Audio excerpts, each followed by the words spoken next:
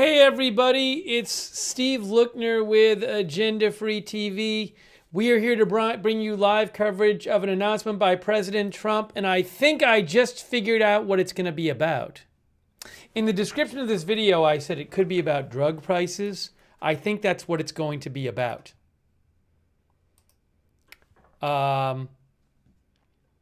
So, if you look here on the Washington Post, this came out a little while ago. On Thursday, President Trump will announce concessions from Eli Lilly and Novo Nordisk that would lower the price of some of the company's weight loss drugs, GLP-1 drugs for certain patients. More details are expected to be released with an announcement scheduled for 11 a.m. in the Oval Office. This is a deal to lower obesity drug prices. So that's what it's going to be about, it looks like. On obesity drug prices. How about this? Well, now I got to make this smaller.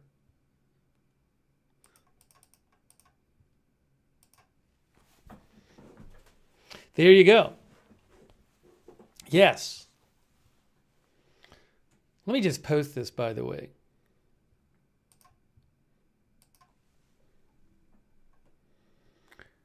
Hold on a moment. Hold on a moment.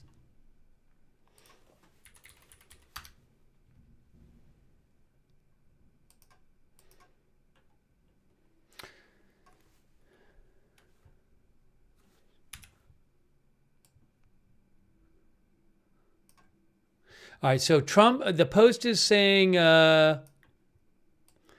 Trump's announcement for 11 a.m. today will be on a deal to lower prices of obesity drugs.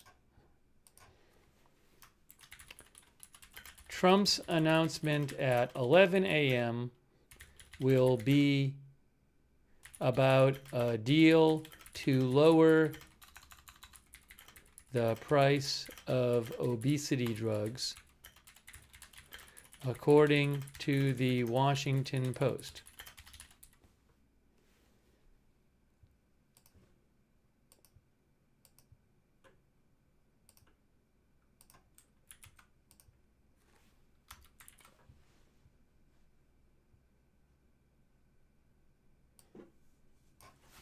Okay. There we go. I'm going to read you about it. I just wanted to I don't like people not have I want you to have full information. I want you to have full information about what's going on. We don't want to mislead anybody here. Okay, so we'll talk about this. The other thing is that when he makes these announcements, he could end up doing an impromptu press conference. Sometimes these announcements turn, I would say regularly, they turn into an impromptu press conference where he'll take questions on all kinds of things. So I want to take your comments on this. We'll talk about this. But hey, I will say in the description of the video, I said it could be about drug prices. That's what I had heard, so I'm not surprised. Hot Mess says he never stays on topic, so this will be interesting. Hey, so thanks for being here for our live coverage. We'll give you some updates on some other things as well, and I appreciate you being here. And we have our clock on the screen. Hopefully it starts on time or around on time, and we'll be taking your comments on the air. I want to thank our moderators for being here. Janet B. Where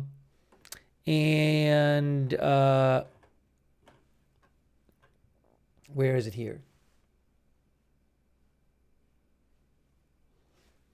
I almost want to change the title, maybe at least on YouTube. I don't like, I like people having full information.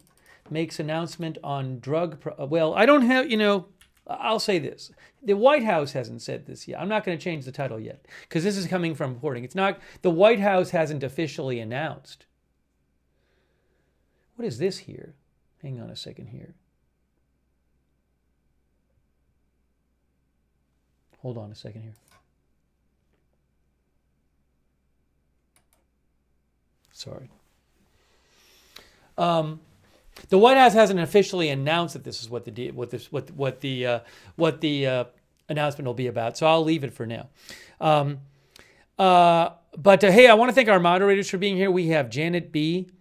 And she is over there on YouTube moderating. Thank you so much. We have Idaho Star on Twitch. Thank you.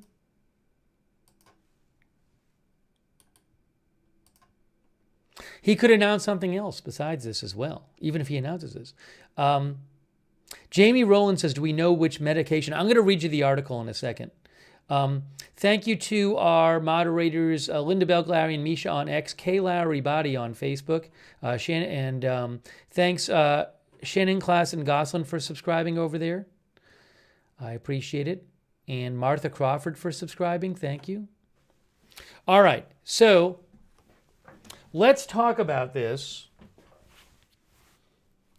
So you can see here, this is the Washington Post. They just reported this a short while ago. In President Trump's push to cut U.S. drug prices, he has repeatedly returned to one example, the fat drug, his pet name for GLP-1 medications such as Novo Nordisk's Ozempic and Eli Lilly's Mounjaro, which help with weight loss. He has raised the issue in public appearances and media interviews as a key element of his most favored nation pricing campaign with pharmaceutical manufacturers, pressing to link U.S. drug prices to lower costs abroad. Privately, Trump has insisted that any savings on GLP-1 drugs should be one of the first announcements made as part of that campaign. The so-called fat drug or fat shot, whatever it's called, Ozempic and or Mounjaro, in London you get it for $88, he said back in February. In New York you get it for $1,200, you can't even buy it. It's very unfair. I'm going to solve it one way or the other. On Thursday, today, he will have his way, announcing concessions from Eli Lilly and Novo Nordisk that would lower the price of some of the company's GLP-1 drugs, obesity drugs for certain patients, according to 4 people who spoke on condition of anonymity. More details are expected to be released today with an announcement scheduled for 11 a.m. in the Oval Office. Trump has previously announced similar price cut deals with Pfizer, AstraZeneca, and EMD Serono. Under the terms of the deal, says the Washington Post, the companies would reduce the price of some of their GLP-1 drugs to $149 for a 1-month supply in exchange for some government health coverage of these drugs and other potential benefits to the companies. Meanwhile, Medicare would begin to cover the drugs for some obese patients, and the companies could receive expedited reviews from the Food and Drug Administration that would speed up the process of bringing their drugs to market.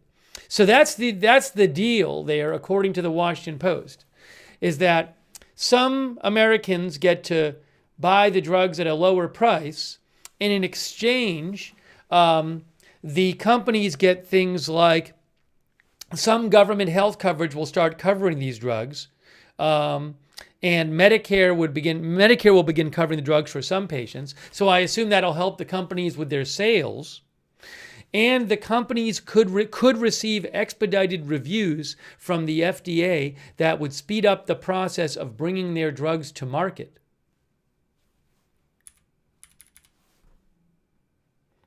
The moves have been tentatively hailed by public health leaders and pharmaceutical experts, citing the demand for the drugs and their ability to reduce obesity and other chronic conditions, but some caution that the full impact of the arrangement would not be understood until the announcement. We'll have to see. You know what? I need about 7 seconds. It's a little warm in the studio. I need to adjust the heat in here. Hold on. Give me about 7 seconds.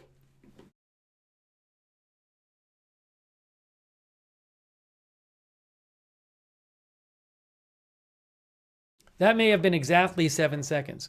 Hey, by the way, thanks so much to Paulie for your support. Polly says, I know someone that will benefit as I mean they, are paying $650 a month with coupon for Mounjaro. I certainly welcome this news. Thank you so much, Polly. Also, Raymond Houston. Hey, thanks, Raymond Houston. That's really nice of you. Thanks to our member also. Why is this happening? I see. Thanks also to our member, Polly. I have another member here too. Oh, you know what happened? I got a notification and I tried to turn it off and then it changed the web page. Everything's all messed up here. Hey, thanks also to Lilith. Lilith says, recently with food prices and my Oz being $25, the math does itself. Thanks also, Janet B. Janet's moderating, and thanks for your support, Janet. That's so nice of you.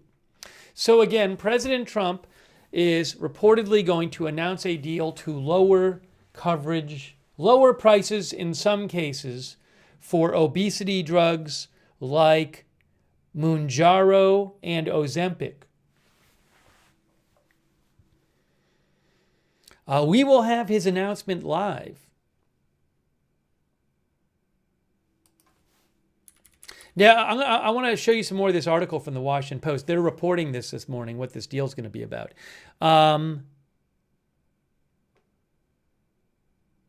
April Lee Wax Queen says, this is fantastic for people who have to pay out of pocket or used compounds because insurance won't pay. Lily's thoughts thinks people with diabetes will benefit from the lower cost of these drugs. Chris Klomp, who runs the Medicare program, says the deal is going to affect every American. He said that yesterday. He cited estimates that using these weight loss drugs could lead to about $6,000 in per patient quality-adjusted life years. Wall Street analysts on Tuesday questioned the deal as its outline emerged, noting that the companies already offer some discounts on GLP-1 drugs that carry list prices of $1,000 or more. Eli Lilly currently offers the starting dose of its Zepbound in vials at $349 a month directly to consumers and other doses for $500 a month.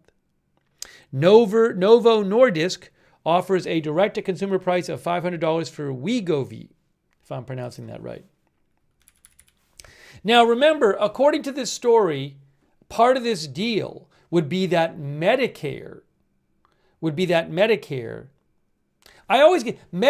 is the program for older people, health care insurance assistance program. People, people 65 and older and younger people with disabilities. So, according to the Post, Medicare will begin covering these obesity drugs for some obese patients. That's part of the deal. And the Post says Medicare coverage represents an enormous opportunity for the drug makers who until now have not been able to get reimbursement from Medicare for the weight loss treatments. Medicare can cover Wegovy and Zepbound for other conditions, but not, I guess, just weight loss per se. A Novo Nordisk executive vice president told financial analysts yesterday the company has long pursued Medicare coverage for its obesity drugs, and they see this as a very important development.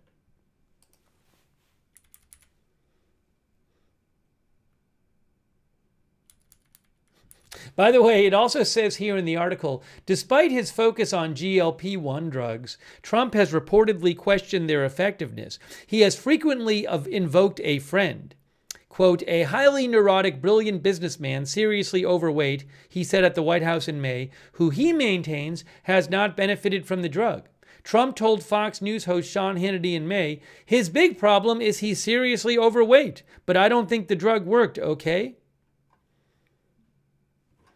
All right, so again, we'll hear from Trump himself on this, but the Washington Post is saying this is a deal to lower cost of some obesity drugs.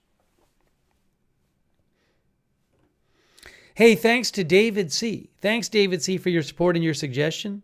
Also, Janet B., our member and moderator. Let me take some more comments here.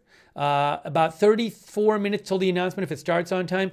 Also, again, President Trump, sometimes when he makes these announcements, it ends up becoming like a press conference where he'll spend a while answering questions on other things. So there's a lot of other stuff going on. The administration has announced that there are going to be, in the coming days, I think maybe as soon as tomorrow, the administration is mandating reductions in flights at 40 different high-volume airports around the country because of they say staffing concerns from the government shutdown. So maybe that'll come up. There was a new report I saw just before coming on the air where CNN was reporting. CNN's reporting via Zachary Cohen. CNN is reporting that Trump officials told lawmakers yesterday the U.S. is not currently planning to launch strikes inside Venezuela and does not have a legal justification that would support attacks against any land targets right now. So he might be asked about Venezuela. He could be asked about all kinds of things. Could be asked about the elections. The elections were just 2 days. The election was just 2 days ago, Election Day. He could be asked about that.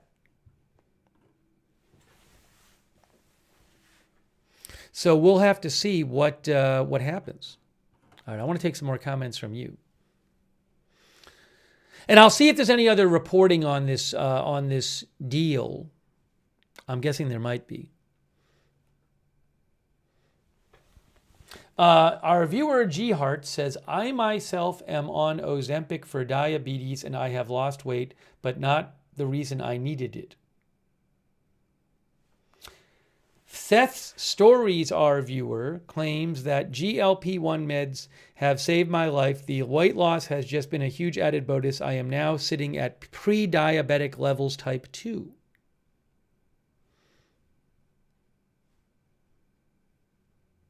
Our viewer Mandy R40 said, if I'm reading this right, she lost weight on, if I'm reading this right, semaglutide, the Wegovy compound, after 15 months it stalled and I only maintain. I am now starting tirzepatide, the Zepbound compound, next week after my knee replacement. So a number of our viewers appear to use these weight loss drugs, whether or not they're using them for weight loss primarily or something else. Let me see if I have other reporting on this upcoming announcement. Give me one moment here. Give me one moment.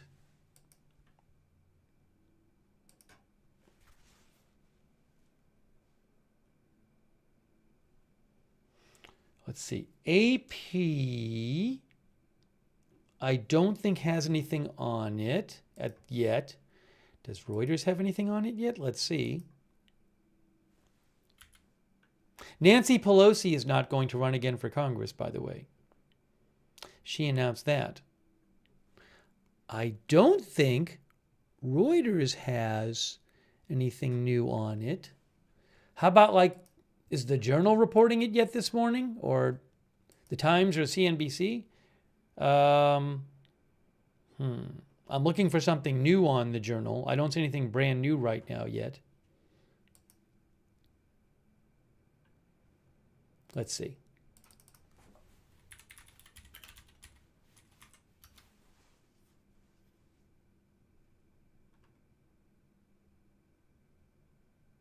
Yeah, the Post is like the first one with the story about today. For example, yesterday there were a bunch of stories out that the Trump administration was getting close to a deal to lower prices for weight loss drugs. There were a bunch of outlets carrying stories about that yesterday. Oh, and for example,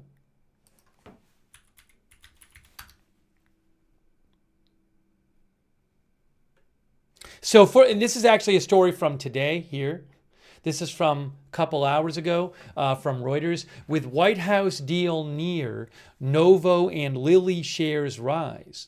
The White House is expected to announce. Oh, well, there you go. I didn't even see this one before. I didn't see this story before. I'm sorry. I'm just seeing this now. The White House is expected to announce a deal today for lower prices of obesity drugs from Novo Nordisk and Eli Lilly during an event, according to sources familiar with the situation. I'm sorry, I didn't see this article before. Pushing shares of the two companies higher as investors bet on increased patient access in government health programs. See, that's going to help the companies. Novo's Wegovy, is it Wegovy? Wegovy? And Eli Lilly's Zepbound are the only highly effective GLP-1 based weight loss drugs sold mainly in the U.S. as weekly injections. List prices top $1,000 a month, though both offer cash buyers a $499 monthly supply. President Trump has said he wants prices to fall below $150. On Tuesday, media reports said the Trump administration had struck deals at that price for the smallest starter doses. The move is aimed at increasing access to the treatments through U.S. Medicare for people age 65 and over or with disabilities, and the Medicaid program for low-income people, which together provide health care coverage for nearly half of all Americans. Currently, Medicare does not easily cover the drugs for obesity. Coverage in Medicaid, which is run by each state and jointly financed with the federal government, varies. And real quick here, it says a $150 pill would be a game changer, analyst says. Deutsche Bank analysts see the deal as a potential catalyst for Eli Lilly's growth, estimating a $150 monthly cap could unlock access for up to 15 million Americans if it applies to orforglipron, its experimental weight loss pill that succeeded in its late-stage trial.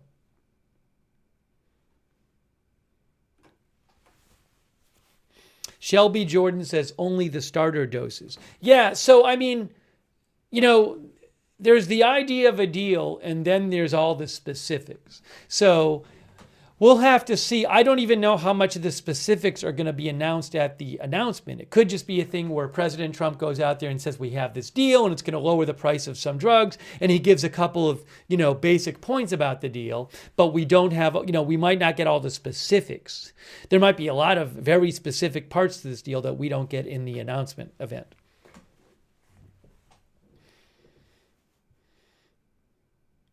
But we'll see in a short time. Pendergasted thinks he will announce the deal and then complain about windmills.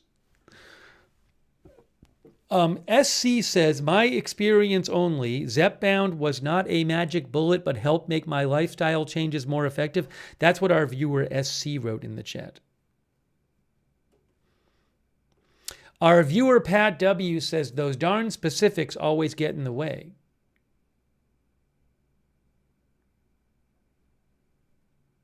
Stephanie Kimber Hooper says Medicare absolutely covers injectable weight loss drugs. Well, you can see here what it says in this article.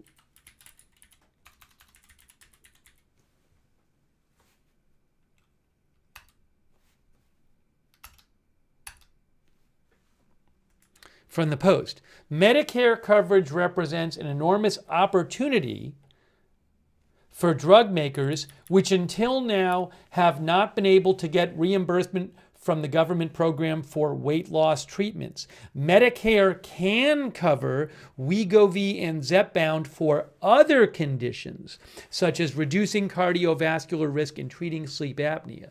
It sounds like this deal might start allowing Medicare to cover for just getting it for weight loss. So again, it covers these drugs that can help for weight loss treatments if they're used for other things, but not for weight loss per se, according to the article.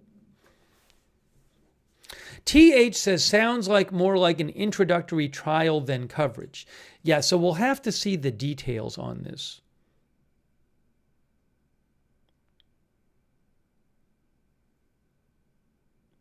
Tom Witcher, our viewer, says Medicare does not cover for weight loss. They cover for diabetes and other labeled uses. The Silver Swifty says, I just got approved for Monjuro last week. I hope this is good news. Our viewer Bonsai Garden says, no substitution for self-control.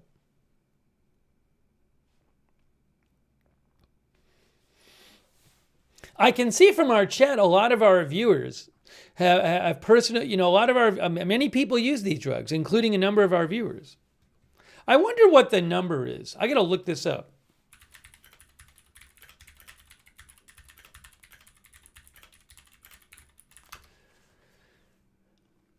So there is an article from Rand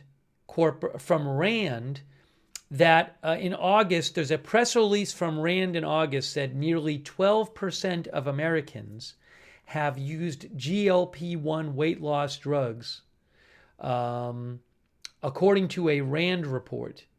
And that came out in August of this year. So in August, Rand said nearly 12% of Americans. That's not 12% of a certain subgroup of Americans. Nearly 12% of Americans, that'd be about 1 in 8 Americans, have used GLP-1 weight loss drugs. That's a lot of people.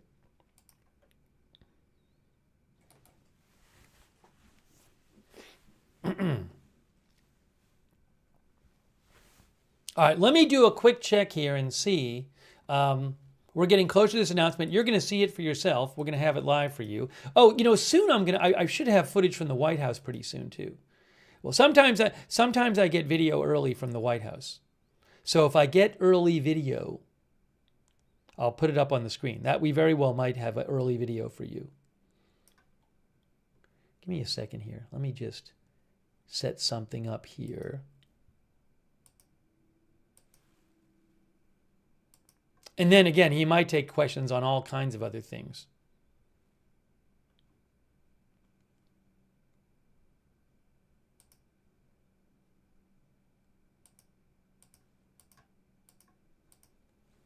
All right, hold on. Let me just make sure we're not missing anything new.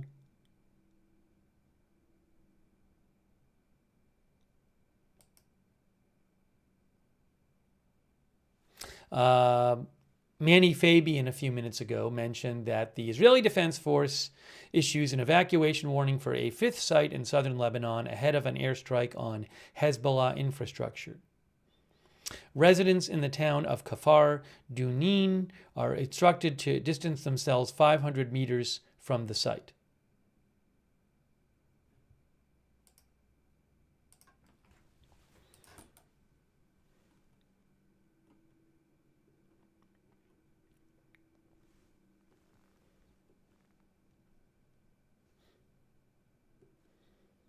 All right, hold on a moment here.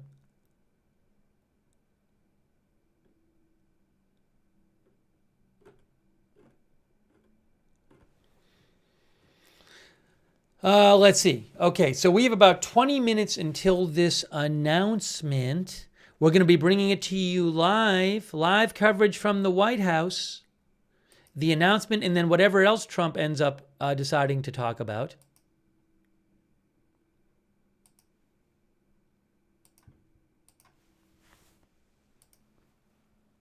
Oopsie.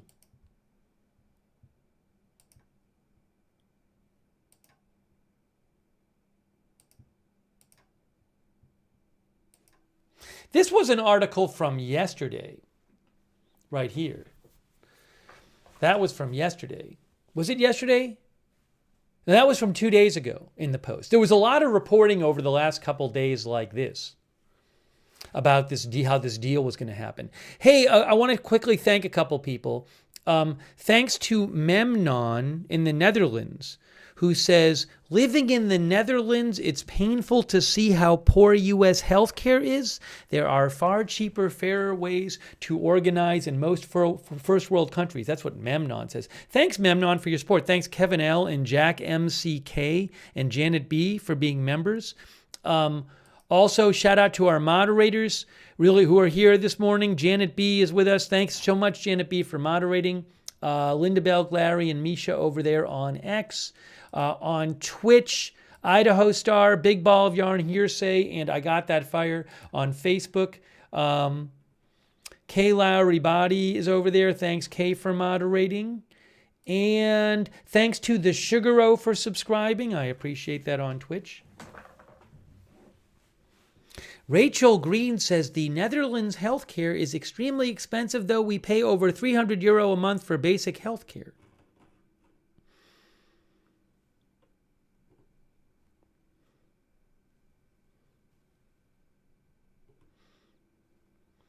Our viewer, Trace, says, I'm on Zepbound.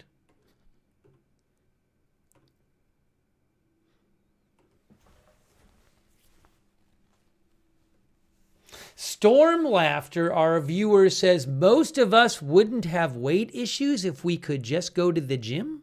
That's what Storm Laughter says.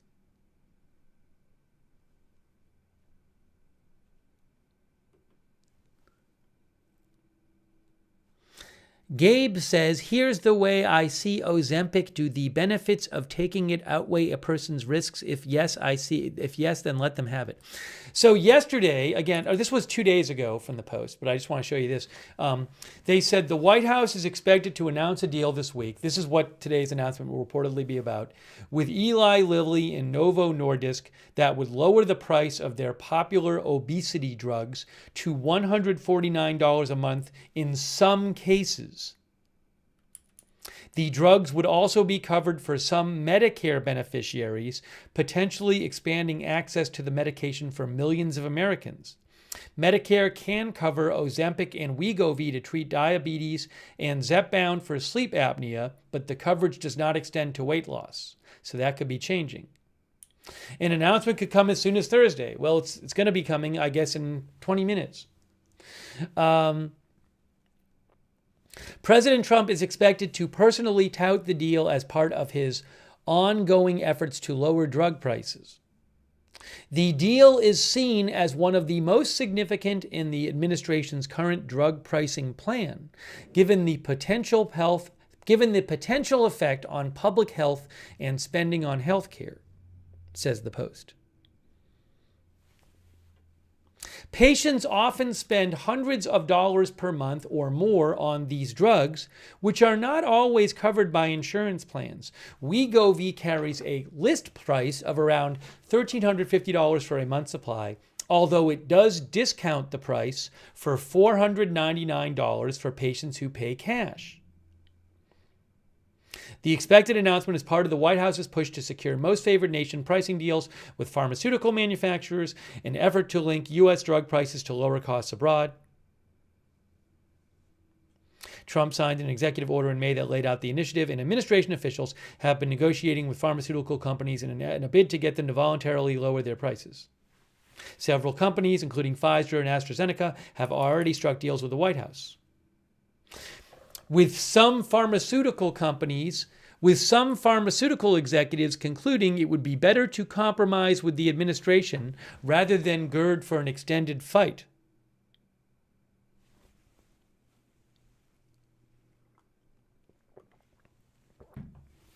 One expert, Craig Garthwaite, director of healthcare at Northwestern University's Kellogg School of Management, said the impact of this new deal will depend on which products will be subjected to price cuts.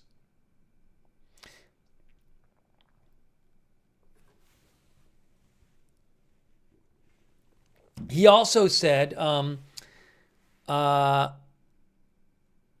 that Medicare won't cover these products for obesity now, if these pharmaceutical companies can trade a small discount for access to that market, it might actually increase their profits, he said.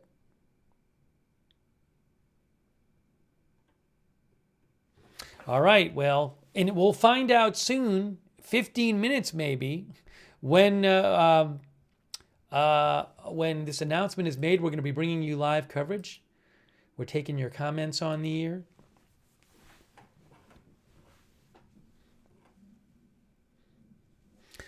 Finessed Ameta, our viewer, says, sugar is the true gateway drug. Sad how accepted it is to give to kids. It causes anxiety and makes people find something to cope with. Died Suddenly says, this is sad. I was hoping the announcement was going to be something beneficial. Ranger says, of course it will increase their profits. They're getting paid by the government.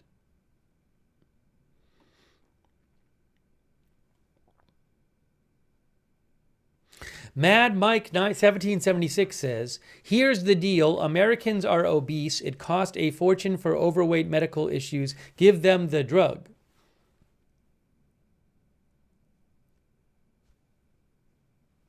Frito P says they'll want everyone to use them now so they profit from the volume instead of the price. JM says, I just ate 5 Uncrustables.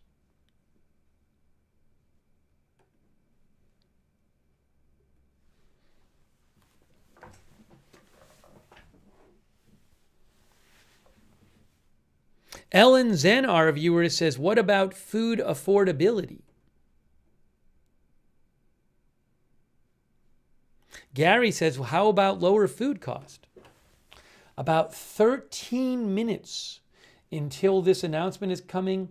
And let me remind you, often when President Trump does these announcement appearances, he will take questions about other things. So he might take a bunch of questions about other topics. We should talk about the airports for a second, maybe.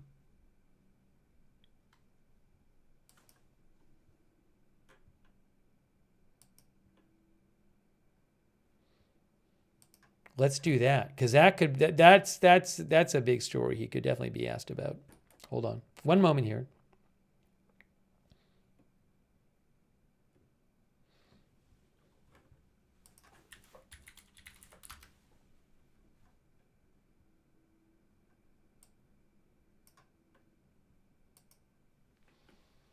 You can see here, U.S. FAA to detail flight cut plan at major airports later on Friday.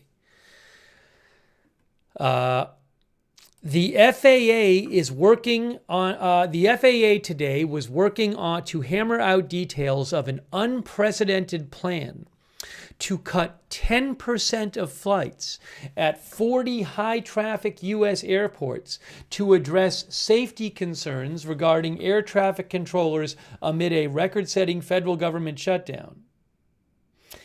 FAA Administrator Brian Bedford said yesterday the cuts would begin with 4% of flights tomorrow before rising to 10% next week. The plan will exempt international flights and cuts will apply to flights between 6 a.m. and 10 p.m. Airlines were left scrambling to make significant reductions in flights in just 36 hours, and passengers flooded airline customer service hotlines with concerns about air travel in the coming days.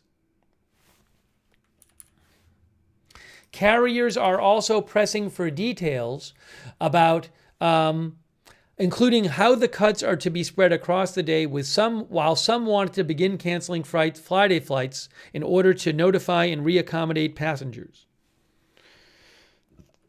So that is happening. That is happening. Will President Trump comment on this? But these flight cuts are supposed to start tomorrow. This is a Reuters article, by the way, as you can see.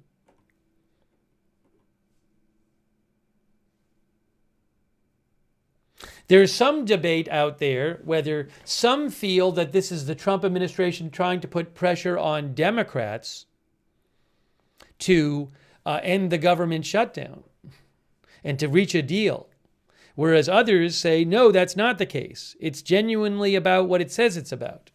Safety concerns.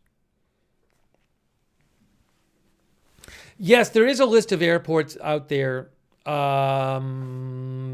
I can get a link, I'll give it to you. I've seen it reported. There's a reported list. If I can pull it up here. Let's see. I will post a list in the chat reported by Sam Sweeney of the 40 airports. I just posted it in the chat. D. Fern, our viewer, says, I don't think 10% is going to be enough with the already thin staffing at air traffic control, which has only been exacerbated by the shutdown.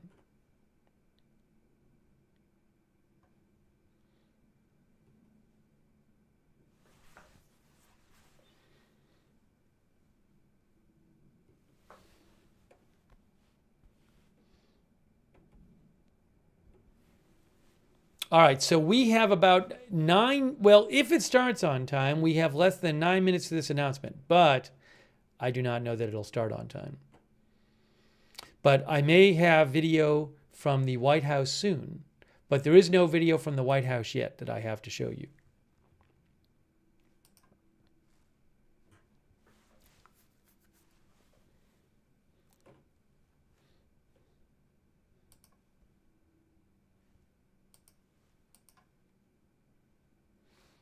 All right, hold on a moment.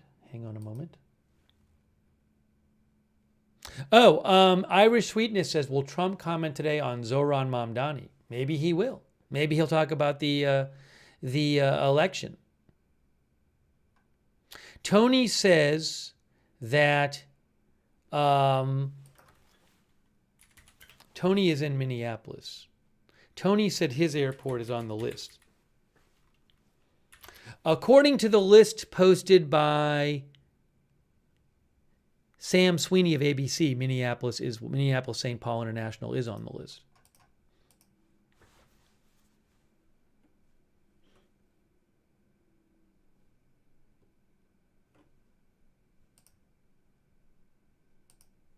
Here, look. This is from, as we wait for Trump to begin his announcement, we will go to that as soon as I have video. You can see here from AP, most major U.S. airports are among 40 targeted by shutdown-related flight cuts.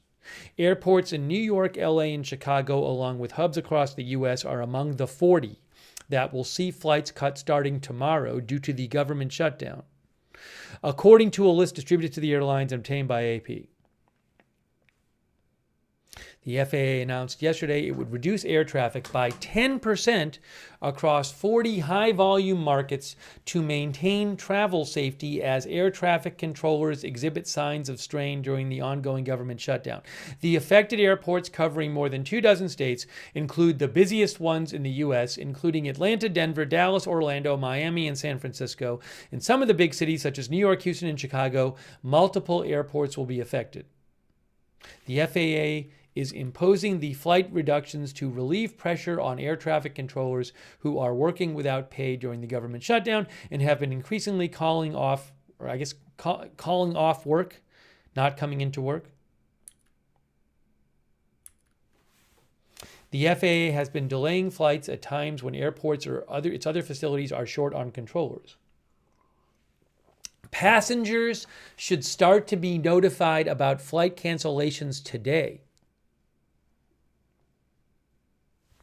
Experts predict hundreds, if not thousands, of flights could be canceled.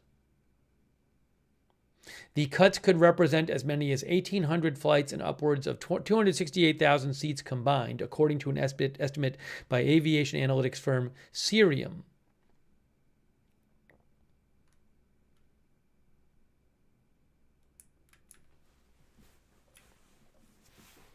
So that is happening. We'll see if the president has a comment on this.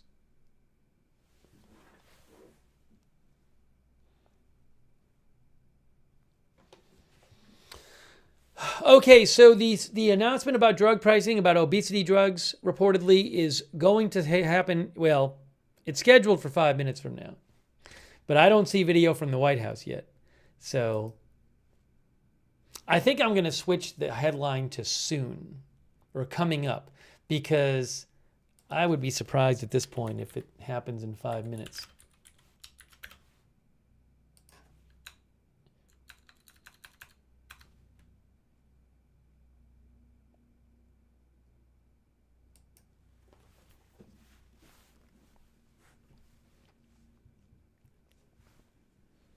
I also have not seen yet anything from the White House press pool saying they're getting ready to go into the Oval Office. So I'll keep an eye on that. Yeah, Mark Starkiller says 11 a.m. Trump time.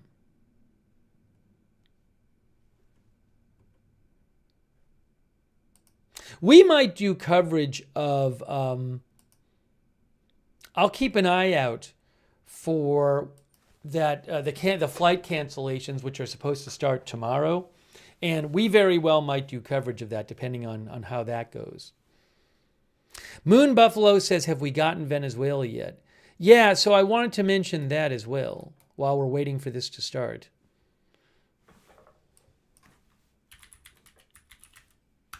That could be asked about.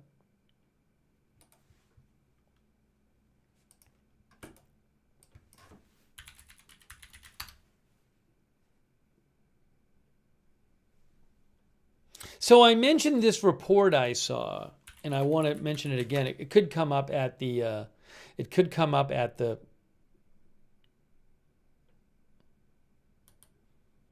seen a couple reports actually, but it could come up during the event.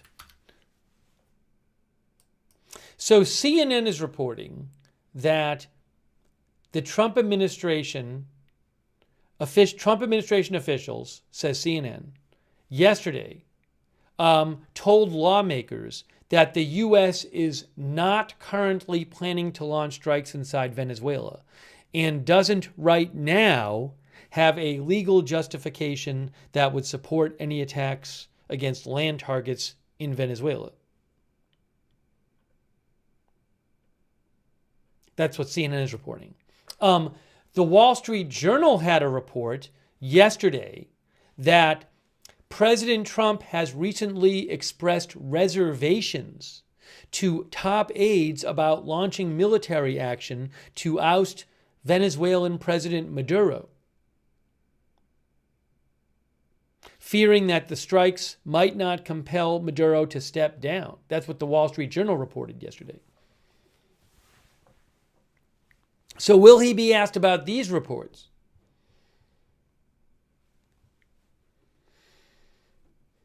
Hey, thanks to Atlanta, Florida girl for your support. She says they need to make insulin $10 or free. Many type 1 diabetics cannot afford the thousands of dollars a month to live. Thank you so much, Atlanta, Florida girl.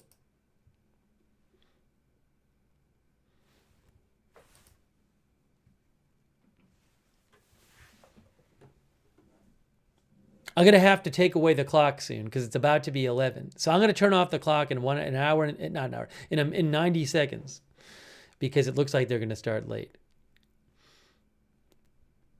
Thank you, Major Nick 88 for watching over on Twitch.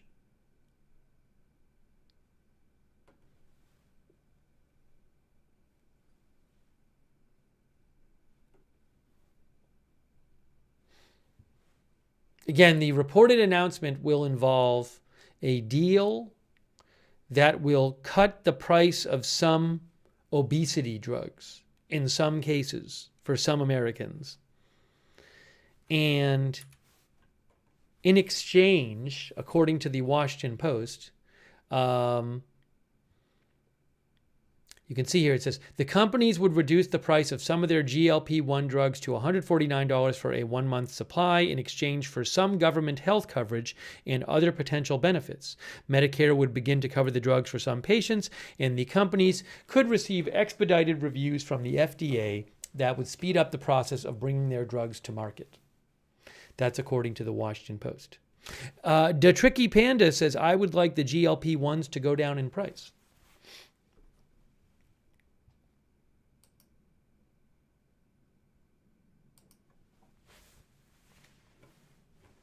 Katie says next they need to fix asthma inhaler prices.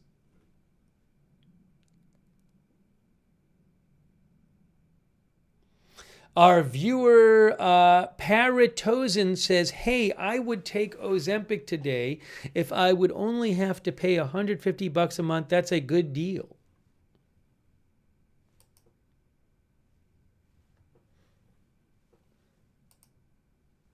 Oh, all right, I got to get rid of the clock. Hey, thanks, Gary, for the gift membership and for being member. Thanks so much, Gary. Thanks to our member, Kevin L. as well. All right, hang on a moment here. I got to get rid of the clock now because the clock is now counting up. The clock is counting up. We don't want the clock to be counting up.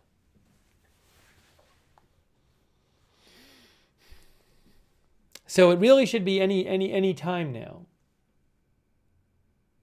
Fox News says soon Trump to speak from Oval Office. The White House isn't even live on their YouTube page yet. I hope this isn't one of these super late events.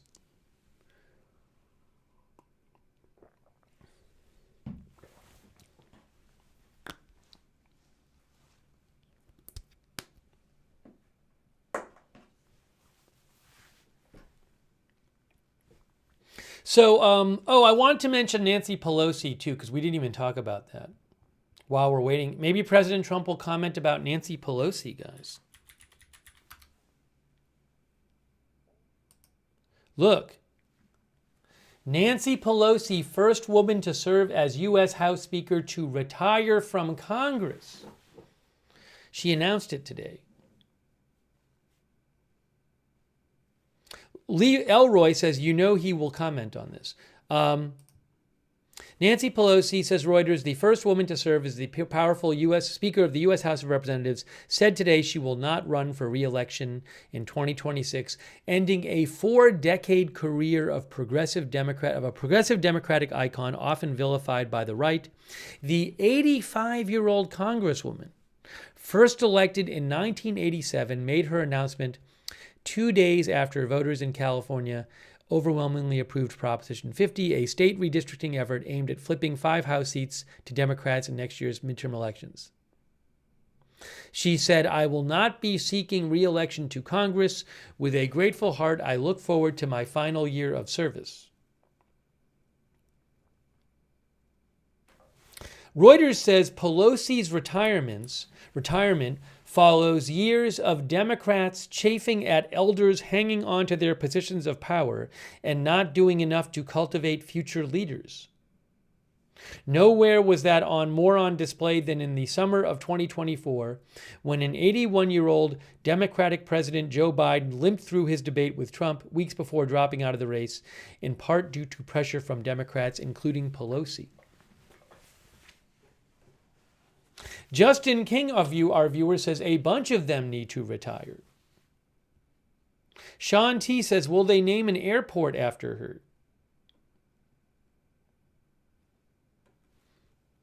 No thinks we need term limits.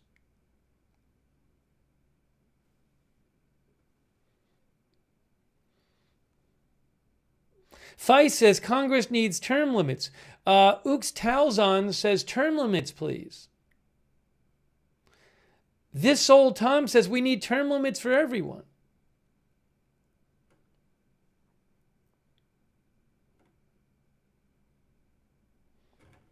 So that's another thing President Trump might talk about today in his appearance. We'll see. So this was supposed to start at 11, this announcement, 11 a.m. Eastern Time. Currently, the White House is not yet live on their YouTube.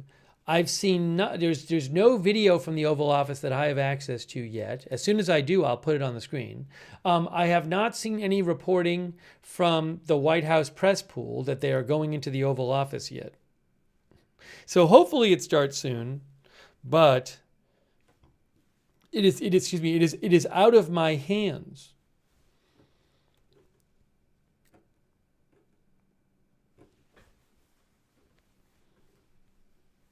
But we will have live coverage for you.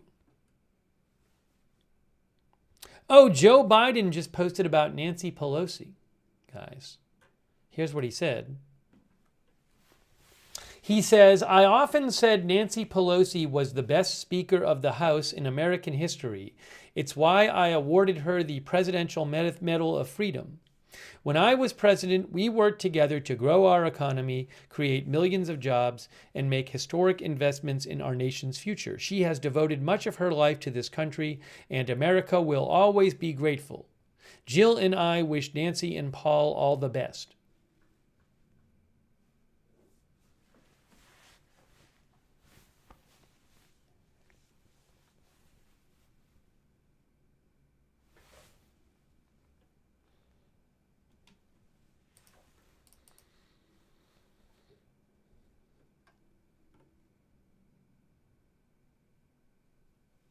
Jonathan's Back, our viewer, writes in, how about Trump goes for a walk on the treadmill instead of a quick fix for everything?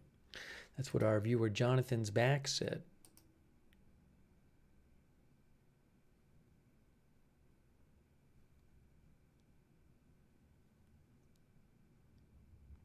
Just Data, our viewer, says the key to the Oval Office pharma meetings is how many golden tickets for new indications or new drugs to be reviewed jump the line. Just Data, our viewer, also says U.S. pharma will launch new drugs in U.S. alone to lock in higher prices.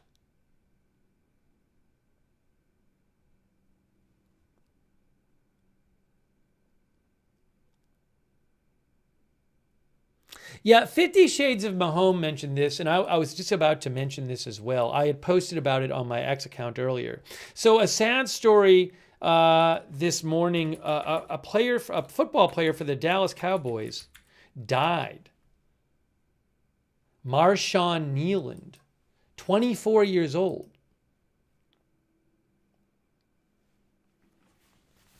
You can see this right here. Dallas Cowboys, he actually scored a touchdown on Monday night, I believe. Yes. Marshawn Kneeland, defensive lineman in his second NFL season, died overnight. Now, details have not been released on his death. Certainly condolences to his family.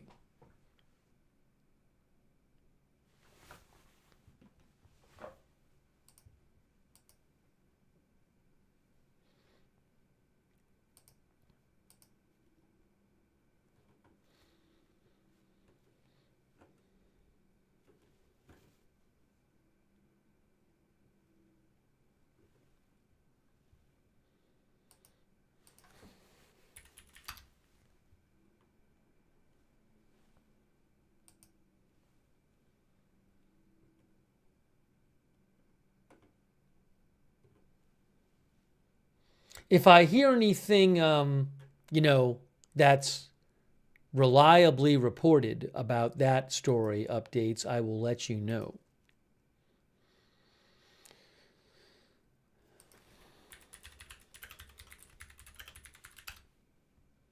I think we're going to get videos soon from the White House. Just so you know. That's what it looks like.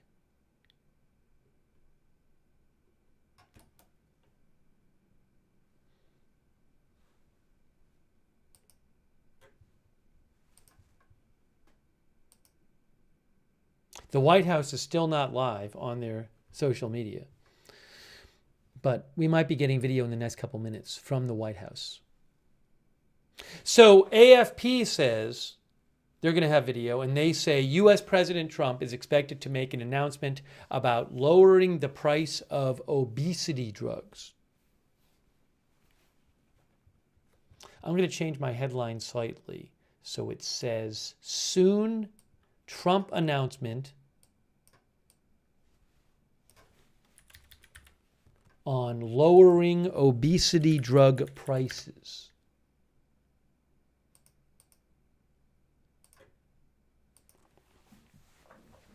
Thank you to our member, Bacon and Eggs. Thank you.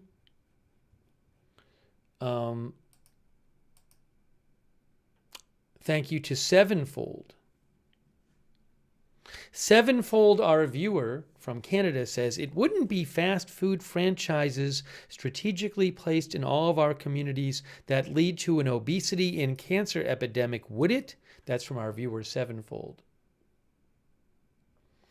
Jimbo Slice One Up, our viewer, says, please get healthy, people. You don't want to have to live on meds and medical assistance at older ages.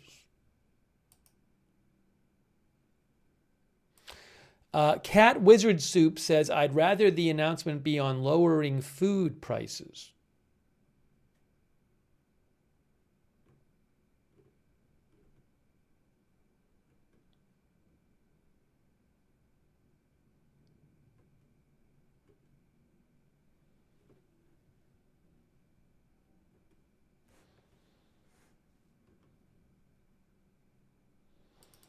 It is 11:10. Oh, hold on. There's going to be, what is this? Sorry. Oh, forget that. I don't think that's necessarily a big thing. But hold on a second. Hold on.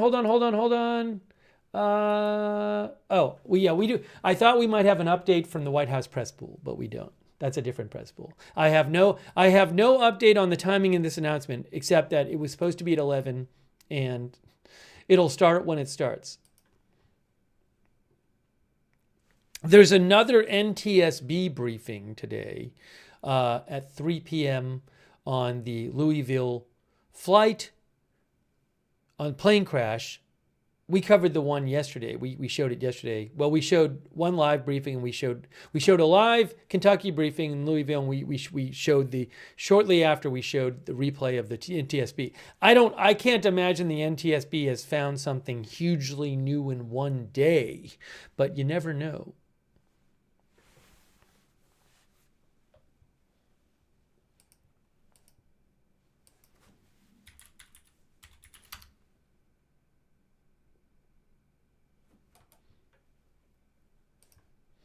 All right, hold on a moment here.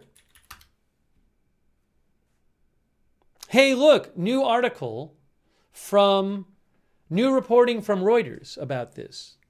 Actually, I did not see this earlier. It's not new. Well, it's from today. From maybe an hour and a half ago. Novo Nordisk strikes U.S. Medicare price deal. Oh, did they announce this? Look, Oh, I don't even know if this is part of the Trump announcement. This says Novo Nordisk.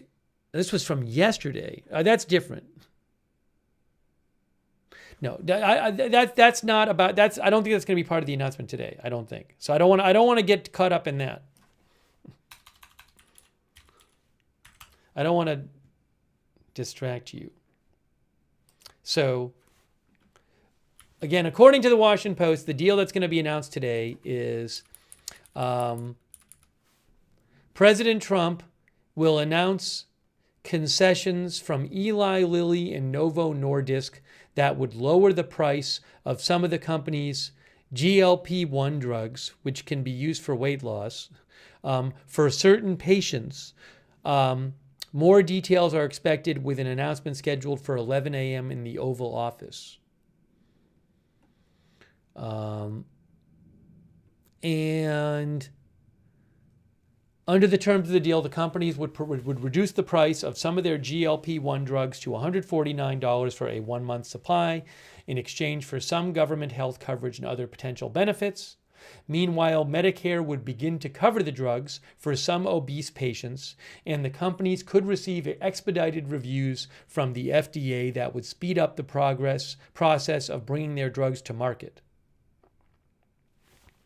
The moves have been tentatively hailed by public health leaders and pharmaceutical experts, citing the demand for the drugs and their ability to reduce obesity and other chronic conditions, but some caution that the full impact of the arrangement would not be understood until the announcement.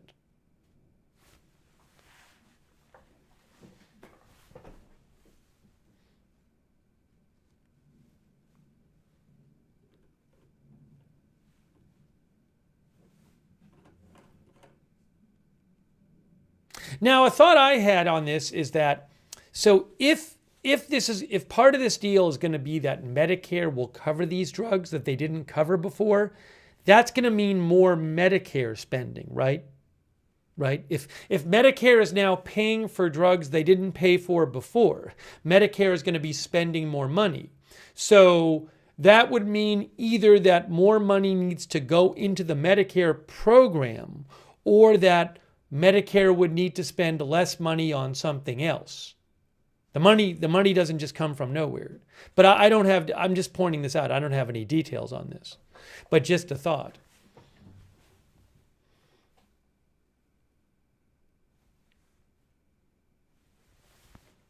Now, Storm Laughter said there could be cuts coming to Medicare, or there could be increased. I mean, maybe there's going to be more money being put into Medicare, but again, it's got to come from somewhere.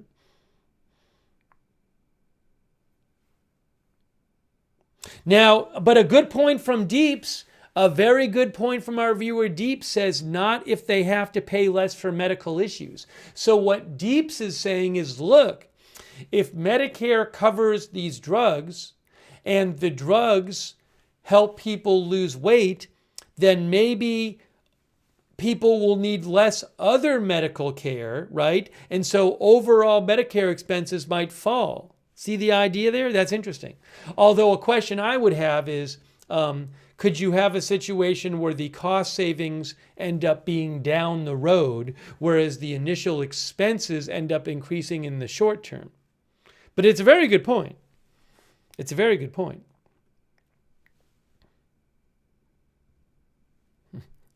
Our viewer Zane Isaiah says, it's free, the government is paying. Isn't that how it works? Our viewer, one of our viewers said, Sulan says, of course it will pay for itself, but politicians are too short-sighted.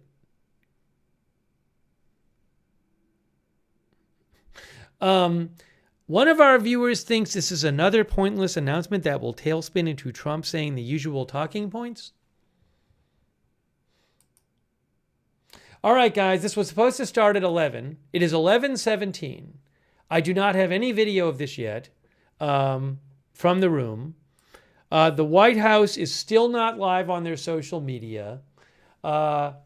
And there is no report yet from the White House press pool that they're going into the Oval Office.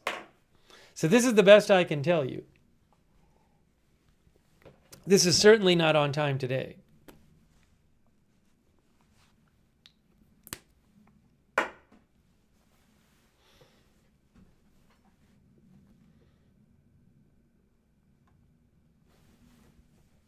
So we'll keep an eye on other stories as well. But as soon as as soon as I have any video, I will bring it to you. The White House stream? I'm on the White House site. It's not, the White House site is not live yet for this.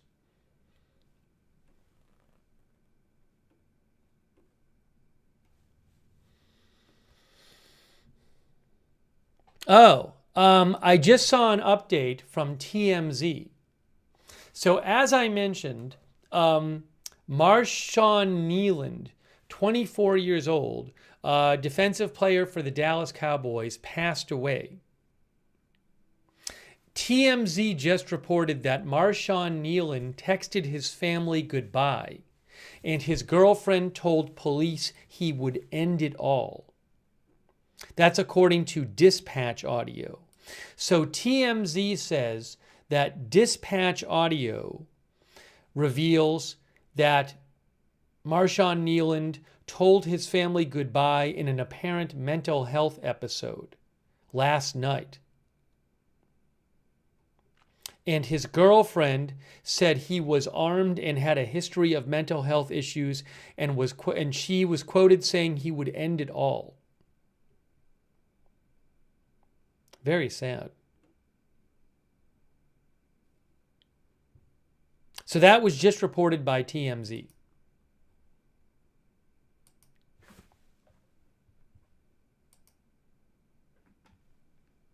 And there is Marshawn Kneeland right there in that picture on Monday. He scored a touchdown on Monday. He recovered a fumble and scored a touchdown on Monday.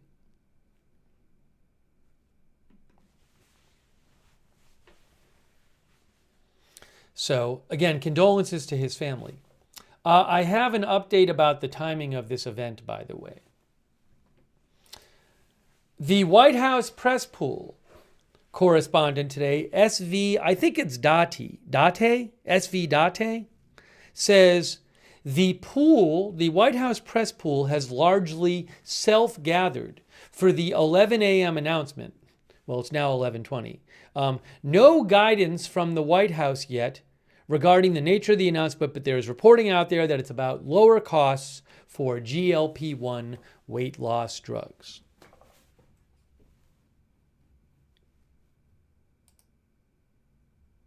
And the White House is still not live, and I still don't have video for you.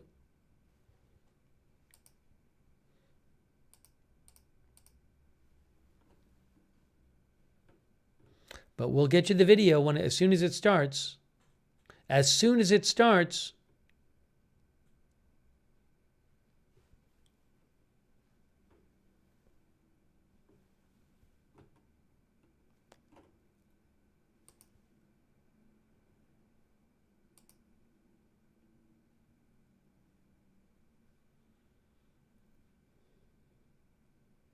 Now, our viewer Just Data writes in and says that you will have spending increases on the drug if more people are covered by Medicare, for example, for weight loss drugs.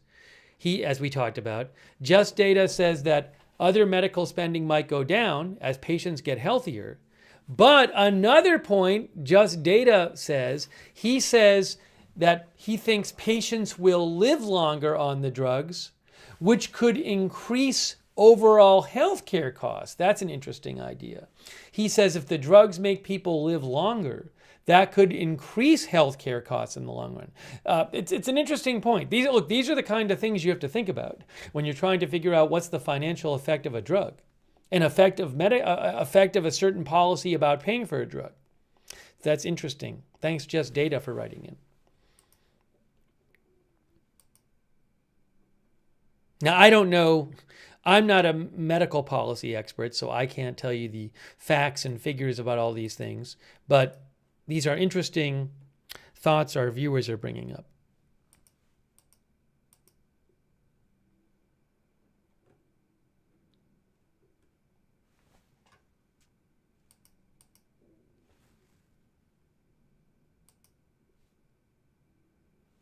I feel like this is like later than normal, because I feel like normally at this point, the White House would be live on their social media. But they're not. Let's see here. Thanks so much to Dave Wilson for your support.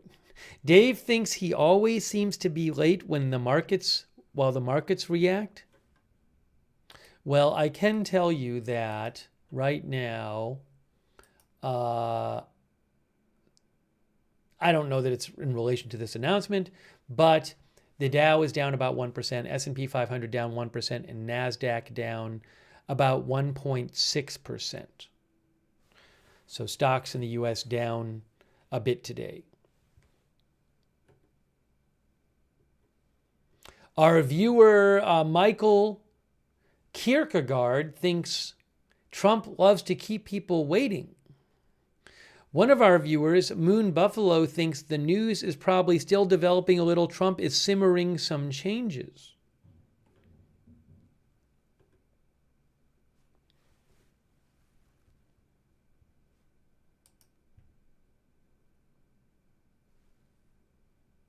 Thank you, Carlos, for your support.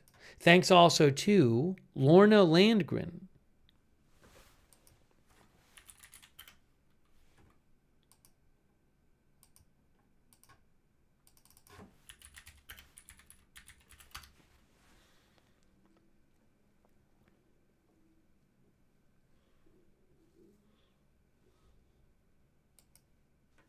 Lorna asked about SNAP funding and the latest on that. I'm not sure about the latest. I mean, there's a story 3 days ago from AP saying Trump administration says SNAP will be partially funded after judges' rulings required it to keep the food aid program running.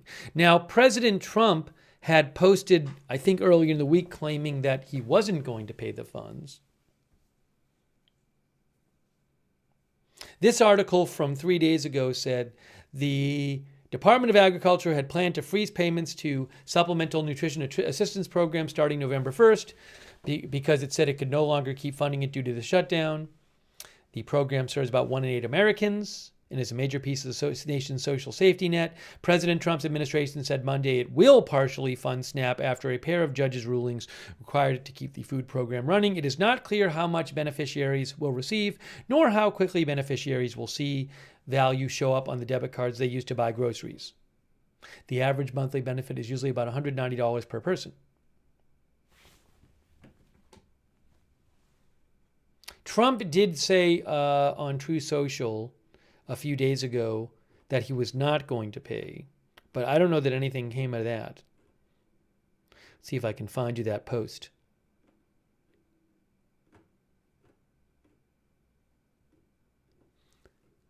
I have to go back in his timeline here.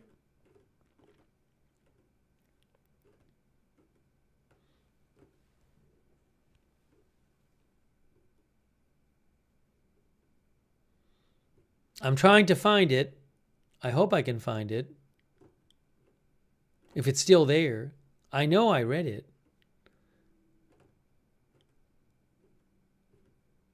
Now I can't even find it for you.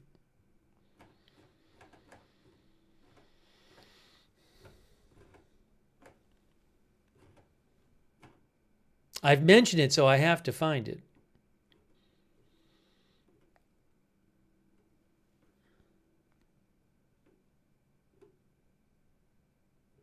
Oh, I know where it got posted. Hold on. Give me a moment here.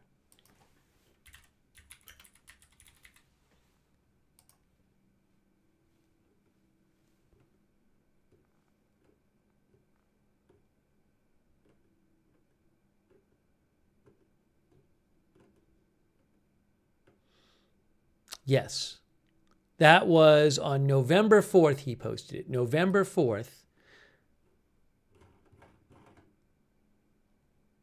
Which would have been 2 days ago. That's when it got posted.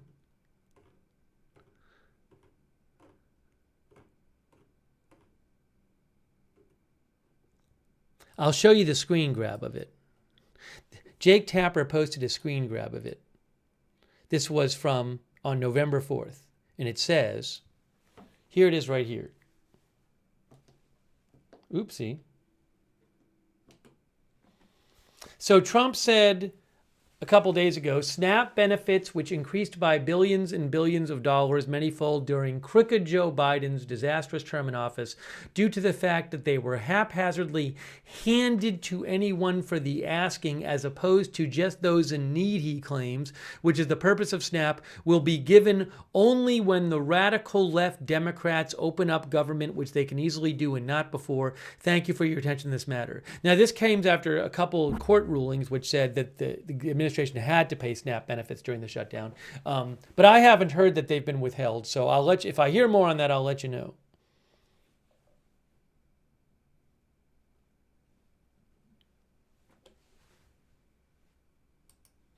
All right, we're still waiting for this announcement. It is running late.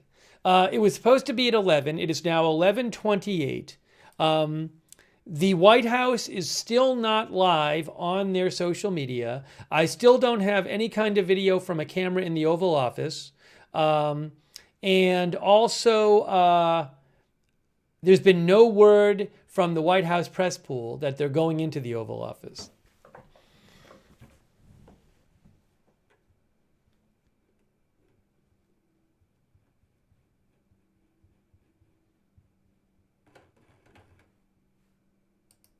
So your guess is as good as mine as to when it's going to start.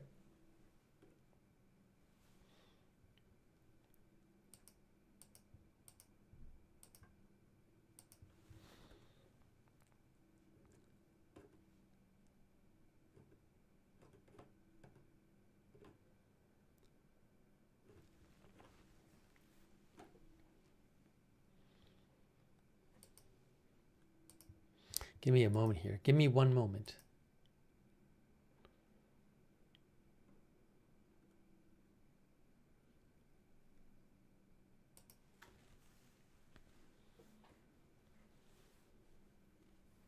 Some of our viewers are wondering if Trump will be asked and talk about Mamdani in New York. I could certainly see that happening.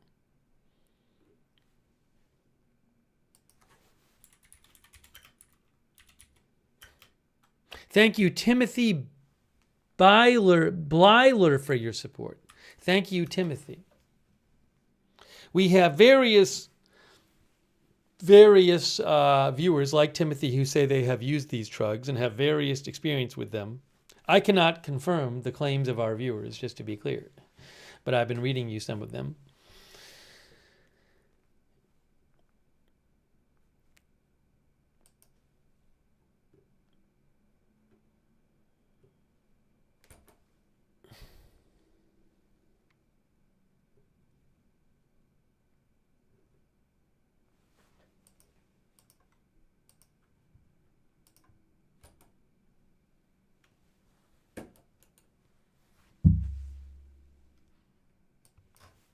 One moment here. I'm also checking the latest breaking news to see if I want to mention any kind of breaking news I hear about.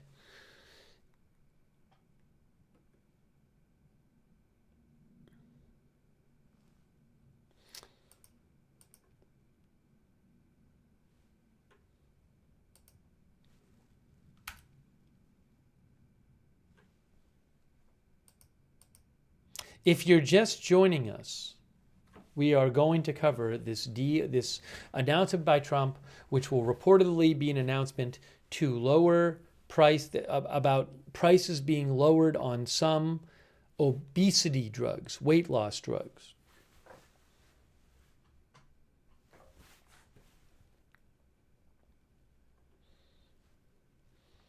Just briefly to summarize here from the Washington Post, they say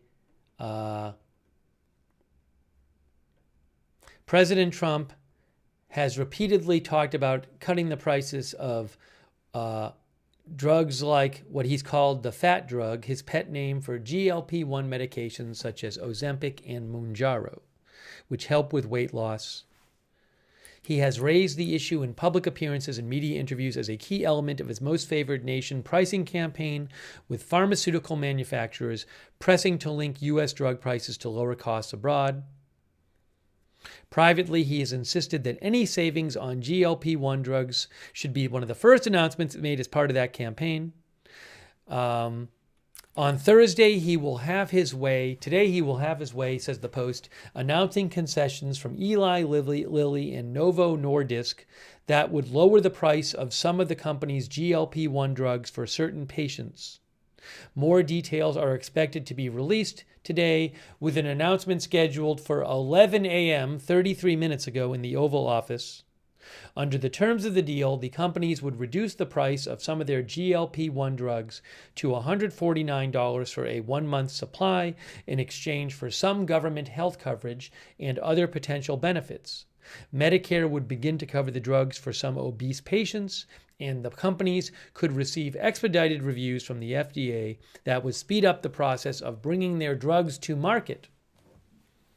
The moves have been tentatively hailed by public health leaders and pharmaceutical experts, citing the demand for the drugs and their ability to reduce obesity and other chronic conditions, but some caution that the full impact of the arrangement would not be understood until the announcement.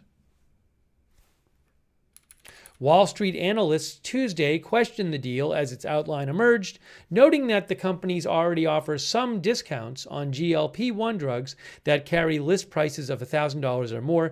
Eli Lilly currently offers the starting dose of its Zepbound in vials for $349 a month directly to consumers, and other doses for $500 a month. Novo Nordisk offers a direct-to-consumer price of $500 for Wegovy. Also, the Washington Post says Medicare coverage represents an enormous opportunity for the drug makers, which until now have not been able to get reimbursement from the government program for weight loss treatments. Medicare can cover Wegovy and Zepbound for other conditions, such as reducing cardiovascular risk and treating sleep apnea.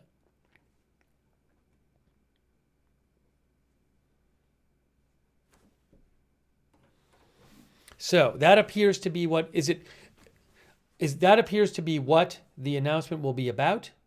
We are waiting for it. How do you pronounce Wegovy? Does the Wikipedia article say?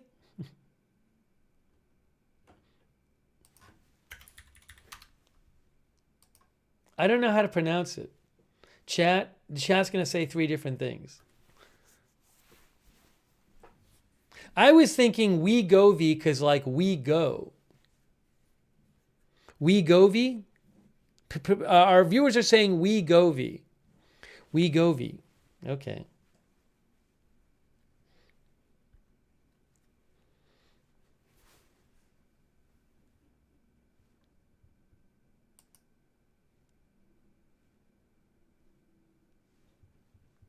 I have found sometimes when you try to look up on the internet how to pronounce something, you can sometimes get incorrect answers. So, but sometimes like Wikipedia will have it broken down really clearly. If I had, I'm not going to bother. I'm sure I could watch videos and we'll watch people pronouncing it, but I'm not going to worry about it right now. Hey, thanks to Tilb Tex for your support on Twitch.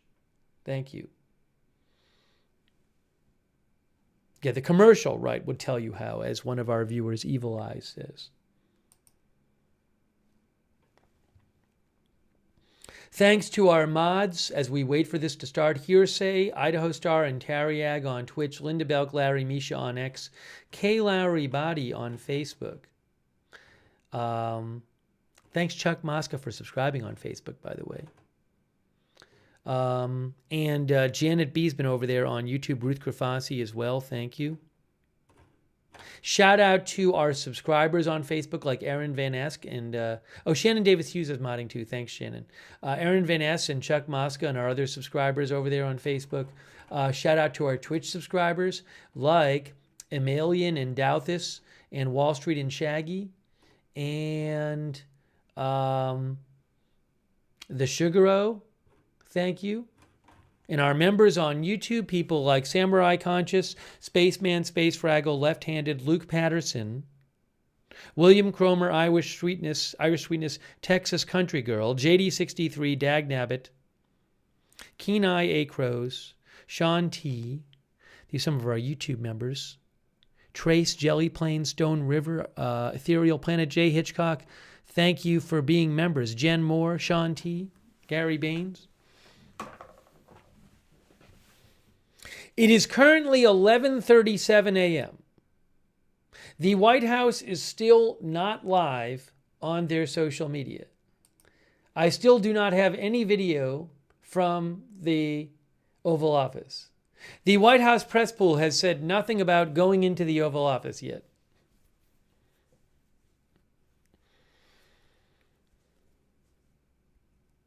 This might be one of these things where the camera turns on and I've seen this happen where the camera will go in there and basically Trump is starting right as the camera goes in. So you got to get it up on the screen really fast. What I'll do is I'll just make sure I'm all ready here to do that. I'll be ready in case they jump right to it. All right, that's good. That one's ready. That one's ready. And this one is.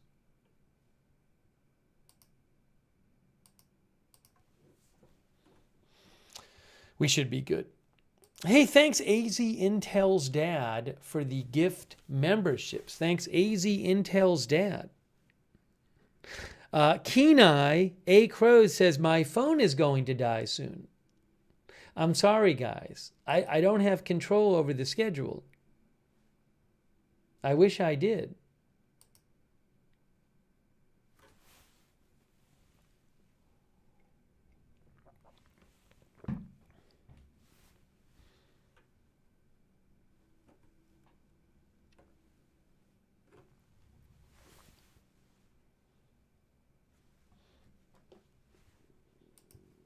Soon. It's got to be soon, right?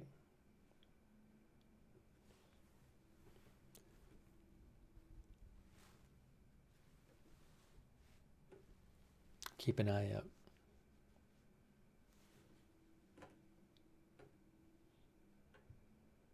It's interesting. The Washington Post has an article. Normally, like before these announcements, you get like a bunch of different articles about the deal. But the Washington Post had one today, but I haven't really seen a bunch of others today.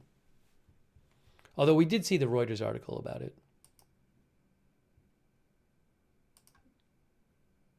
As I mentioned earlier, Reuters reported that the White House is expected to announce a deal for lower prices of obesity drugs from Novo Nordisk and Eli Lilly today during an event, pushing shares of the two companies higher as investors bet on increased patient access in government health programs.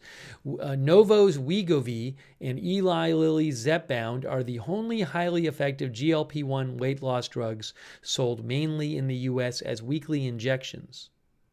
List prices top $1,000 a month. They'll both offer cash buyers a $499 monthly supply. President Trump has said he wants prices to fall below $150. On Tuesday, media reports said the Trump administration had struck deals at that price for the smallest starter doses. The move is aimed at increasing access to the treatments through U.S. Medicare for people age 65 and over or with disabilities, and the Medicaid program for low-income people, which together provide health care coverage for nearly half of all Americans. Currently, Medicare does not cover the drugs easily for obesity. Coverage in Medicaid, run by each state and jointly financed with the federal government, varies.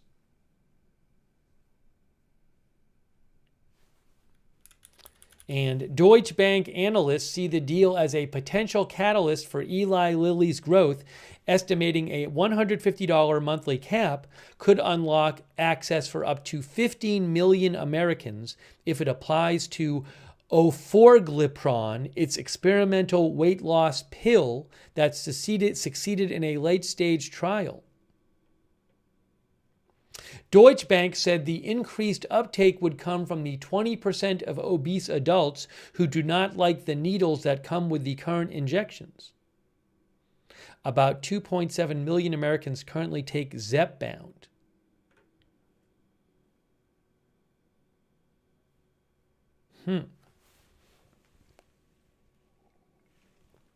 Reuters also says the U.S. pays more than any country for drugs, often 3 times as much, and Trump has urged drug makers to cut prices here and charge more in other wealthy nations, such as those in Europe.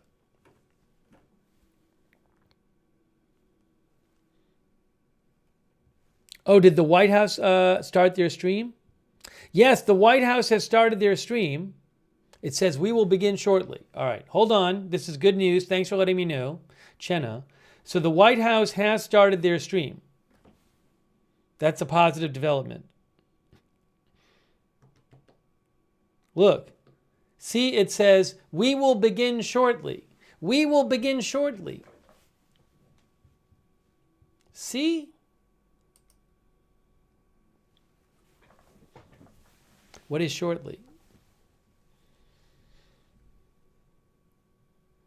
Jelly Plane thinks it'll be at 12. Well, the scheduled time was 11. That was the scheduled time.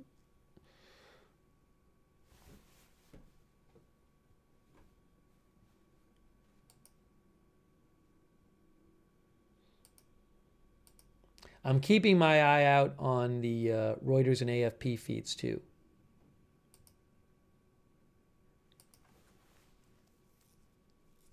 Sunkissed says, don't these weight loss drugs also have undesired side effects? Well, I am not a doctor and I am not a medical expert. So I will allow you. I believe there can be side effects from these drugs, but I am not an expert on these things. For example, I mean, if you can literally go to the Ozempic website and it says possible side effects, you can read about it there. See Ozempic possible side effects.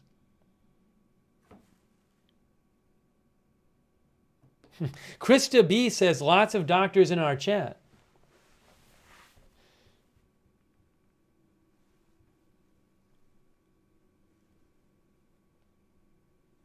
Victoria Estrida says all drugs have side effects. Let's see here. Hold on. Just hold on a moment here.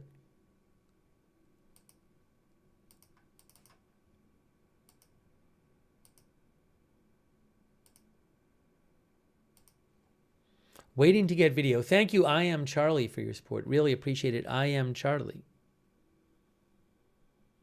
Moon Buffalo says it is happening.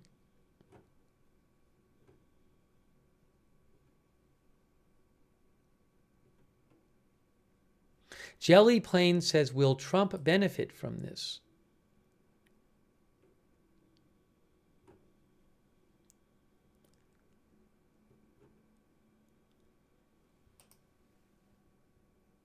Breaking news, we have a statement from police on the death of Cowboys player Marshawn Kneeland. So while we're waiting for Trump's announcement, what I'm going to do is I'm going to read it along with you because I haven't even read it yet. Ian Rappaport posted this. This is from Frisco Police. Here's what Frisco Police says. Okay, I'm reading this for the first time with you. A man was found deceased from an apparent self-inflicted gunshot wound following an outside agency vehicle pursuit that led to a multi-agency search in Frisco. Wow. Last night at approximately 10:39 p.m., the Frisco Police Department responded to assist the Texas Department of Public Safety with locating a vehicle that had evaded troopers during a pursuit that entered the city of Frisco. After losing visual of the vehicle, troopers located it minutes later, crashed on the southbound Dallas Parkway near Warren Parkway. Initial reports indicated a male subject, later identified as 24-year-old Marshawn Kneeland of Plano, Texas, who played for the Dallas Cowboys, fled the scene on foot. Officers established a perimeter and initiated a search of the area with the assistance of police, canine, and drone units. During the search, officers received information that Kneeland had expressed suicidal ideations. Kneeland was later located at 1:31 a.m., deceased with what appeared to be a self-inflicted gunshot wound. The cause, manner of death will be determined by the Collin County Medical Examiner's Office. Wow. Terrible.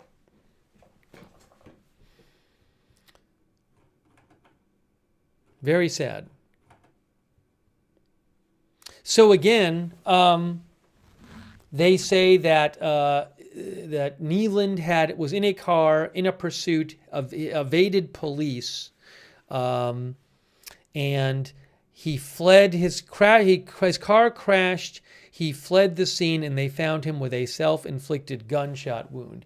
And let me remind you that TMZ has reported today that the TMZ said that that dispatch audio reveals that the Dallas Cowboys player told his family goodbye in an apparent mental health episode. And they say dispatch audio says that Kneeland's girlfriend said she received a concerning message from him, and she was quoted as saying he would end it all. And dispatch audio said he was texting his family goodbye. Terrible.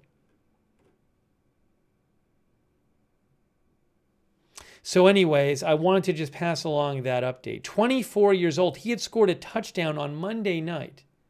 Now he is dead of an apparent self-inflicted gunshot wound.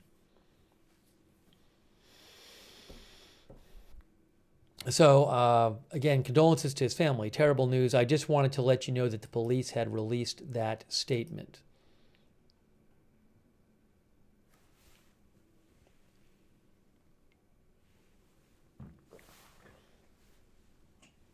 Meanwhile, here any moment now, we're supposed to hear from President Trump in the Oval Office.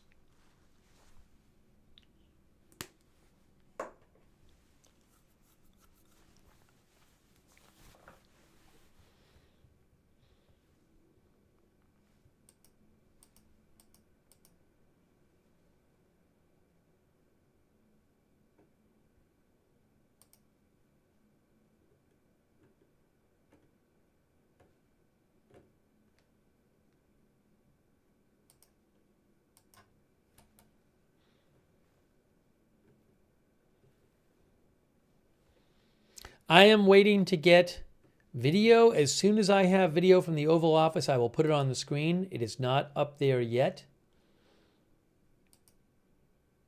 but often I will get video shortly before the announcement, although I don't know if that's going to happen today.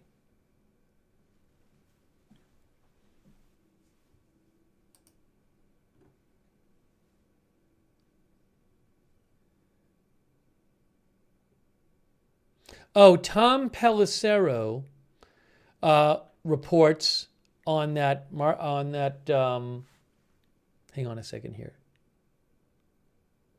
Tom is with NFL Network.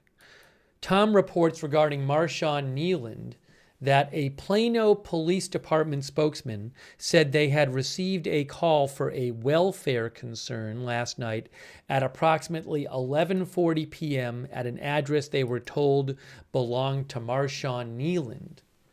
But at that time, the pursuit was already underway.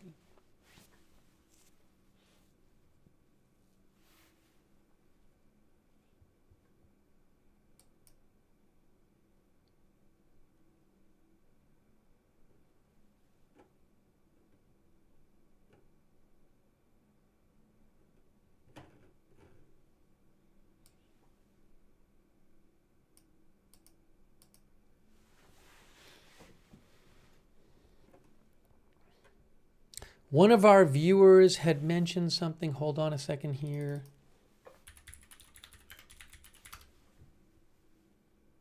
Bitcoin is down a bit today. One of our viewers mentioned this. I don't know why, but Bitcoin right now is at roughly $100,500. It has been dropping over the last several hours from a roughly 103,005. But I have no idea why.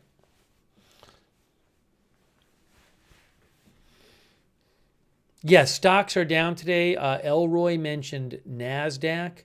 Currently, right now, NASDAQ is down about 1.8%. S&P 500 down about 1.1%. Dow Jones down 1%. Roughly. Russell 2000 down roughly 1.6%. Markets are down today, yes.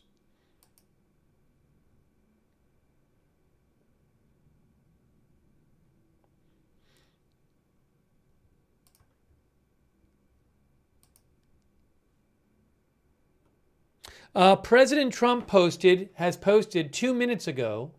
He posted 2 minutes ago on Truth Social. And he said 2 minutes ago, I'll show you, the Democrats will terminate the filibuster in the first hour if and when they assume control or power. Republicans have what the Democrats want. We should do it now and have the greatest 3 years in history. So President Trump keeps telling Senate Republicans to get rid of the filibuster, which requires most legislation to be passed with 60 votes of the 100 senators. But numerous Republican senators don't want to do that because they worry that if you get rid of the filibuster, then the next time Democrats are in power in the Senate, it will reduce the ability of Republicans to stop Democrats from doing what they want legislatively. But President Trump has repeatedly told recently, repeatedly urged Republican senators to get rid of the filibuster.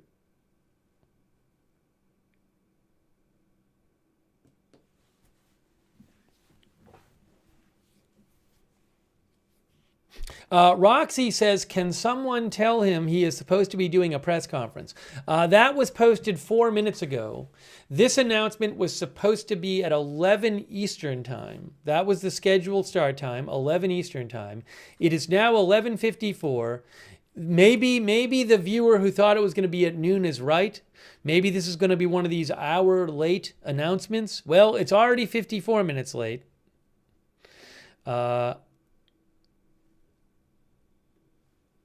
A Space Fraggle says they will not do that.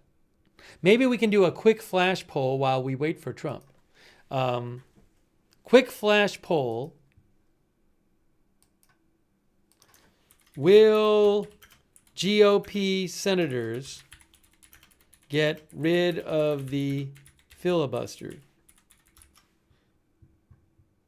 I don't know if people have strong views on this.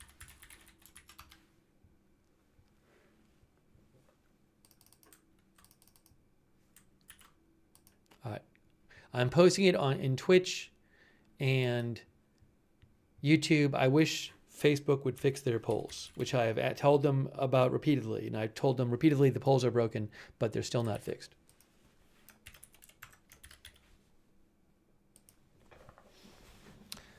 Okay, flash poll, quick poll, quick poll. Over on YouTube, I said to you guys, will Republican senators get rid of the filibuster as Trump wants them to?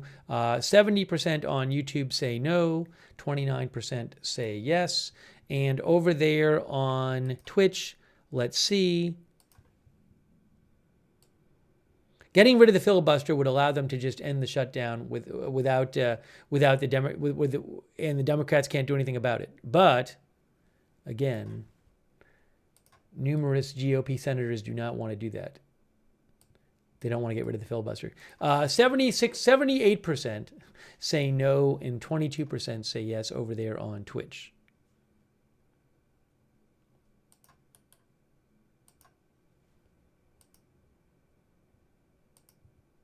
Thank you for voting in our poll, our flash poll. It is 11:56 a.m. We are still waiting for this to start. We are waiting for Trump's announcement on obesity drug prices. I am sorry you have to wait so long. There's nothing I can do. I have to wait as long as you have to wait. Kitsachi says, I told you. Were you saying noon, Kitsachi?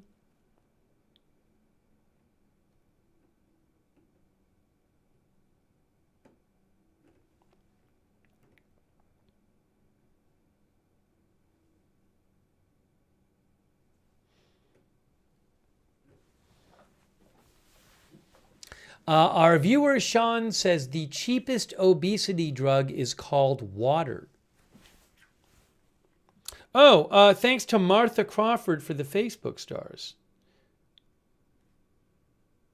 I missed that. Thanks, Martha Crawford.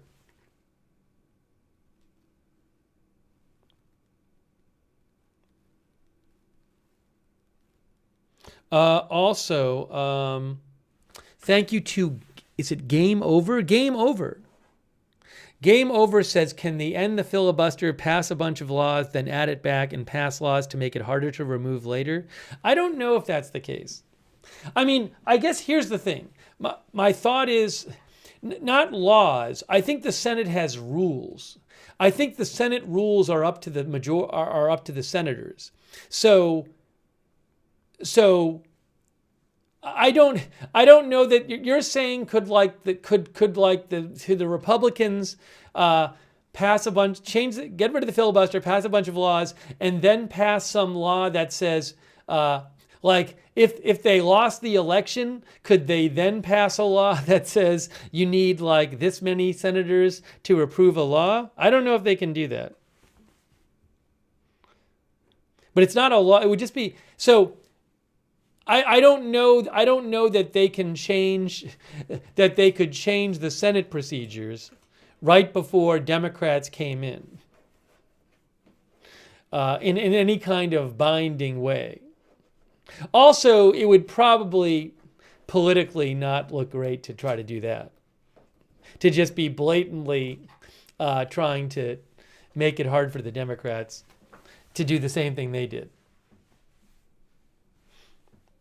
I appreciate the question, though. It's an interesting question. I'm not off the top of my head familiar with the Senate, how the Senate rules go, but I believe it's up to the senators to make their own rules.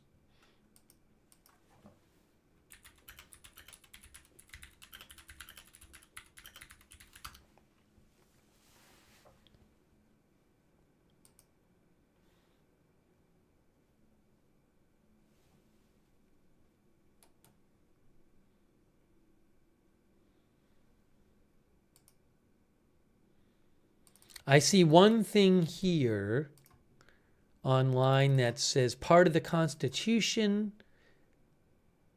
Yes, so in Article 1, Section 5 of the Constitution, it says, if I can open it here, I'm waiting to open it.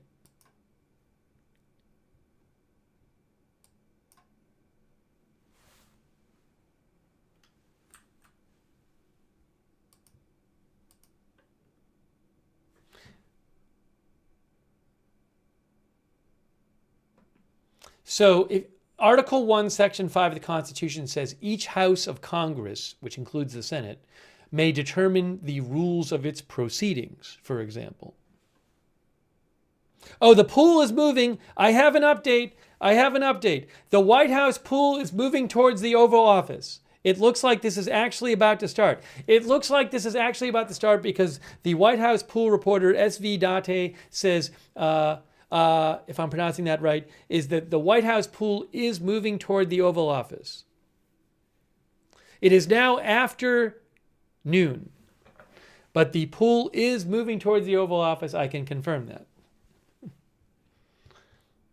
I might have to start doing these announcement streams, starting them later. If they're going to be an hour late every time. Because I like to get on early so we can talk about it.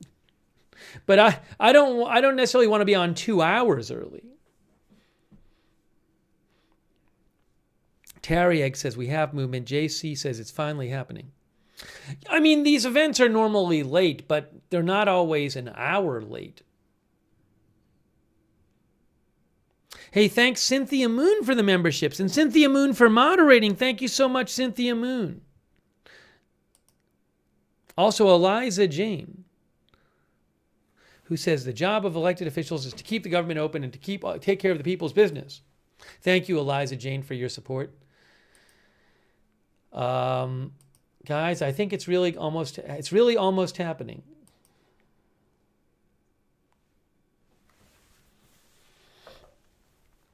It's over an hour late now. It's now an hour and 2 minutes late and counting.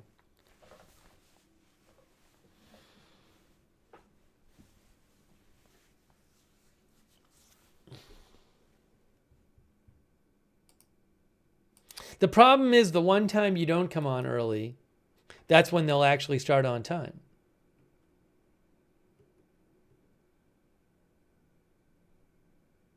Nine missing in Louisville plane crash. Wow.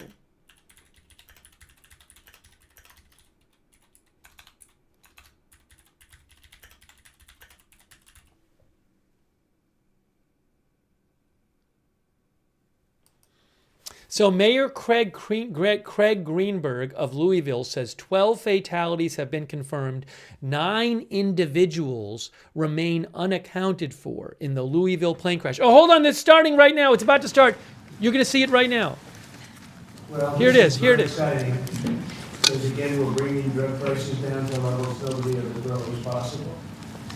Tremendous cuts. 200%, 300%, 500%, 700%, a little bit more than that. So today I'm thrilled to announce that the 2 world's largest pharmaceutical manufacturers, Eli Lilly and Novo Nordisk, have agreed to offer their most popular GLP-1 weight loss drug. I call it the fat drug, remember? At drastic discounts. Really effective drugs. Millions and millions. So far, I've never heard anything bad about it. I only hear good about it. Is there anything bad about them, Bobby? All right. Eli Lilly, David Ricks, a friend of mine. Someday, maybe. Long and hard. He and I got this whole thing started in a way.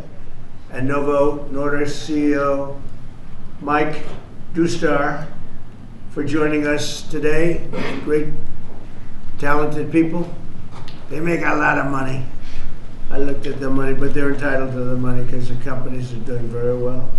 Along with Secretary Robert F. Kennedy Jr., Secretary Howard Lutnick. Do you take any of this stuff, Howard? Not yet. Okay, good. CMS Administrator Mehmet Oz, he doesn't take it. Food and Drug Administrator Commissioner Marty McCary and Director of Medicare Chris Klump, and we have Steve. Where's Steve? Is he here? Head of Public Relations for the White House. He's taking it. The United States is just 4% of the world's population and consumes only 13% of all prescription drugs, yet pharmaceutical companies make 75% of their profits from the American customer. I would say that's not so good, right? It's not exactly great. To address this chronic unfairness, I signed an executive order earlier this year instructing my administration to do everything in our power to implement most favored nations drug pricing, something that has been helped greatly by tariffs, because when nations refuse to do it, we should have put this in the case yesterday. I just say, well, if you're not going to do it, we're going to charge you a like amount of tariffs. And they immediately say, we'll do it, which means that Americans should pay no more than the lowest price offered anywhere in the world. So that you've heard for years the disparity where you'll pay $150 for a pill in New York and you'll pay $10 for a pill in London. Now you're going to pay $20 both, because the world is a little bit bigger than the U.S., so it goes up that way, but you'll pay $20 and $20. A tremendous advantage to our country after years of being abused by the world system. Already Pfizer, AstraZeneca, and EMD, Serrano, have agreed to drastically lower their prices for American patients, and today Eli Lilly and Novo Nordisk are joining the phenomenal list of the most exciting announcements. I mean, nobody's ever had announcements like, and this has to do with other pharmaceutical products also. But we're covering this today because it's such a big seller. I guess it's the #1 selling thing there is today. These are two companies that behind the groundbreaking weight loss drugs that have helped millions of Americans struggling with obesity live better, longer lives, everything else. These are the two companies that really broke ground. Until now, neither of these two popular drugs have been covered by Medicare for weight loss, and they've only rarely been covered by Medicaid. They've often cost consumers more than $1,000 per month, and some a lot more than that. Americans have been spending as much as 520% more for Zepbound and 1,400% more for Wegovy than patients in Europe. Think of that. 1,400% more than a patient in Europe for the exact same box. And that ends starting today. The other countries are not happy with us. I don't think they like me too much, Bobby, but that's okay. Eli Lilly and Novo Nordisk are committing to offer Zepbound and Wegovy at most favored nations rates for American patients. This will slash the cost of Wegovy from $1,350 a month to ultimately $250 a month. $1,350 to $250. Did I do a good job? They don't write about it. You know, they like to not write these things. And reduce, you think Biden could have done this? I don't think so. And reduce the monthly cost of Zepbound from $1,080 to $346.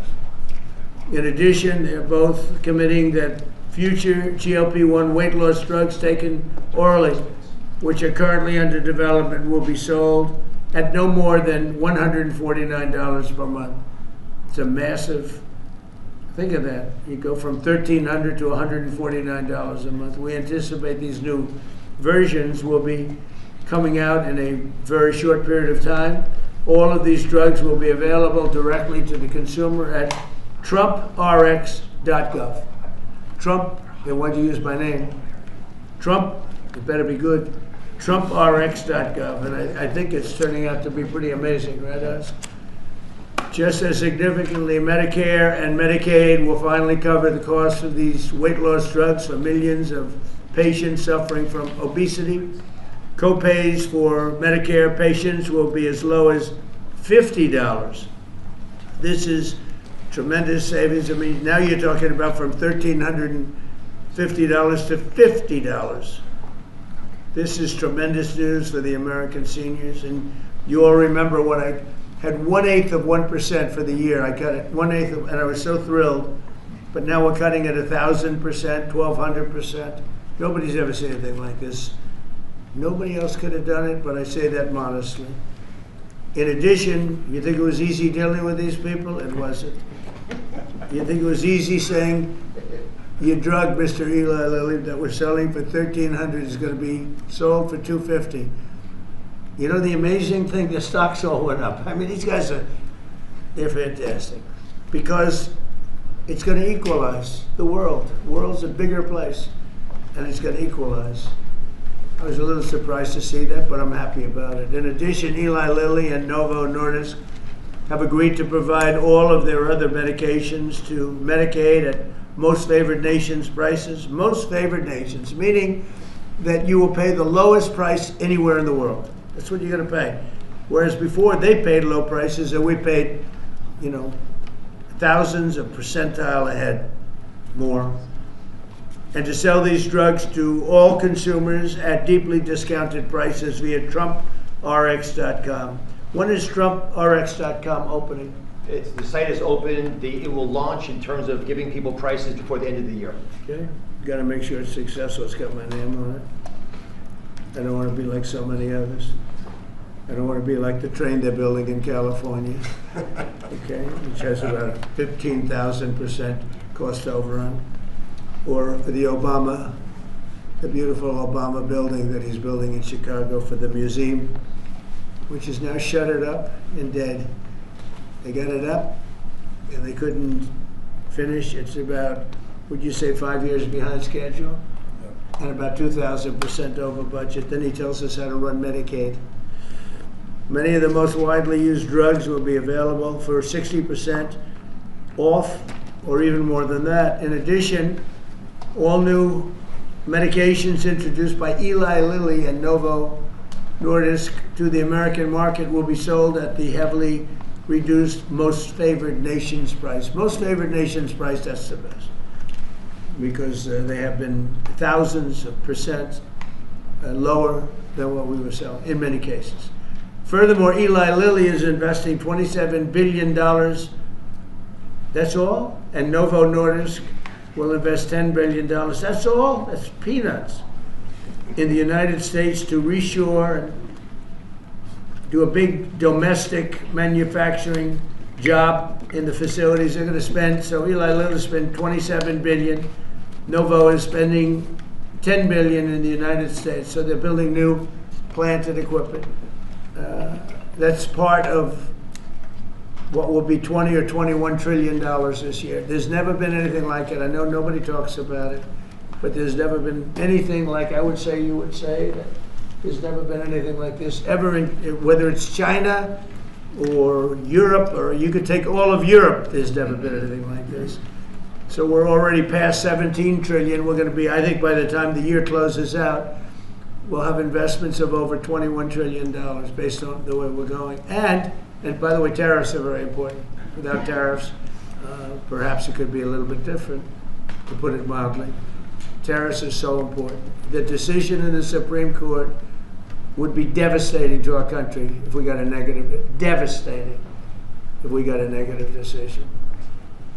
But this is a great day for American health and healthcare, and for all of American patients. These are things that are miracles to have this happen. And they're, you know, we're bringing all our medicines, again, because of tariffs, we're bringing all our medicines. If you remember where during COVID, we made almost no medicine here. We had to go to China, we had to go to Ireland, we had to go to other places, UK, to get our medicine. We didn't make it here. Now we're making it, we'll soon be making it all here, again, because of tariffs. And my election, but because of tariffs much more. For years, politicians have talked about making health care affordable, but my administration is actually doing it. Americans deserve the best health care in the world, and we're now getting the best health care at the lowest price. So I'd like to ask somebody who's doing a fantastic job, Secretary Kennedy, to say a few words, followed by Dr. Oz, Dr. Klomp, and then Eli Lilly, CEO David Ricks, and Novo Nordisk CEO Mike Dustar. These are incredible stars in that business. Like Dustar is a big star. And I can tell you that David Ricks is one of the hottest people in the world in business, but the business that he's in is pharmaceutical. And the job he's done with Eli Lilly is incredible. Both of these gentlemen, they really are stars in the truest sense. And it's an honor to have you in the White House. And go to it, Bobby. Thank you, Mr. President. I want to start by thanking you, Mr. President, for declaring war on chronic disease in this country. This is something no American president has ever done. If we want to solve the chronic disease crisis, we have to tackle it, obesity. Obesity is the #1 driver of chronic disease. 50% of our adult population are obese or overweight. And it drives about 50% of healthcare costs in this country. Diabetes, cardiac diseases, we are going to see a decline because of this historic agreement. We're going to see a decline in costs, but also, more importantly, in the afflictions themselves.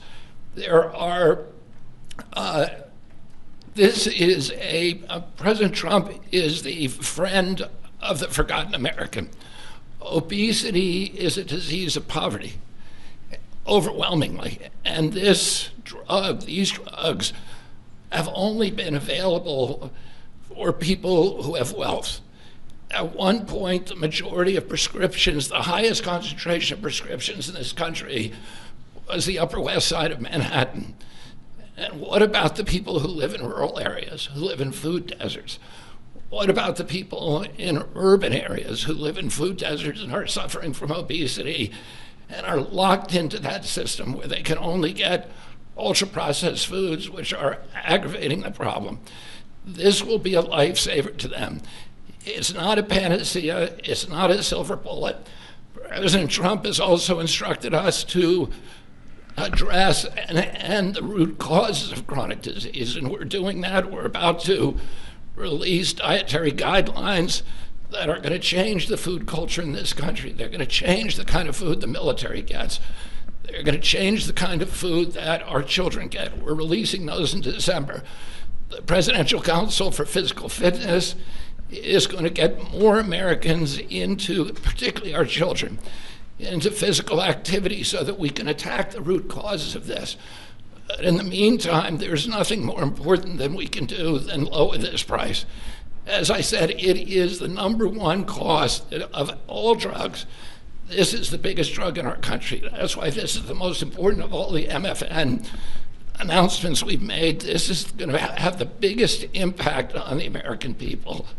All Americans, even those who are not on Medicaid and Medicare, are going to be able to get the same price for their drugs, for their GLP drugs. This happened because of the vision of David Ricks, of Mike Dustar, and the other people, and the people on our team who figured out a way to align the interests of the shareholders of their company with the health of the American public. And it is a momentous accomplishment. It took months and months of negotiations. And I had a wonderful conversation with Mike Dustar about his experience, and he thanked me for the caliber of people who are on our side of the negotiating team. Chris Klump, who walked away from $1 billion business in order to join this administration, Emma Hernandez, David Brooks, and of course, Dr. Oz and Marty McGarry, who made this happen. They saw that this could be a win-win situation, that this was not a zero-sum game. The Biden administration tried to solve this problem unsuccessfully, I might add, by throwing $40 billion at it. And they were able to achieve an agreement that will actually create savings for the American public. So we're making all of this available at a savings, and that's because the price of diabetes prescriptions is also going to drop. And the savings that we get from that are now going to make it available to people who do not have diabetes.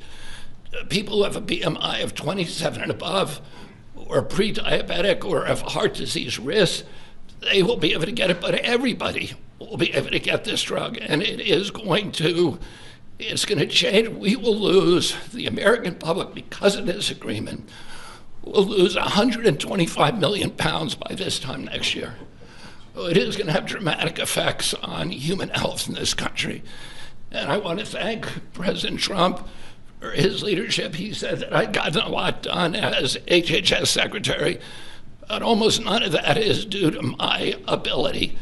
It's because I'm surrounded by people who are smarter than me, who are more able than me, and those people came into the administration because they were inspired by President Trump. people like Chris Klump are here because they see this. Do you think they are smarter than you and more Yeah. able? Believe me, they're a lot smarter than I am. Why don't you take that job? He doesn't really mean that he's being modest, I promise you, but It is true, unfortunately. it's a beautiful thing. But I want to thank you, Mr. President, because you've made me a success here by allowing me to attract these extraordinary people. And I want to again thank David Ricks, who we've been in this Oval Office again and again. You keep saying he's the smartest guy in industry, that he could talk a dog off a meat truck. But it came to the table, and Mike Newstar told me, he Well, said, he did convince people for 20 years that it was okay for Europe to pay $10 and for America to pay $140. That's why they make 45, 50 million a year. He did. Finally, I said, I've had it, right? You did. He did. But anybody could do that, they're entitled. But now it's down to what it should be. and Mike Newstar told me what a pleasure it was to negotiate with people who were smart, who had common sense, who were able to put themselves in his position and hammer out this deal that is good for everybody. And it's great for the American public. I want to close again by just saying that this is a tool in the toolkit. It is not a silver bullet. It is an arrow in our quiver. It will allow a lot of people who are locked into high-risk obesity to finally lose weight, to reset, and then start doing the kind of things that will address the root causes of obesity. So I want to thank these extraordinary CEOs for sticking with us on this, for allowing us to make this happen. Mike Newstar said to me, he said, we've known we've had to do this for many years. We just haven't been able to get over the edge, and that this, President Trump's order, his executive order, was a catalyst to do something that we always knew needed to be done. So again, thank you for your vision, for your commitment, and thank you to all the CEOs and all of my team for making this historic agreement happen. Bobby, you haven't changed your view on Tylenol for women that are pregnant? No, as I said, There were some false reports out about Tylenol that Bobby changed his view. I don't think he's changed. I'm not going to change until the science changes, and the science does not look like it's changing. It's getting stronger and stronger. Every day, what we recommend is that mothers, pregnant mothers, talk to their physicians, that the mothers of small kids talk to their physicians, and we've advised the physicians to reduce the thresholds and to reduce the amount of Tylenol that they give to children as much as possible, and only use it when it's absolutely critical. Thank you. So we're going to go through some of the deal points, but it does make itself clear that the real stake here is the forgotten man. President Trump, I believe you won the election because you remember the forgotten man. You speak to them, they hear you, they listen to you, and he connects well because he actually does things that materially change their lives. Secretary Kennedy spoke passionately, as he always does, about the problems with obesity. And just to put some very fine point numbers on this, obesity itself is responsible for half of all chronic disease and definitely generates more than a quarter of all the money we spend out of CMS, the $1.75 trillion that we spend annually. We need to address this tempest of dramatically increasing prices for healthcare, and you're not going to do it just by throwing money at the problem. You have to actually literally deal with the causes of the increase in price, and pharmaceutical prices are a part of that. They've been a part of it for a long time, but this president insisted that we address it. In fact, the first time I heard this directly from you, sir, was in January at Mar-a-Lago, where he took Secretary Kennedy and myself, Mr. Ricks, who you'll hear from in a second, to dinner, and demanded explanations for most favored nation pricing and what's wrong with it. And there was not a good reason against it. Now, MAHA is critical. America will have to get fit in order to right-size the healthcare system, and MAHA has the answers. It has obesity management through diet and exercise and sleep and dealing with issues related to that. And I want to say it as clear as I can, obesity is not an absence of GLP-1 drugs. We're all clear on that. But as Secretary Kennedy said, it is an arrow in our quiver that we must use and should use. The MAHA movement means making it easier for the right things to happen, easier for you to be healthy. If you're sitting at home and watching, that's what MAHA means to me. Reducing costs of the #1 most expensive medicine category in our country for Americans does just that. It is as MAHA as it gets. Today's the 4th MFN. President Trump highlighted the first 3.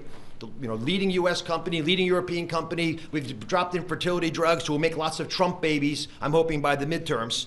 But it's really about fairness. Fundamentally, it's fairness in pricing to Americans who have been getting ripped off, paying 3 times more than their European counterparts for the exact same product made in the same factory, in the same bottle, in the same packaging. We shouldn't be paying 3 times more, and we are no longer doing that. Fairness to the forgotten man also means dealing with the reality that they can afford a life-saving, life-changing drug that 10% or more of affluent Americans take, but folks without means can't manage it. Secretary Kennedy mentioned New York City. Actually, the #1 zip code is the Upper East Side, which is where you have property.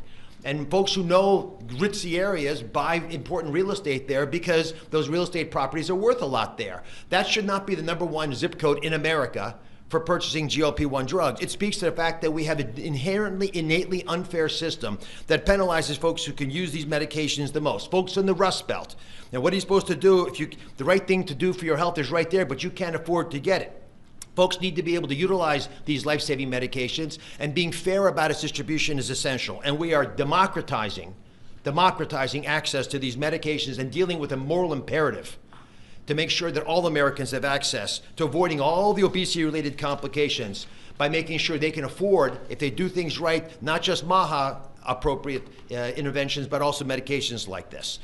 In fact, we think these deals, and this part's very important, we believe these deals within 2 years, by the time the ink dries on these contracts that were signed earlier today, within 2 years, based on our health improvements, we will be budget neutral. These drugs will not cost us money.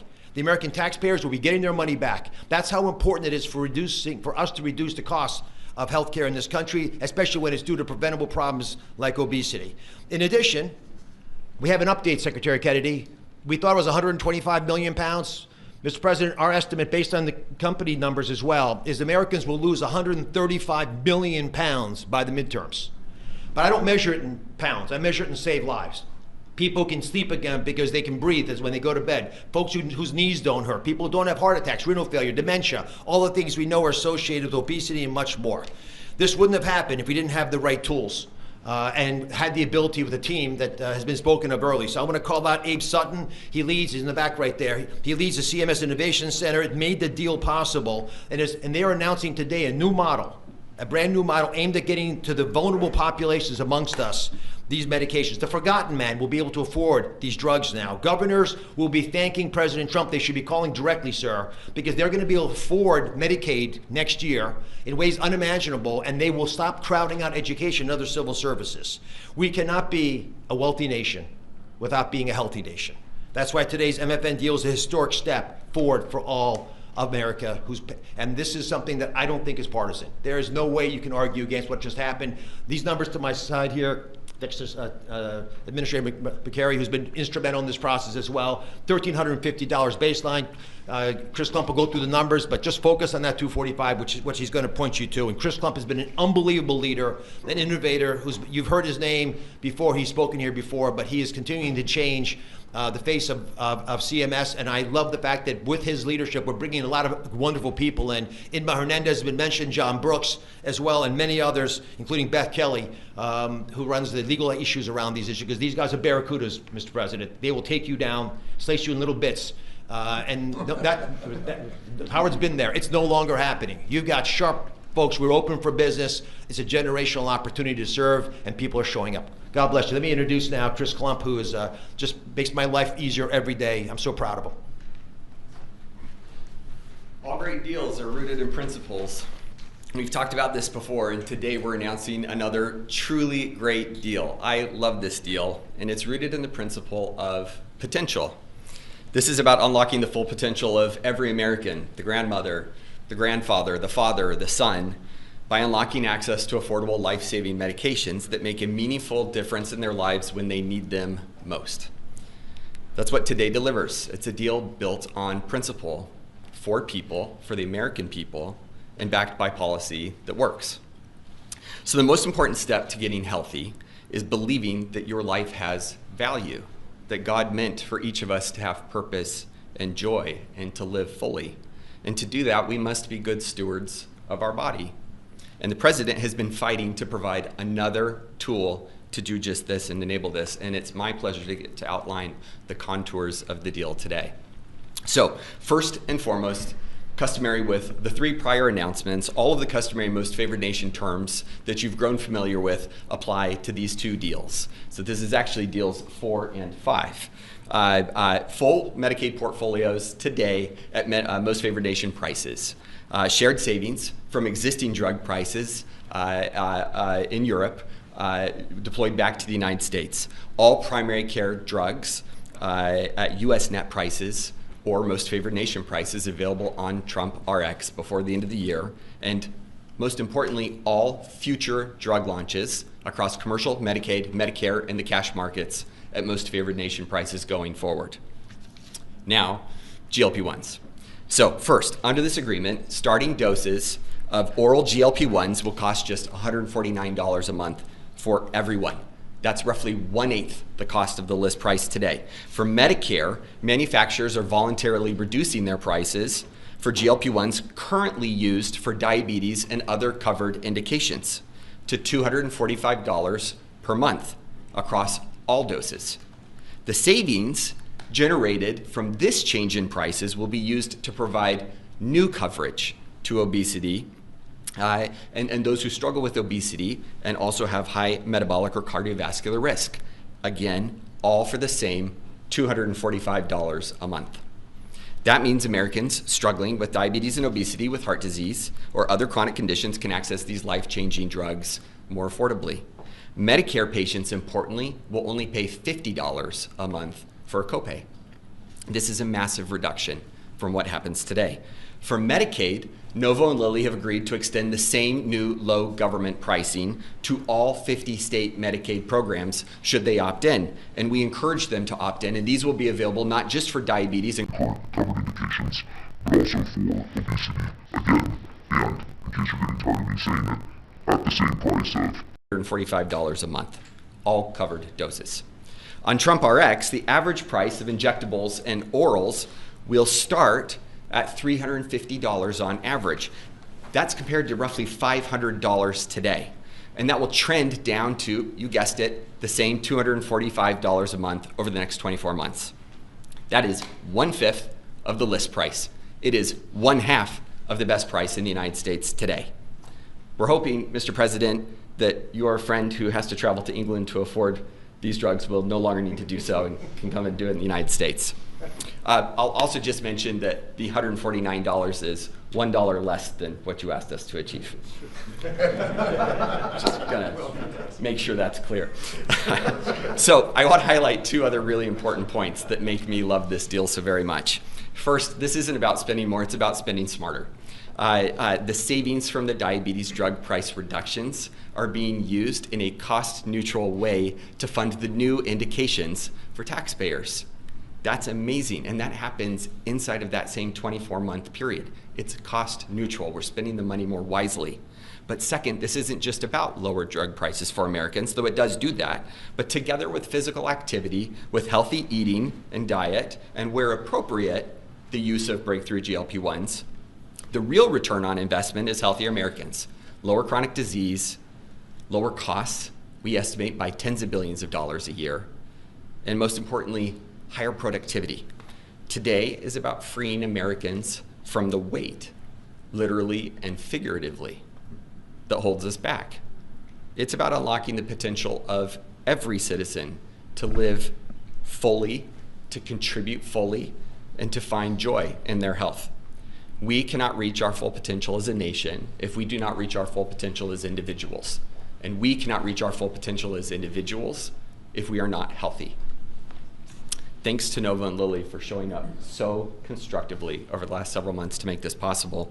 In particular, thanks to you, Mr. President, for again demonstrating that you fight for every American, this time for potential.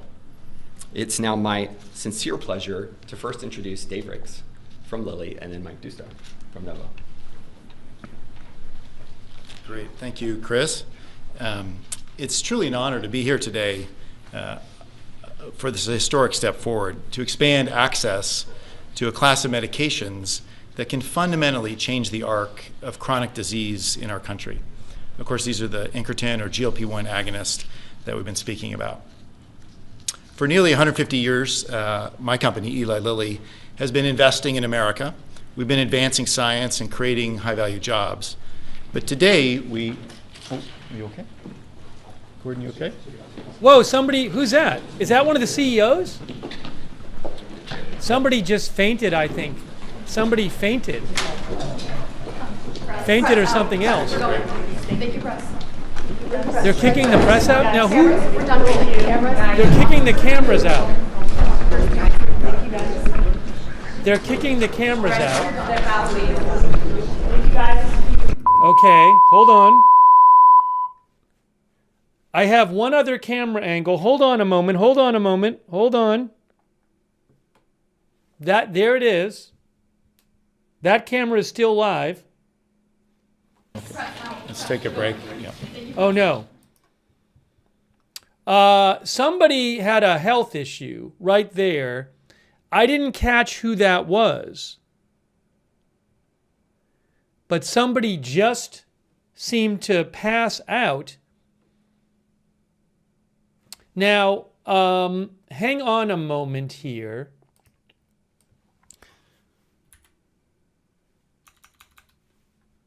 I'm trying to find out who that was. You just saw someone, they just stopped the event. And again, I don't know if the person fainted or had some other health issue. Yeah, I hope that person is okay. I hope that person is okay.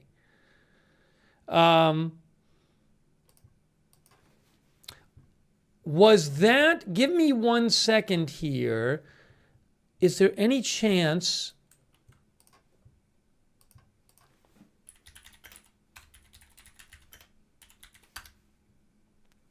You know, I don't know who that was. It wasn't I don't believe it was the Novo Nordisk CEO. So one of the officials in the back, one of the people like either fainted or had some other health issue. So again, somebody passed out. Yeah, let me show you again what happened.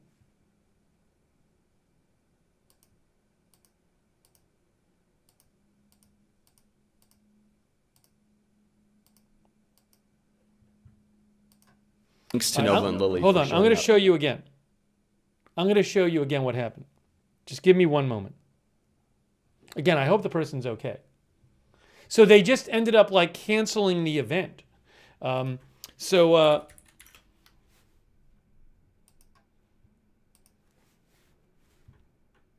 pulling it up right now, the replay.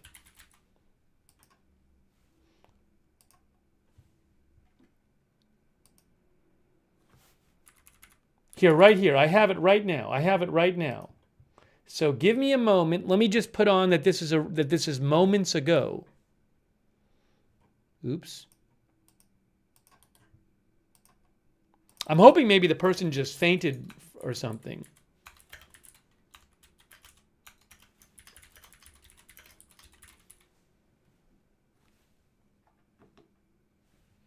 All right, here it is right here. I'm going to replay this from moments ago.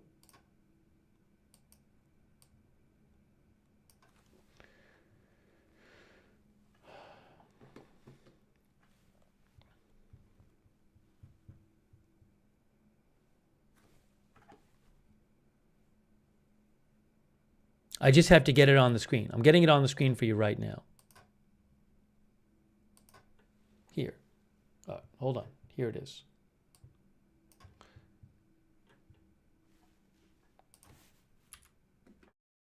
We've been advancing science and creating high-value jobs.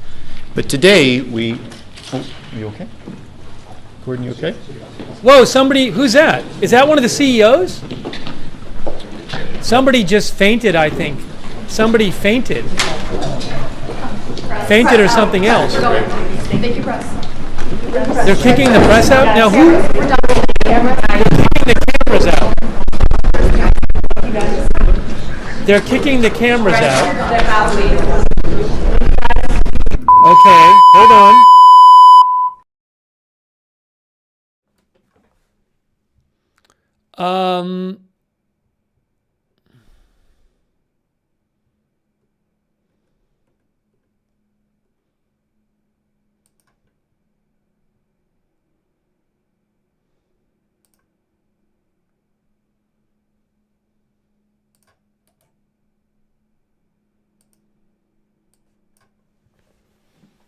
Yeah, Gordon, I heard the name Gordon said.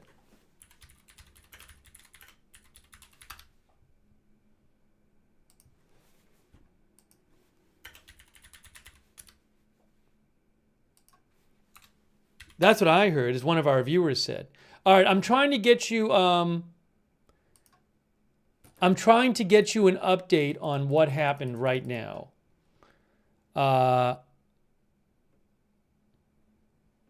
Who was it?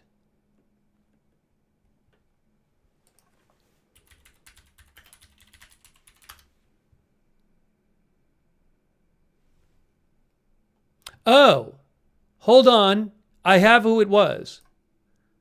It was, according to Philip Melanchthon Wegman, it was Gordon Findlay. It was Novo Nordisk executive Gordon Findlay. That's according to reporter Philip Melanchthon Wegman says it was Novo Nordisk executive Gordon Findlay who collapsed.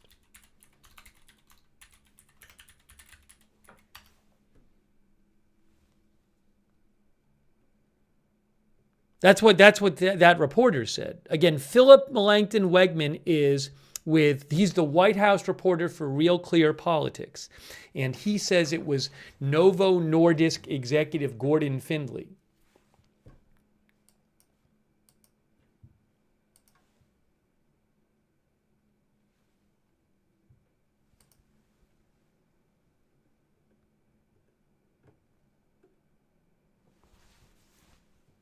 Okay, let's just see one more time what happened there in the White House. Scary situation. And I'm hoping he just fainted or something. But that was certainly concerning. But today... So this is moments ago in the White House. We were just watching, and they just stopped the whole event. Understandably. Are you okay? Gordon, you okay? Whoa, who's that? Is that one of the CEOs? Somebody just fainted, I think. Somebody fainted. Fainted or something else. Thank you, press. They're kicking the press out? Now who? They're kicking the cameras out. They're kicking the cameras out. Okay, hold on.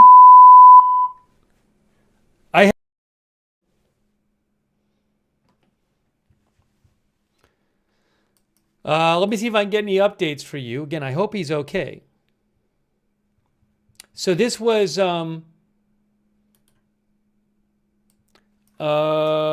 Trump announcement event ends when drug co-exec collapses.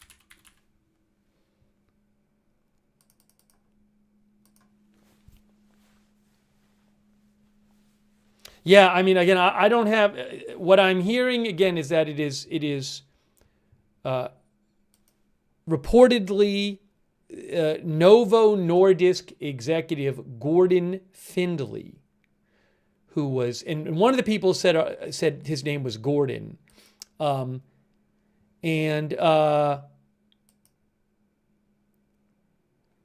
yes, so he does have a LinkedIn page, Gordon Findlay on LinkedIn. There's a page there for him, and that looks like him, Gordon Findlay, Findlay. So he has collapsed, and waiting to get an update on him. He is the, according to LinkedIn, he is the global brand director at Novo Nordisk.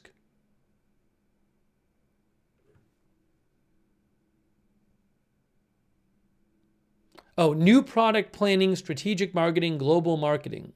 Gordon Findley. So, again, I hope he's okay.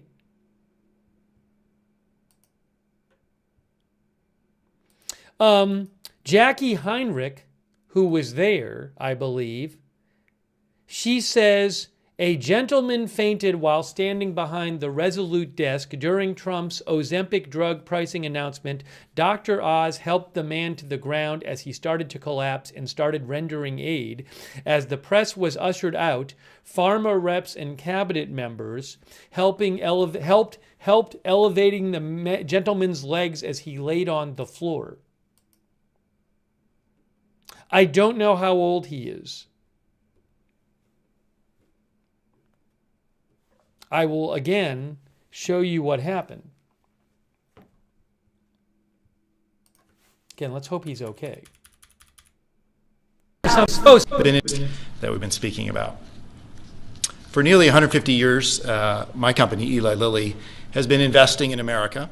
We've been advancing science and creating high-value jobs. But today, we... Oh, are you okay? Gordon, you okay? Whoa, somebody... Who's that? Is that one of the CEOs? Somebody just fainted, I think. Somebody fainted. Fainted or something else. Thank you, press. They're kicking the press out? Now who? We're done with the cameras. They're kicking the cameras out. They're kicking the cameras out. Okay.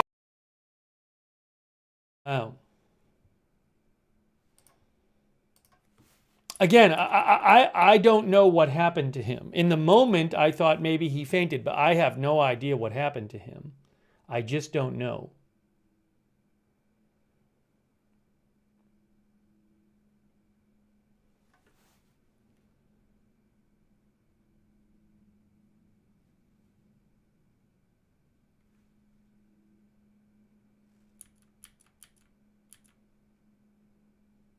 He definitely collapsed.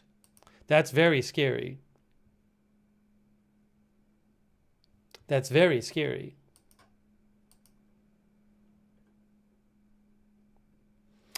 I have not seen at the moment. Okay, hey guys,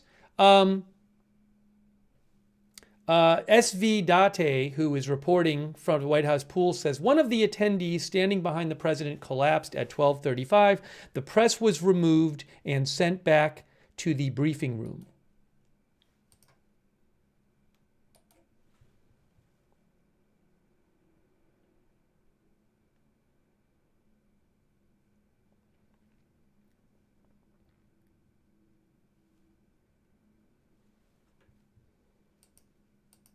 He is, again, reportedly Gordon Findley, who is an executive with Novo Nordisk, the pharmaceutical company.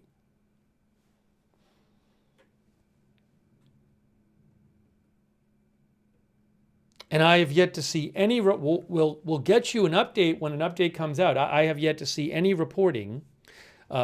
Sean T says, let's wait for a Trump response.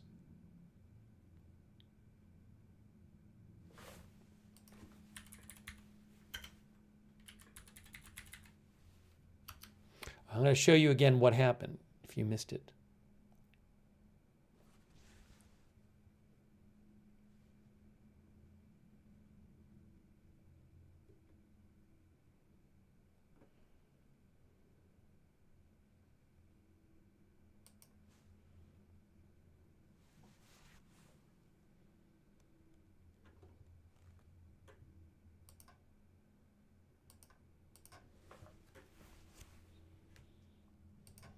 Hang on a second here.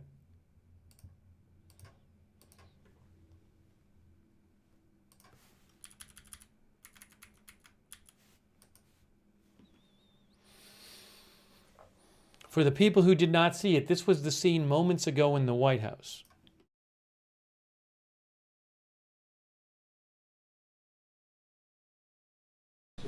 Whoa, somebody, who's that? Is that one of the CEOs? Years, my company, Eli Lilly, has been investing in America. We've been advancing science and creating high-value jobs. But today, we... Oh, are you okay? Gordon, you okay? Whoa, somebody, who's that? Is that one of the CEOs?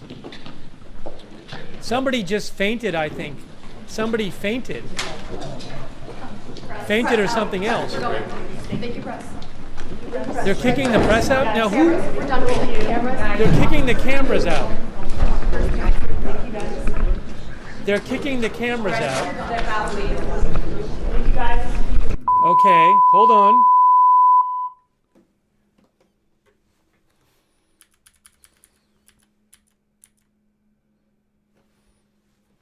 Not good.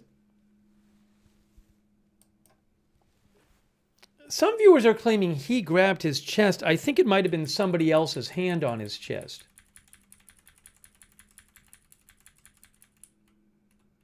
Yeah, if you look at right here, that appears to not be him grabbing his chest. It appears to be the man next to him putting his hand on his chest.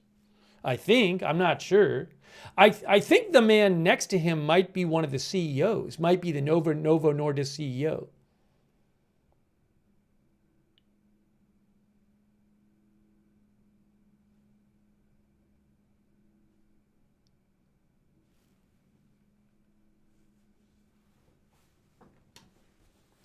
One of our viewers said, hope he is okay.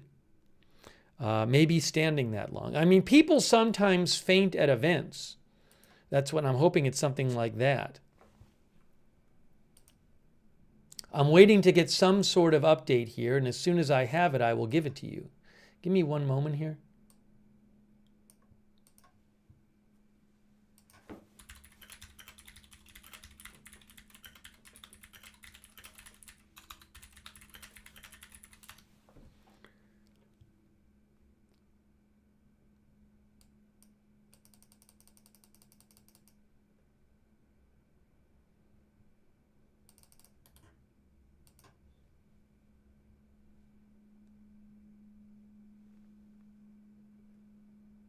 So you can see here, for example, here's something I want to just show you real quick. I don't know what happened to him. I'm hoping maybe he just fainted.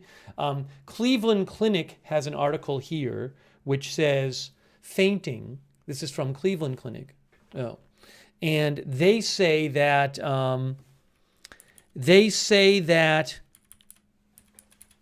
one thing that they say in this article is they say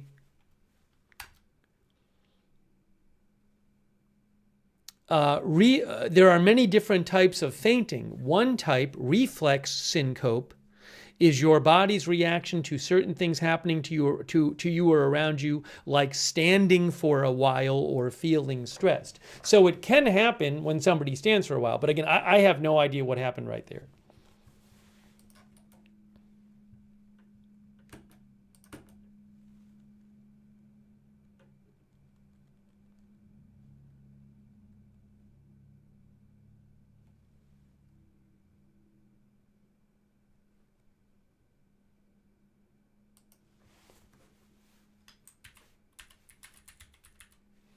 Yeah, also Cedars-Sinai Hospital has an article on vasovagal syncope, which is a condition that leads to fainting in some people. And one cause of it is standing for long periods.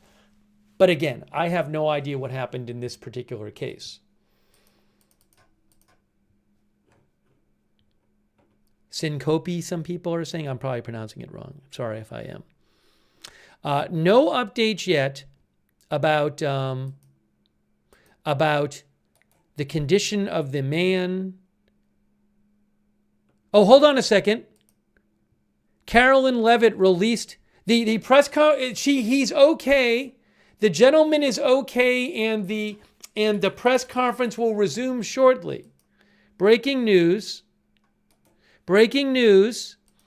Jackie Heinrich for Fox News has a statement from the White House press secretary.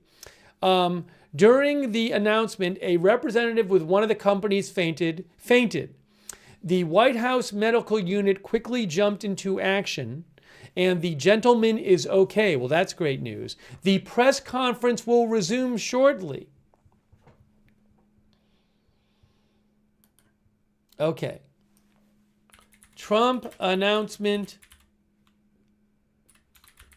to resume shortly after attendee faints. So good news. He fainted, he's okay, and it's going to resume shortly.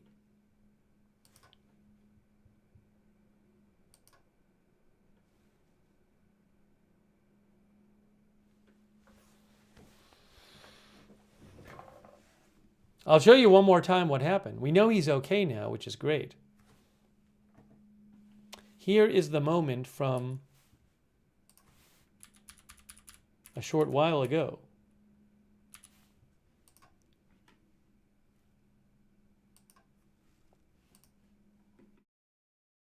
Advancing science and creating high-value jobs. But today, oh, you okay? Gordon, you okay? Whoa, somebody, who's that? Is that one of the CEOs? Somebody just fainted, I think. Somebody fainted. Fainted or something else. Thank you, press. They're kicking the press out? Now who? We're done with you. Cameras. They're kicking the cameras out. They're kicking the cameras out. Okay, hold on. I have one other camera angle. Hold on a moment. Reportedly, that was Gordon Findley, who is a pharmaceutical company executive. But again, the White House says he is okay and that the event will continue shortly, which is good news.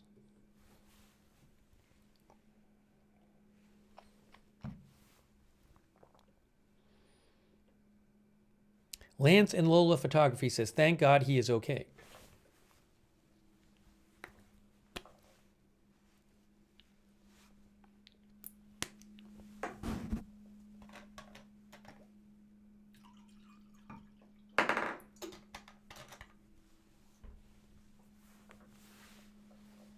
Oh, the announcement is about, it's a drug price. It's an announcement about lowering the prices of, a deal to lower prices of some weight loss drugs.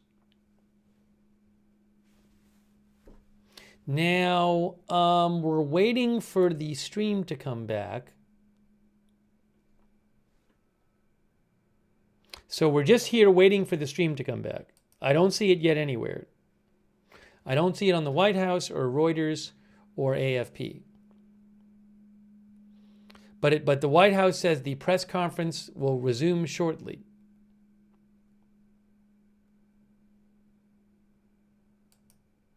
CAC says the White House staff certainly got the press out of there quickly and efficiently.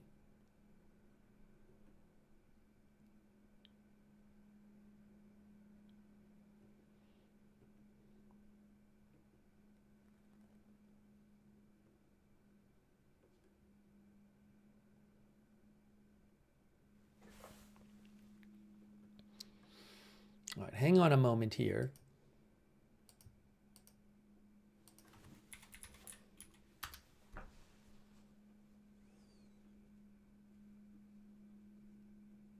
So this is what we were covering before, and we'll show you some more about this. You'll hear more about this. You can see here AP says, oops.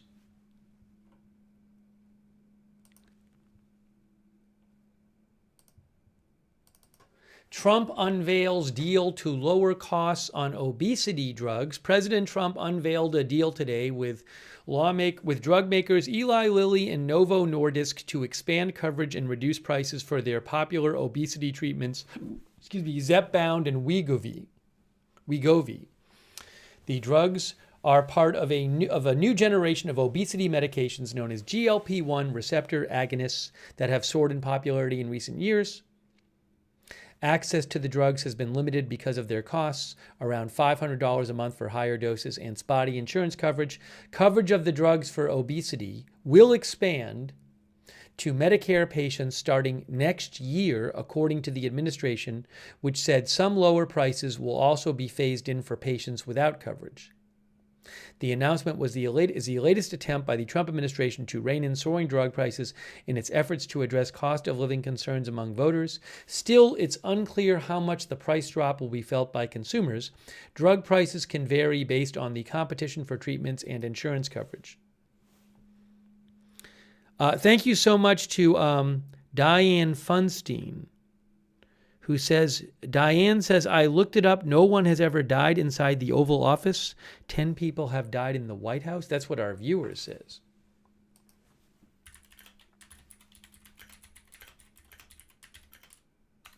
I would have to confirm that.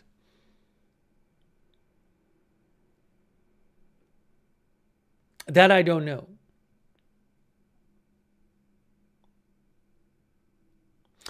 Business Insider, in an article in 2018, said the White House Historical Association said that 10 people have died inside the White House.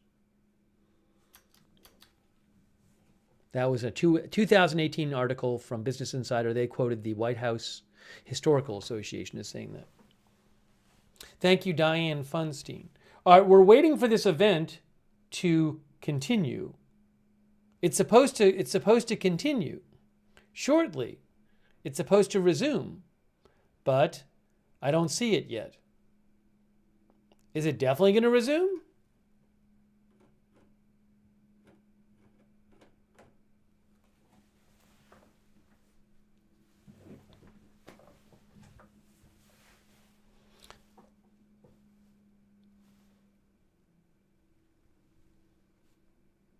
But again, the White House says that it's going to resume.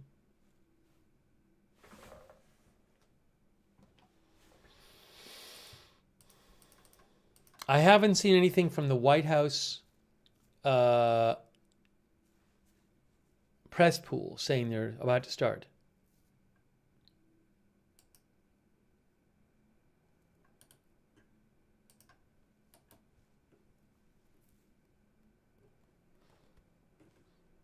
But as soon as I have the video, we will show you.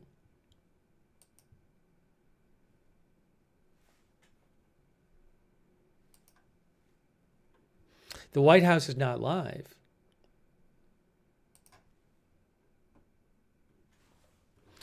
The White House has released a fact sheet, they say. It says President Trump announces major developments in bringing most favored nation pricing to American patients. If you want to read the White House fact sheet about this, I will put a link in the chat.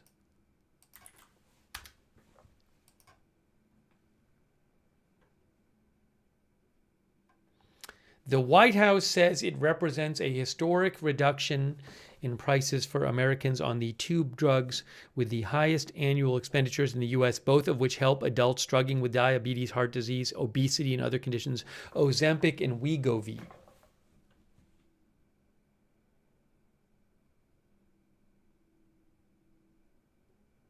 They also discuss other medicines. It provides also for reduced costs on other Eli Lilly and Novo Nordisk medicines when purchased through Trump RX.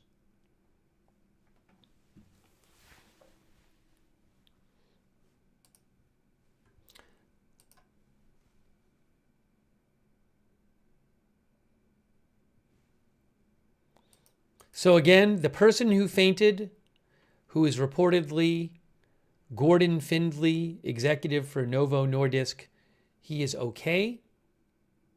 And the White House says it's going to resume soon.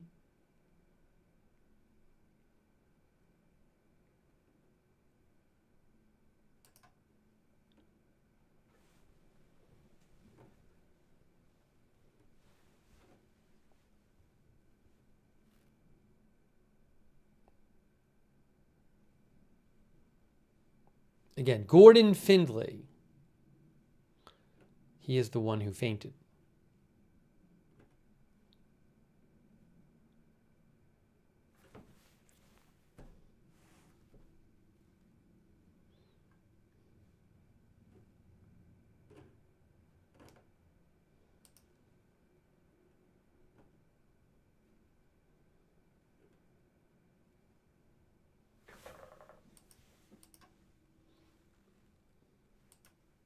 So we're just, again, I will have that for you. As soon as it starts again, we will have it.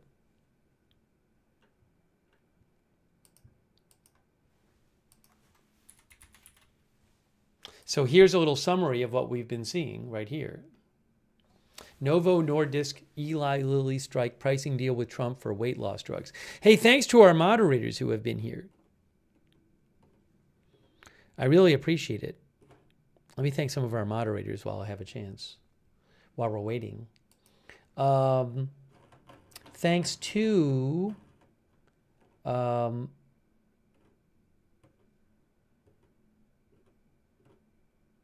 Margaret Riley and Kay Lowry Body and Shannon Davis Hughes, who've been there over on Facebook. Thank you. Bastion Girl, Big Ball of Yarn. Hearsay, Idaho Star, I Got That Fire, Matthew Kohai 3, and Surly Dev on Twitch. And thanks, CC, for your support on Twitch. And Gonzalez, thanks for your support on Twitch. Also, Linda Belk, Larry, and Misha on X.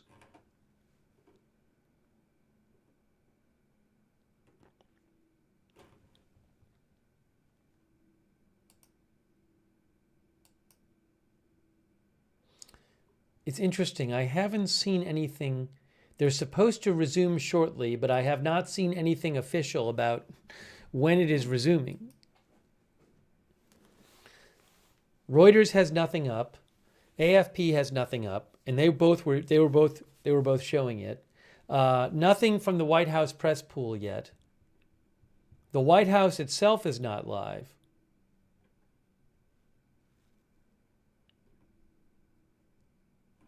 I wonder if there's any chance they don't resume it. I just don't know.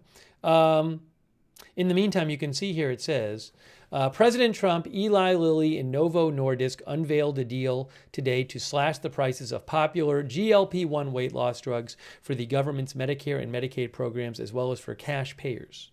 The move is aimed at increasing access to the treatments through Medicare for people aged 65 and over and the Medicaid program for low-income people, which together provide health care coverage for nearly half of all Americans.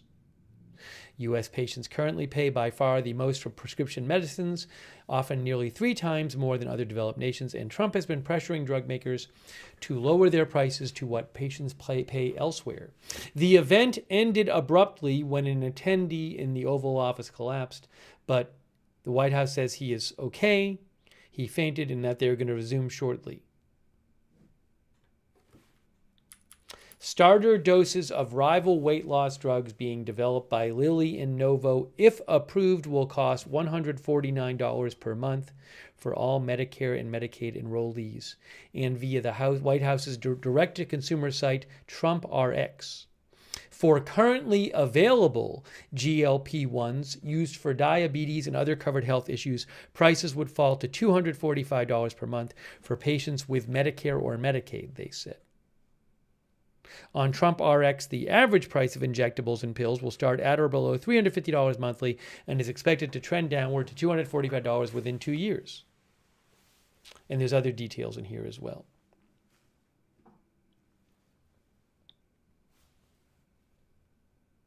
Currently, Medicare does not. The government will also expand coverage for GLP-1s under the deal, officials said. They will expand the coverage to overweight patients with prediabetes or heart problems, obese patients with comorbidities, and severely obese patients, which account for 10% of Medicare patients. Currently, Medicare does not typically cover the drugs given for obesity. Coverage in Medicaid varies.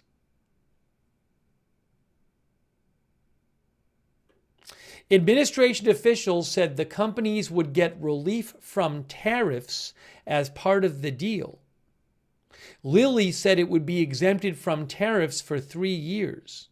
Also, the 2 drug companies, Novo and Lilly, will receive fast-track regulatory vouchers for some of their future drugs.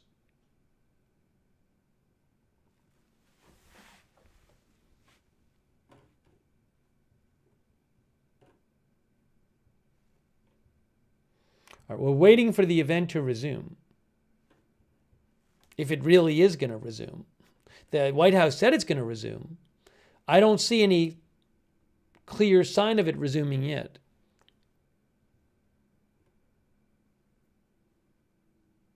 Not me says, so there's the catch. They're going to get billions in taxpayer money waiting for the... Then that's the end of the comment.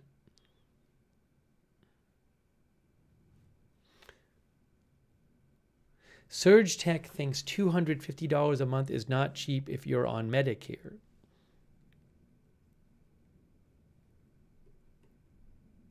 Fred Withrow says fast track regulation sounds dodgy. So one of our viewers said unknown root error says, was the announcement already made as far as the prices? There was there was detail given about the pricing. I don't know if it was every single detail, but there was a bunch of detail. So we heard a few speakers. Trump spoke, and then RFK Jr. spoke. Dr. Mehmet Oz spoke. Chris Klomp from, I think the director of Medicare, Chris Klomp is, if I have that right, he spoke. And the CEO for Eli Lilly had just started speaking. But the thing is, what happens a lot in these kind of events is they do the event and then President Trump will just start taking questions. And sometimes he'll take questions for a half an hour or 45 minutes on all kinds of things. It becomes like a press conference. So I was assuming that that would happen after a couple more people spoke, and that didn't happen. So, I mean, it's always interesting to see. And I was interested to see if he would talk about, the shutdown, about the Trump administration, FAA mandated flight cuts, which are supposed to come into effect starting tomorrow, for example, and other top stories that he might, the election and Zohran Mamdani. And so, if they resume this like they say they're going to, we might get that. But we didn't get any of that because it ended early. But the White House said it's resuming shortly. We'll see. We'll see. They said it's shortly resuming.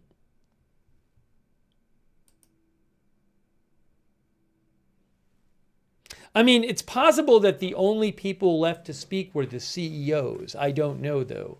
I mean, Harold Lucknick is there, and he didn't speak yet.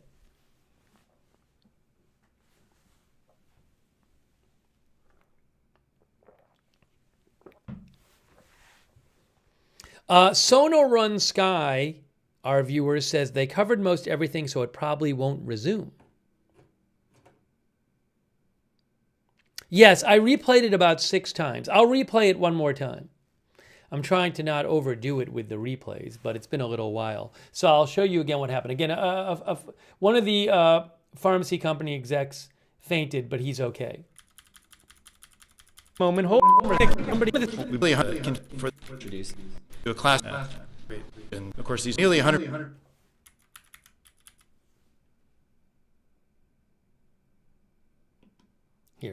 I'll show you the replay of what happened. Here is the replay of what happened. Science and creating high-value jobs. But today we... Oh, are you okay? Gordon, you okay? Whoa, somebody... Who's that? Is that one of the CEOs? Somebody just fainted, I think. Somebody fainted. Fainted or something else. Thank you, press. They're kicking the press out? Now who? We're done with you. They're kicking the cameras out. They're kicking the cameras out. Okay, hold on. So that was scary.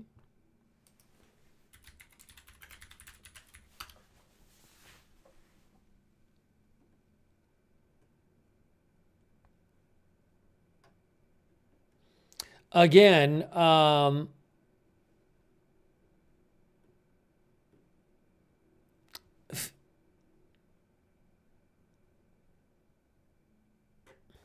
Philip Melanchthon Wegman, who is the White House reporter for RC Politics, Real Clear Politics.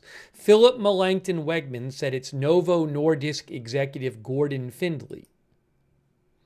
Also, Gordon Findlay, who works with Novo Nordisk, does have a LinkedIn page, which to me, the person on that page resembles the person who collapsed.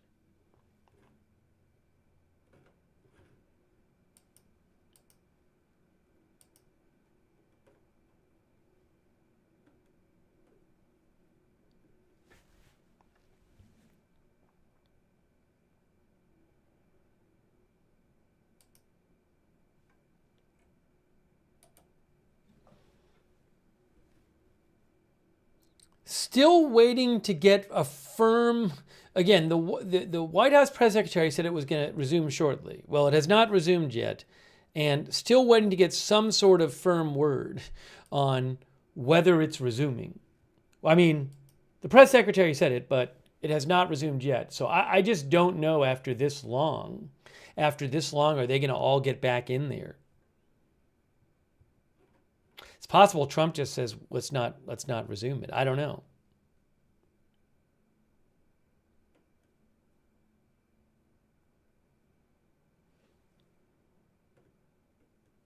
Our viewer Sandra MC said, looked like a heart attack. Fortunately, he just fainted.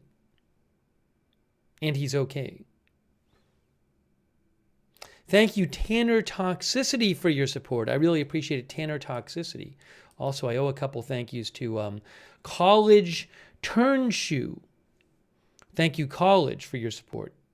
Also, Glorp, thanks for the membership. Thank you, Timothy Byler and Kenosha Kickers and Sevenfold 777 and Game Over. Also, Chris D and I Am Charlie. No update yet from the White House press pool. Neither Reuters nor AFP, who was covering it, has announced a new event. There's no new event yet on the White House site.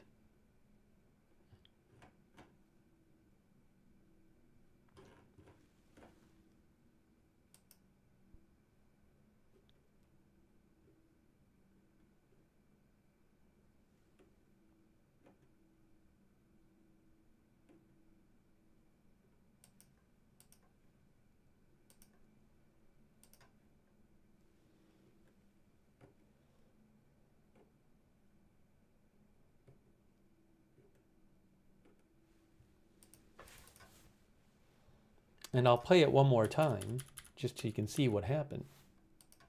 Here it is. Jobs. But today we... Oh, are you okay? Gordon, you okay? Whoa, somebody, who's that? Is that one of the CEOs? Somebody just fainted, I think. Somebody fainted. Fainted or something else. Thank you, press. They're kicking the press out? Now who? They're kicking the cameras out. They're kicking the cameras out. Okay, hold on.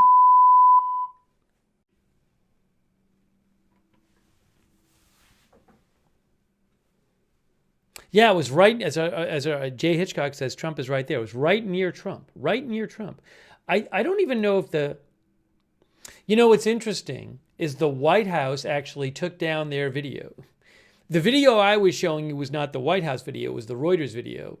But the White House actually, that video is not on the White House site right now.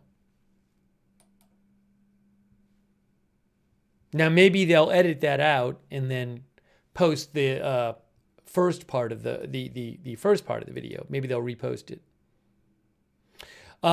Kazakhstan is joining the Abraham Accords, reports Trey Yingst from Fox News.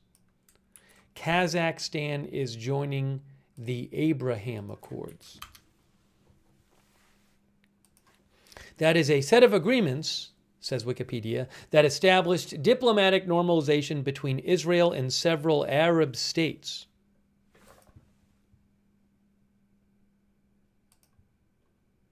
Is Kazakhstan an Arab state?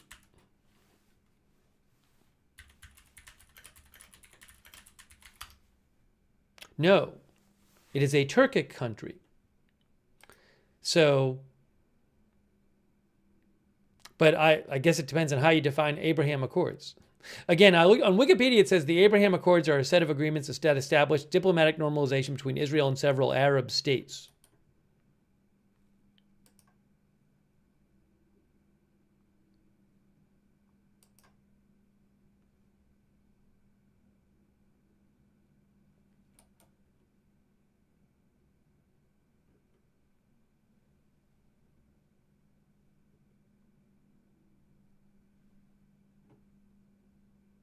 Anyways, again, Fox News is reporting that Kazakhstan is joining the Abraham Accords.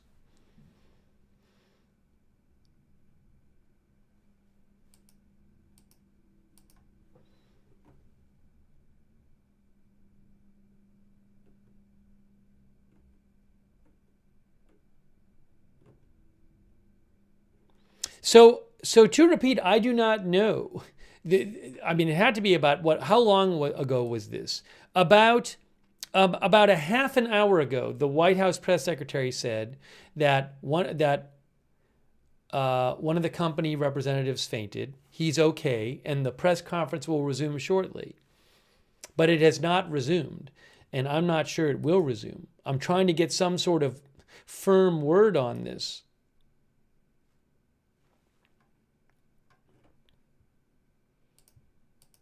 Regarding the stock market, somebody asked about the stock market. Currently, NASDAQ is down roughly 1.7%, S&P down 1.1%, Dow Jones down 1%, roughly. Crypto was down some earlier. Crypto is down roughly 3% in the last 24 hours. It's about 101. Bitcoin is down. Bitcoin is down. It's about 101,100 right now, roughly.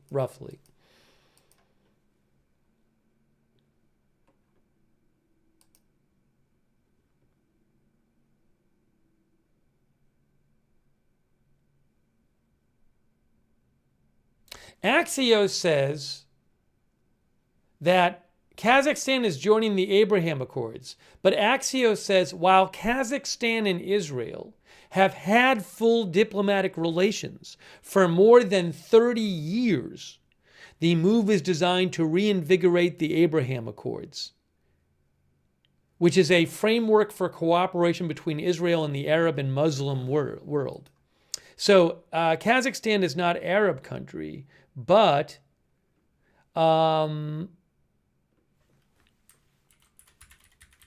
it's a Muslim majority country.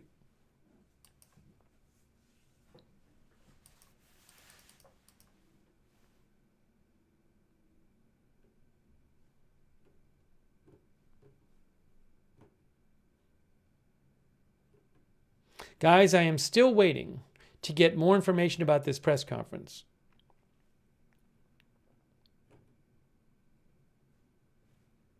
And I just don't know what the deal is with it. I have a feeling that the longer we go without it resuming, the more likely it is that it just won't resume.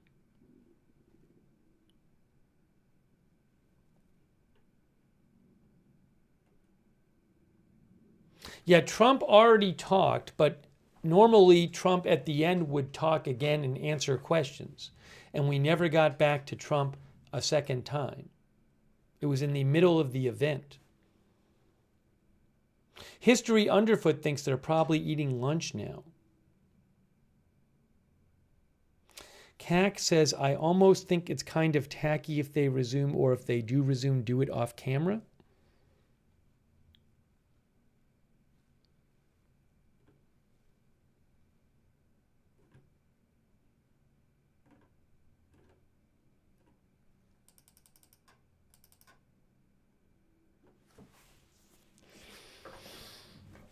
I'll give it a few minutes.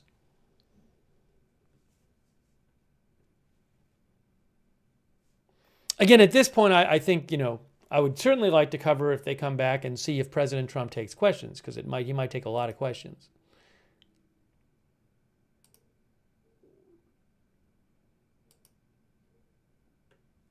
No one has any updates. Thanks to Meat Missile for the gift sub on Twitch. Thanks, Sweet Pyro of Cairo.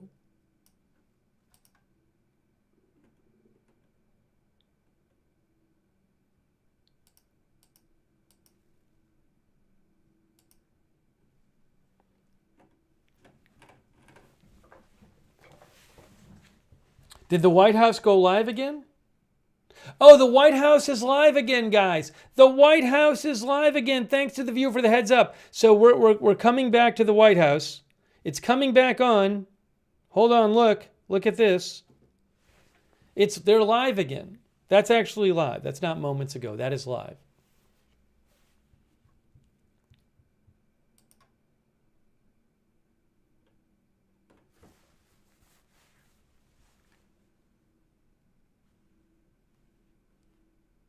Hold on one second here.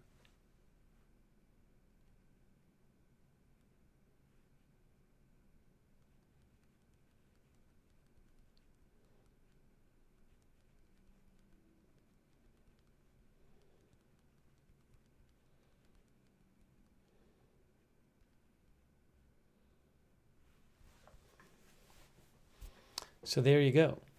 They are live again.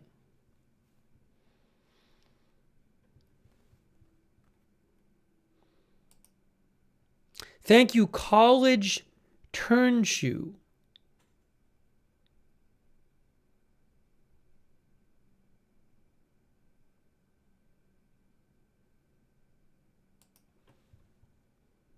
College Turnshoe, I don't know what to say to you.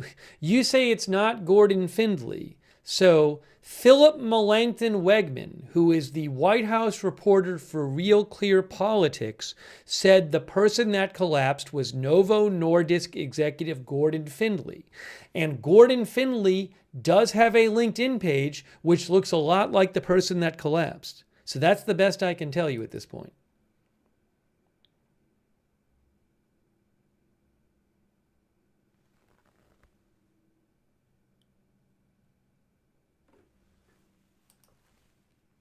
I appreciate your support. College Turnshoe.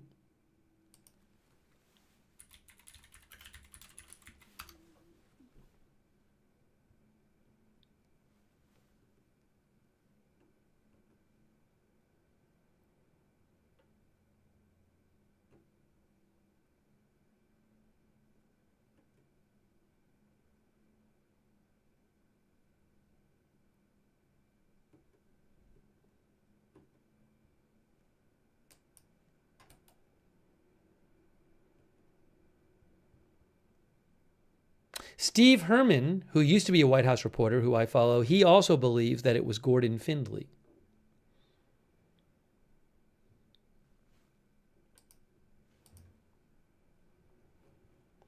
He fainted. He is okay, according to the White House. So again, this is supposed to resume here. The White House is live again.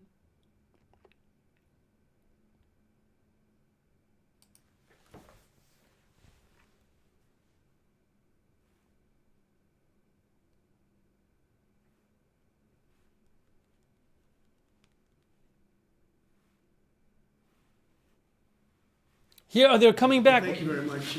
One of the representatives of the companies, if one of the companies got a little bit lightheaded, you saw he went down, and he's fine. They just sent him out. He's got doctor's care, but he's fine. So we had a little bit of an interruption. Sorry for that. And I think we can just begin again with Eli Lilly. Yeah. Thank you. Thank you, Mr. President. And again, I was saying it's an honor to be here because this action today will really begin to change the arc of chronic disease in our country. Lilly's a 150-year-old American company, and we're committed to advancing science, investing in research, and building really high-value jobs. But today, I want to start by thanking the many Lilly scientists who pioneered breakthroughs like the ones we're talking about today, breakthroughs like tirzepatide or Zepbound, and also our manufacturing people who work around the clock to make supply possible for this kind of landmark announcement. But medicine only is effective when people can access and afford it, and that's what today's announcement delivers. Thanks to the President's focus and the collaboration we had with so many people at HHS, we're able to solve a real problem for millions of American people. 9 years ago, when I started this job, I promised to read every letter a patient sent me. And back then, there was hope for new treatments, but a lot of complaints about insulin pricing. So while we did a number of things ourselves, it wasn't actually until I spoke to the president, this is in your first term, and you ordered the HHS team to work with us to really solve that problem. We prioritized it. We launched a copy of our own medicine at 90% off, and then we capped the price of insulin for Medicare patients at $35. And Biden tried to take credit for it. Yeah, it was in your first term. It was Yeah. crazy. We did it, Yeah. and then it came through during the early part of his term, and he tried to take credit. So we did the best we could to let him know that didn't happen. He got a little lucky, but I always said, frankly, I said, this is not good, because statutorily it had to wait a little while, and it came out at $35 instead of some crazy amount, right, David? And they stood up and they said what a great job they did. No, that was done by Trump and Lilly. Yeah. Go ahead. Yeah, so we solved a major problem together. It's now law. Today when I get mail, it's quite frequently from patients who are just having amazing success on our weight loss medications, but they too are finding it out of reach, particularly America's seniors in Medicare. So this spring, in this very office, I met with the President and Secretary Kennedy, Administrator Oz, and others to figure out how to tackle this problem. And of course, unlocking obesity treatment is critical to chronic disease management. So is diet and exercise. But we wanted to open up that access for millions of Medicare beneficiaries and Medicaid as well. And again, the President saw this opportunity, and we left the room, and he asked us to solve it. So 7 months later, we're here. Medicare coverage with a $50 cost to patients per month. That's down from Medicare patients today, if they want access to our medicine, pay $500 a month out of pocket. Drug coverage is critical to health improvement. And we're not just treating the weight here, that's important. We're changing the course of chronic disease. Our medicine cut progression from pre-diabetes to type 2 diabetes by 94% after 3 years in major studies. And many studies have shown the benefits that Dr. Oz spoke about with cardiovascular risk reduction.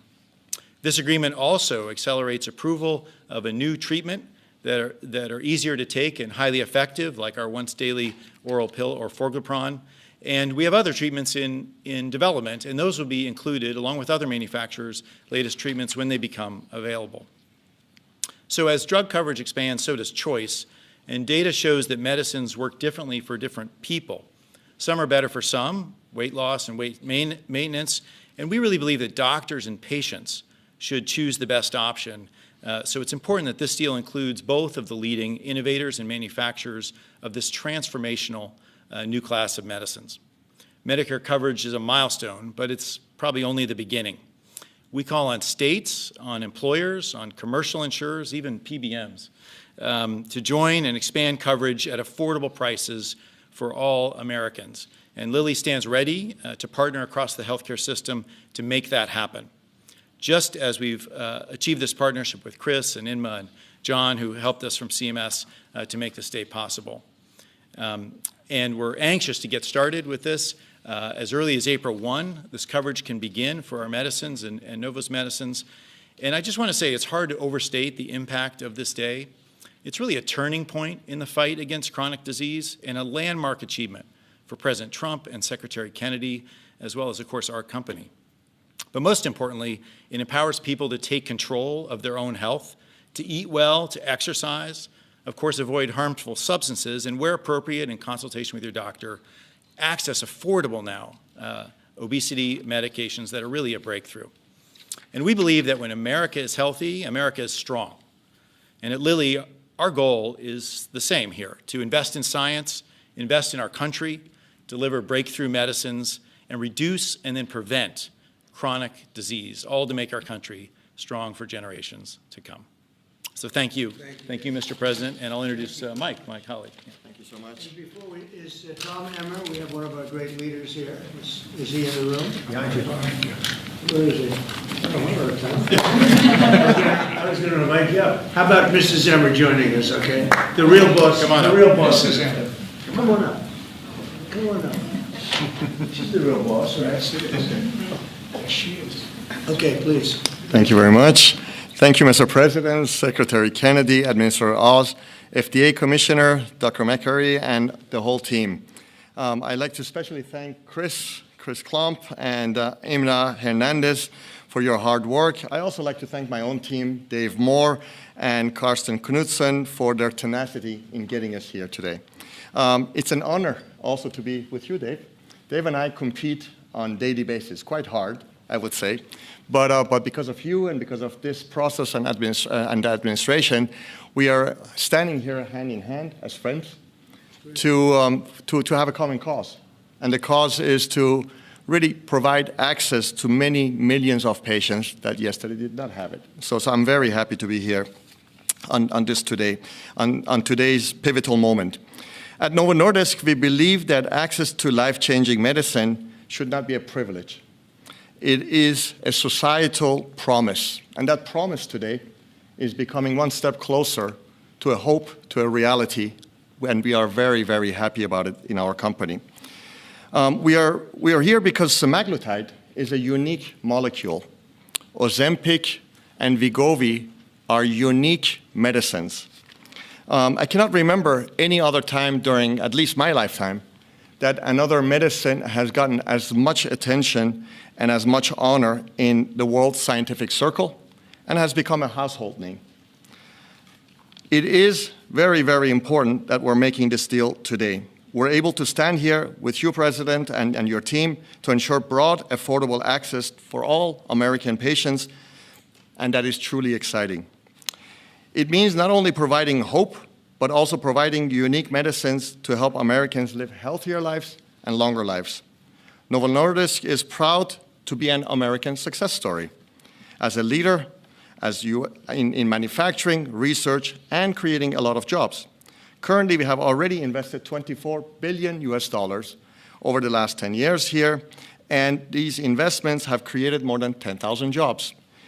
And they have generated $21 billion of GDP just in 2024 alone. And today, as I'm standing here talking, cranes are up, as you would like to say, in North Carolina, because we're just expanding our North Carolina manufacturing site once again with $4 billion additional US. In some strange way, you could say, even though we have a Danish heritage, we have been more American and been here for a long time and proud American than many other companies that were born here. And we are very proud of that.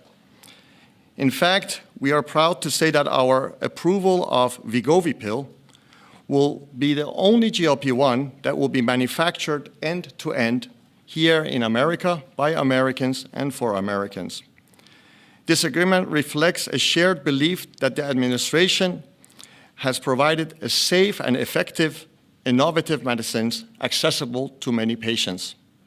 And because we know different patients have different needs, we are very excited to have our semaglutide 7.2 milligram, the higher dose, now, as we call it, Wegovy Plus, available as part of the receiving priority voucher. We stand here to ensure that all Americans who need Ozempic or Wegovy can access the affordable medication, so they don't need to go and get an unapproved compounded knockoffs version of it. Once again, I'd like to extend my deepest gratitude to you, Mr. President, and to the whole administration for making America great again and allowing affordable access to many millions of patients living with diabetes and obesity. Thank you so much. Thank you very much. Thank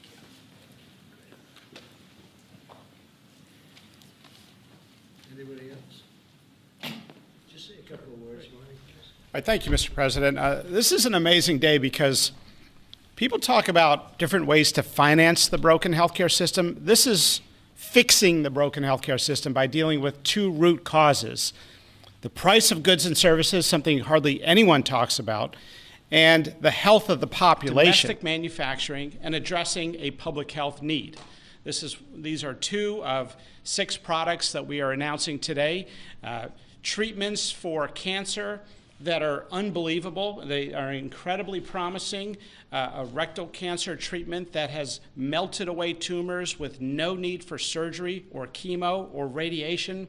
We're interested in therapies that reduce downstream healthcare utilization. They'll be getting a voucher for a review by the FDA in weeks instead of a year. So we're serious. We're doing everything we can to incentivize this. So I think this is not appreciated enough, because the fastest area of healthcare spending growth is drug price spending growth. And so we're seeing a lowering healthcare drug prices as a vehicle to make insurance more affordable, private insurance, Medicaid more affordable, Medicare more affordable, and healthcare in general more affordable. Thank you, Mr. President. Thank you, Marty, very much. Any questions? Mr. President. Thank you, Mr. President. You said you were able to get this deal done and so many others because of tariffs. Yesterday at the Supreme Court, the case being heard, the justices expressed some skepticism. What is your plan if they end up making a decision that's not in your favor? Well, I'd rather discuss that later. I hope we're going to win that case. I think it's one of the most important cases in the history of our country. So much evolves around tariffs as a defensive mechanism for our country, as national security for our country. So I don't want to really discuss a ground two. This is so important.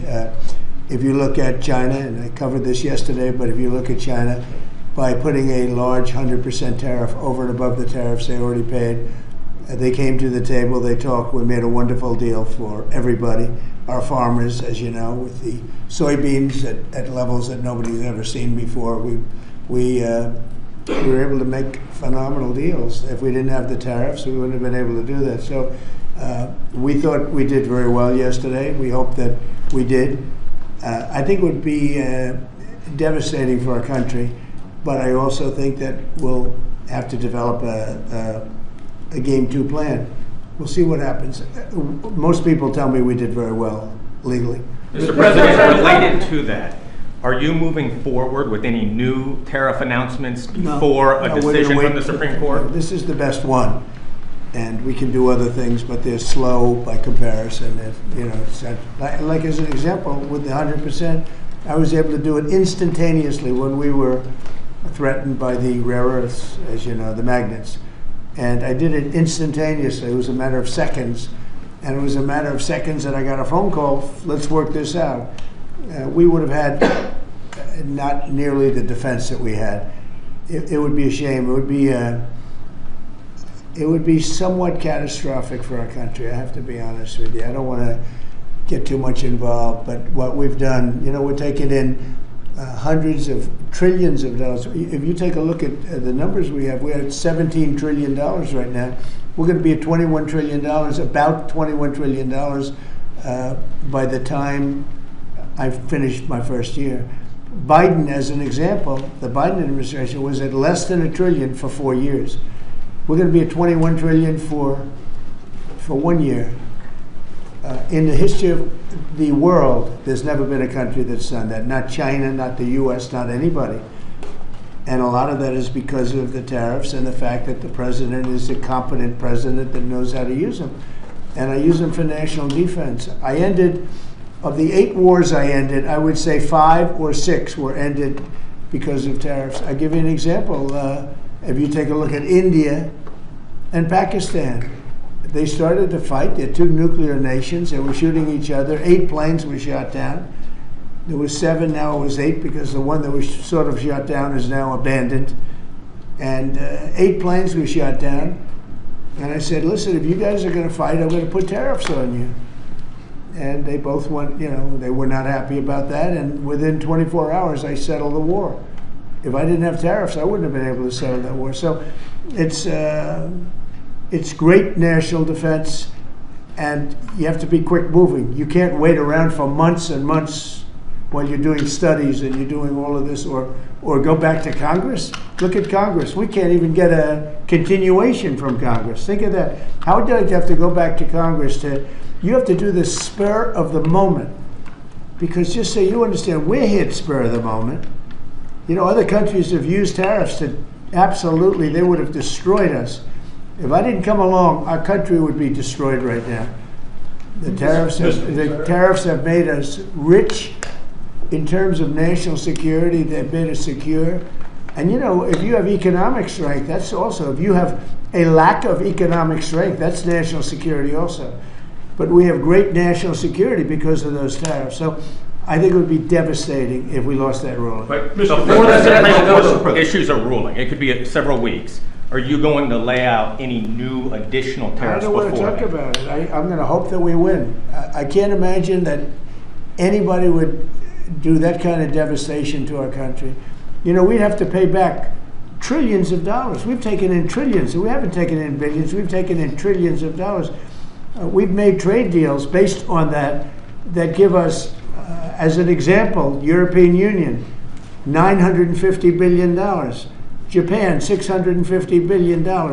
South Korea, $350 billion. Without this, we're not talking about that kind of money. And they're okay, they're satisfied, they love us. I just left. They all love us. So it's not like we're such bad people. But they were doing it to us until I came along. Now they don't do it to us, we do it to them a little bit. But if they took this away, we would be defenseless against tariffs from other countries. Mr. President, there's people on employer plans and individual plans who also don't have access to GLP-1s. What can you do to make those insurers and PBMs get these same prices so they can put access for those folks? I'll ask Oz or Bobby that question. It's a good question. Absolutely. Many Americans receive their insurance through the commercial markets. The companies have committed to ensure that at worst, prices are at MFN on GLP-1s and are committed to continue to negotiate those prices down based on volume, just as they do in any other instance.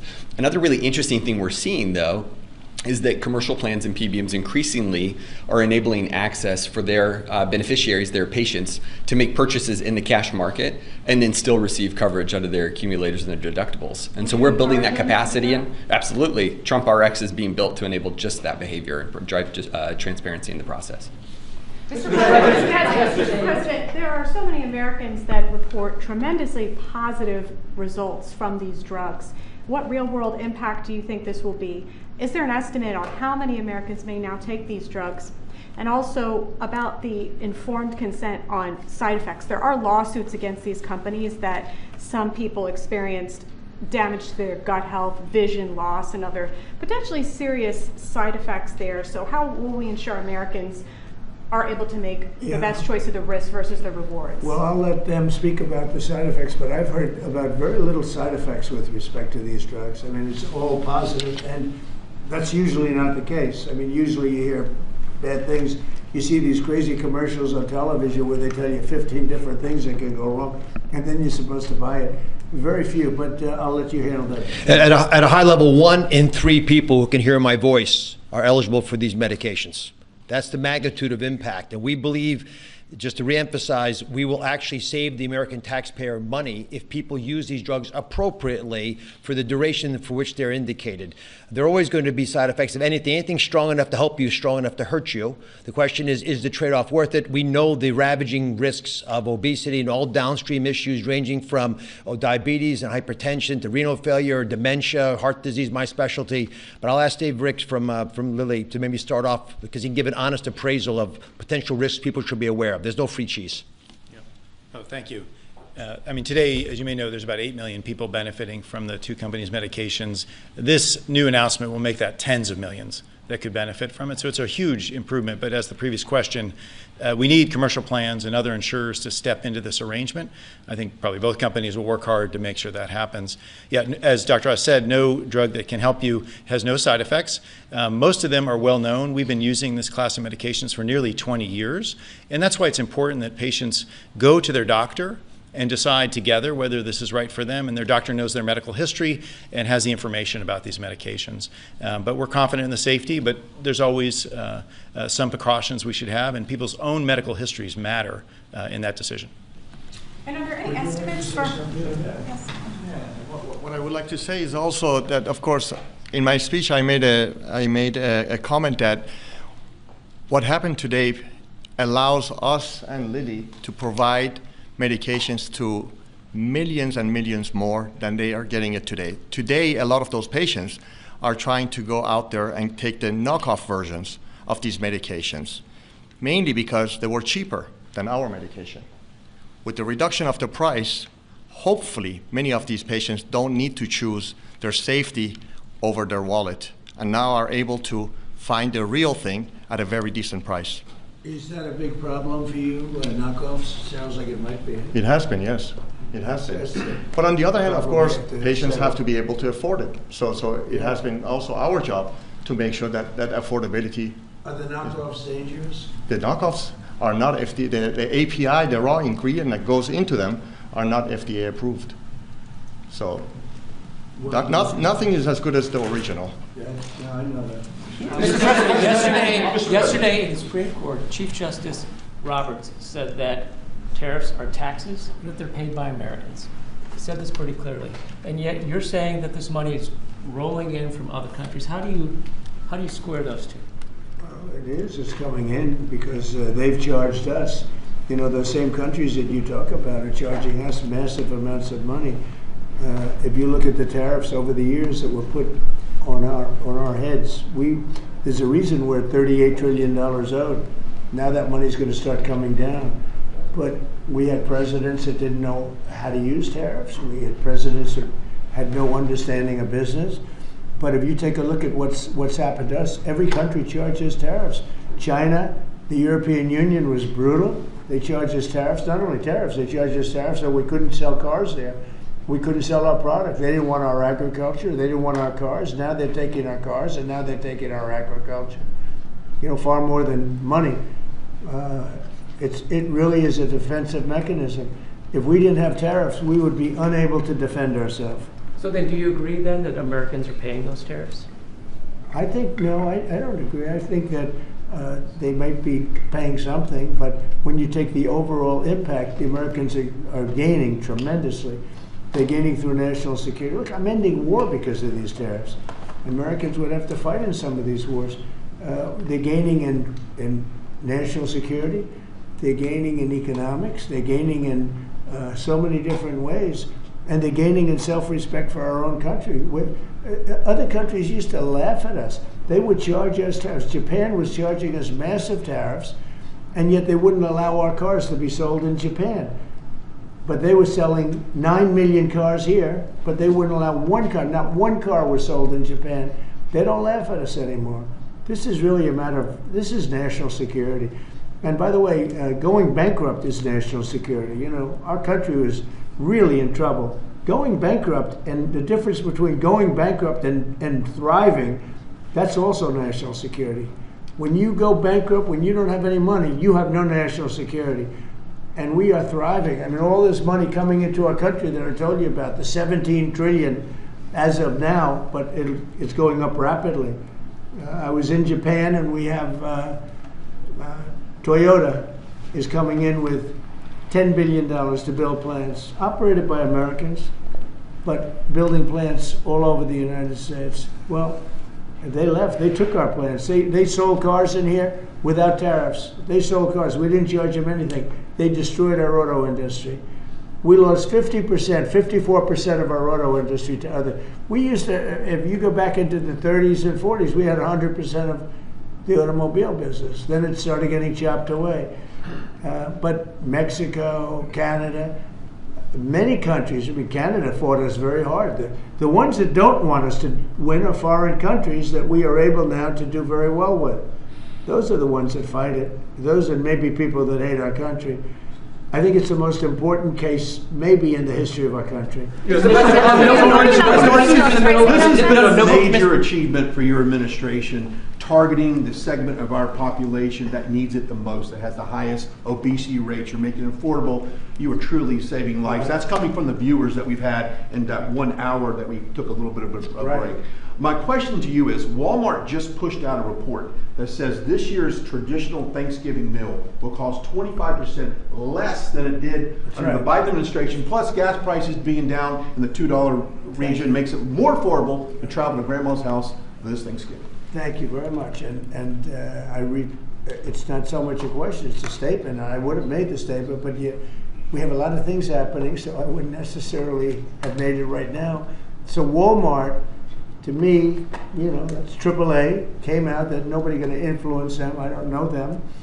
But they just came out with a very powerful statement. They've done it for many years, that under the Biden administration, Thanksgiving meal, a Thanksgiving meal with all the trimmings, cost 25% more. In other words, our Thanksgiving this year coming up will cost 25% less than sleepy Joe Biden's. Now, to me, that's better than anything there is. That's better than a poll. They've got everything included, from the trimmings and from the turkey and from everything, a lot of different items. It's 25% less this year than it was last year when he was so-called in charge. He wasn't in charge. The people around the desk were in charge. The Autopen was in charge.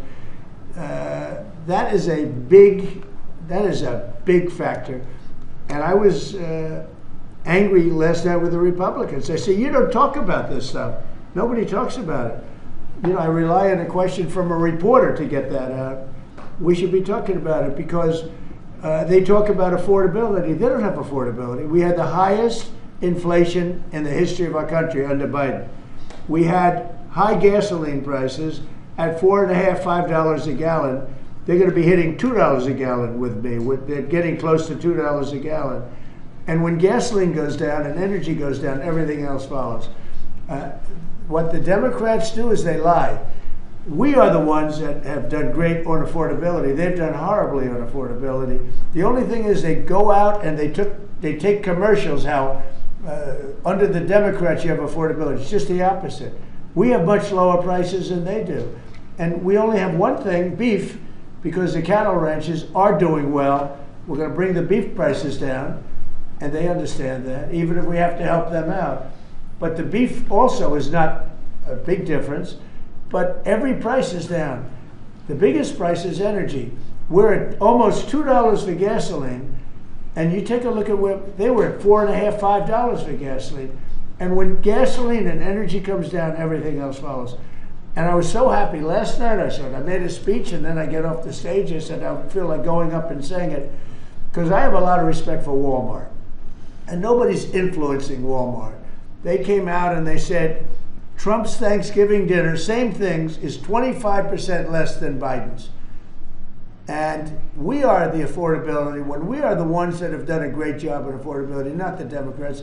And yet, we just lost a couple of elections that were very Democrat areas. Maybe won't be full. They weren't very Democrat when I ran a year ago because I did well in those areas. But we just lost an election, they said, based on affordability. It's a con job by the Democrats. The Democrats are only good at con and cheating on elections. Thank you for the question. Nova Nordisk is in the middle. Question about India. Say it. How is the talks with Prime Minister Modi going on a trade deal? And when going good. He stopped buying oil from Russia. When do you plan? And he's a friend of mine, and we speak, and he wants me to go there, and we'll figure that out. I'll go. I had a great trip there with Prime Minister Modi. He's a great man. And I'll be going. Yeah. Novo Nordisk is in the middle of a 10. You're planning to go to India next year, sir? It could be, yeah. Novo Nordisk is in the middle of a potential $10 billion acquisition for a smaller obesity biotech. They might need your and the FTC's help to see that through. Do you have any issues with that, or Eli Lilly buying a smaller obesity biotech from an anti-competitive Well, I don't know. Do you want to talk about that? I'd like to hear it. Maybe you should give us a piece of the company, like I've been asking for. So I give the United States a nice big chunk of the company. So Novo Nordisk and Pfizer right now are in the middle of an acquisition dialogue and discussion. It's you and Pfizer? It's us and Pfizer. Competing for the company? Competing for the company. Who's winning? And as of today, our bid is higher. And our message to Pfizer is that if they would like to buy the company, then put your hand in the pocket and bid higher. It's a free market, and at the end of it, it has to do with basically the price that the seller is selling for their shareholders and the buyers willing to pay for it. This has nothing to do with FTC, has nothing to do with anything else. Do you think it's Is that a similar product to what we're talking about today? It's a product, it's a series of products that will come to the market in around turn of the decade, where the market is very crowded with many, many other players as well. Right. So it's the next generations of products, and it will come five. Yeah. Mr. President, Zoran Mandami, you said that, you called him a communist. You said that if he won, you would take drastic action against New York City.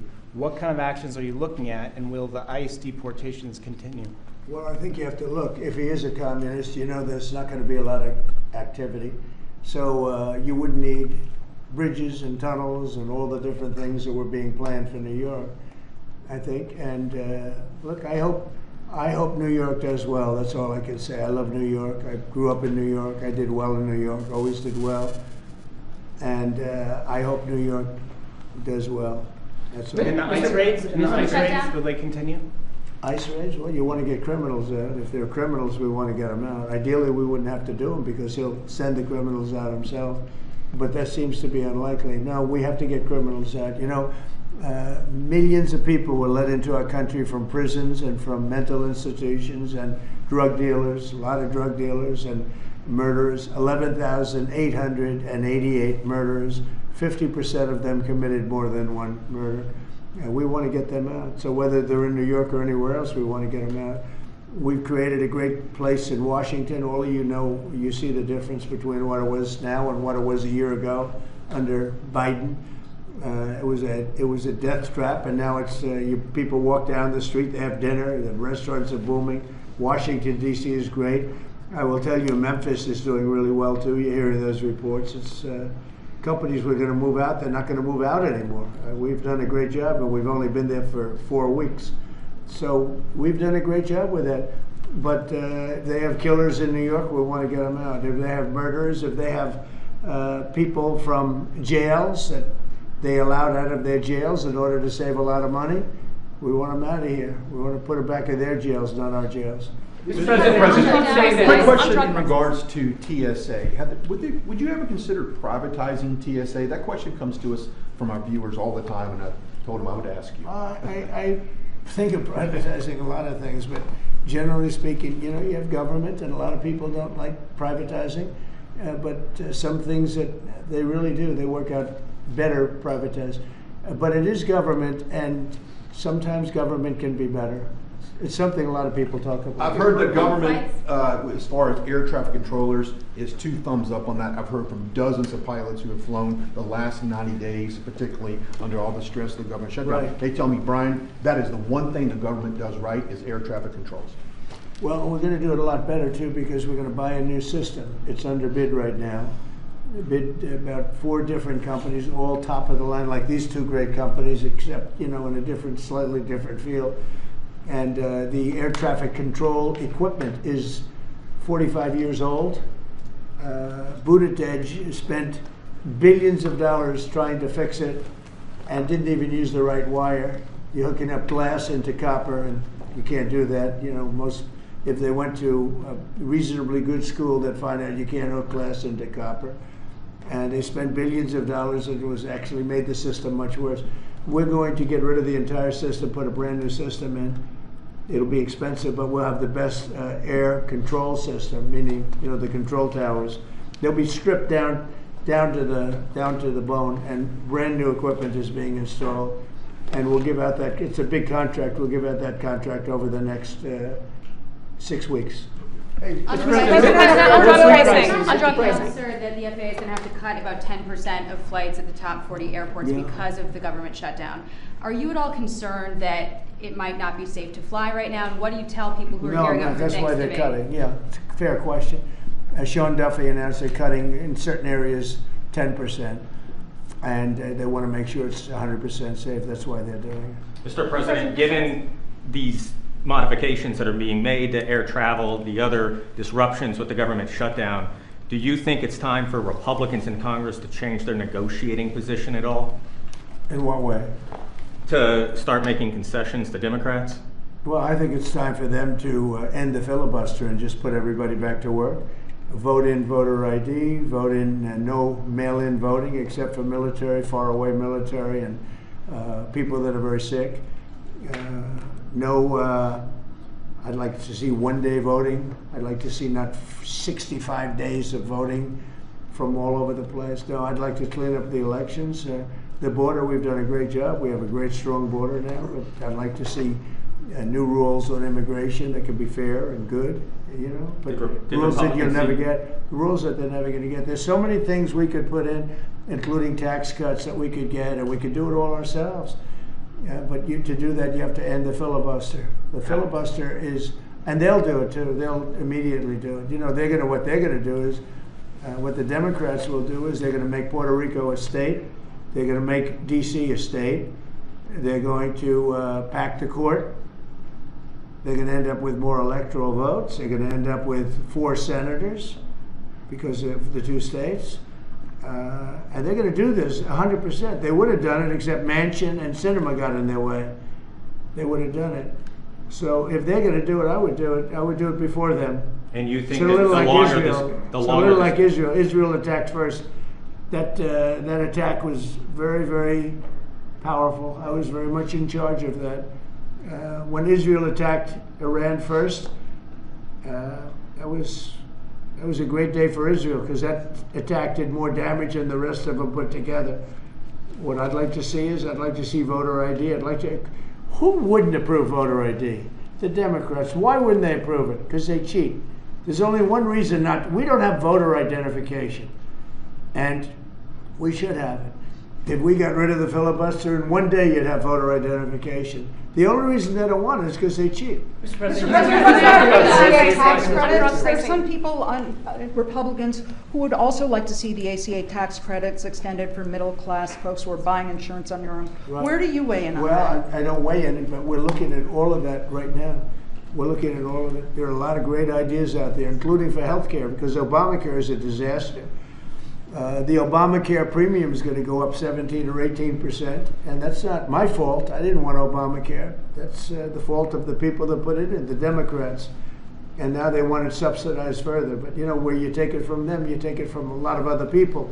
We could have much better health care at a much lower price. Mr. President, will you be doing another one of these drug pricing announcements with another company, or is this the last we're going to see for a little while? About drug pricing, deals that you're everybody's involved, and we're going to get low pricing from. All companies are being involved. We are now going to have, with all drugs, the lowest price anywhere in the world. That's the price we're going to have. And will you have That's another called note- favored nations. We were stupid nations before. We paid 10 times more, sometimes 15 times more, than they were paying in Europe and other places. So that was really stupid. In 2 years, these will go down. The injectable prices will go down to $250, I believe. But American patients might still look at European prices and say these aren't quite low enough to match that. What would you say in response Well, then to we're people? going to match it, because as far as I'm concerned, we're at favored nations. If Europe is paying less, then now there could be other reasons. There could be a distribution, et cetera, et cetera. It's harder to get to, but outside of pretty minor things, this is favored nations.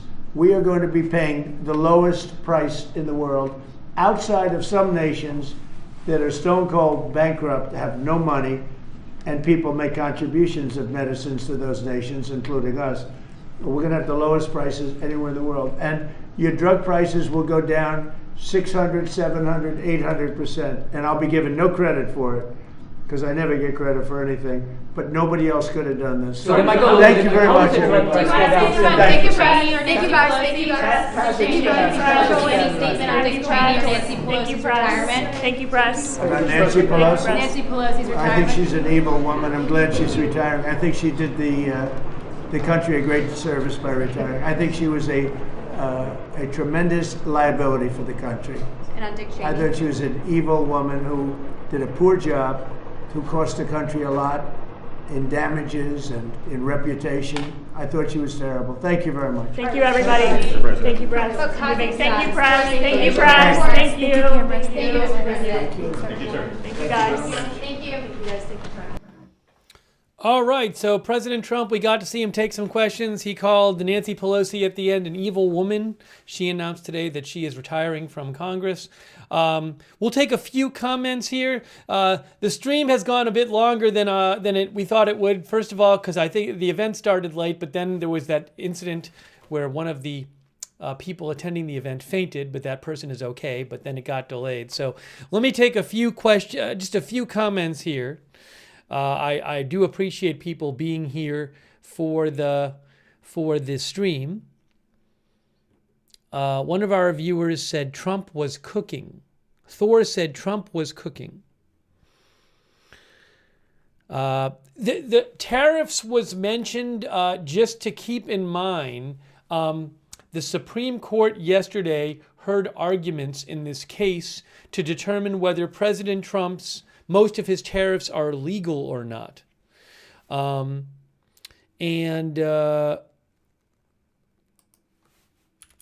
AP says the tariff case will likely take weeks or months for the Supreme Court to rule on. The Supreme Court is deciding whether an emergency law gives Trump near limitless power to set and change duties on imports. So we'll cover that ruling when it comes out. Could be weeks or months for that ruling, but he was asked some questions on that. And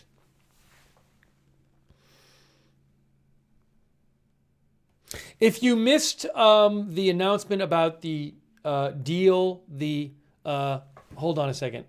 Let me just change the headline here. About the deal to lower prices of some weight loss drugs. You can rewind and watch the whole thing on this stream.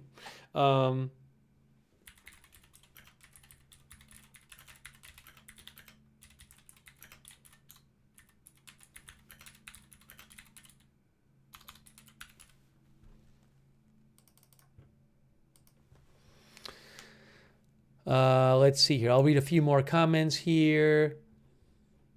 John Parsons says this was gold. Trump riffing. Oh, thanks. I am Charlie for your support. And Berenico, our member. And thank you. Hydronic says Trump is so based. Mary Cad thinks Trump needs to retire.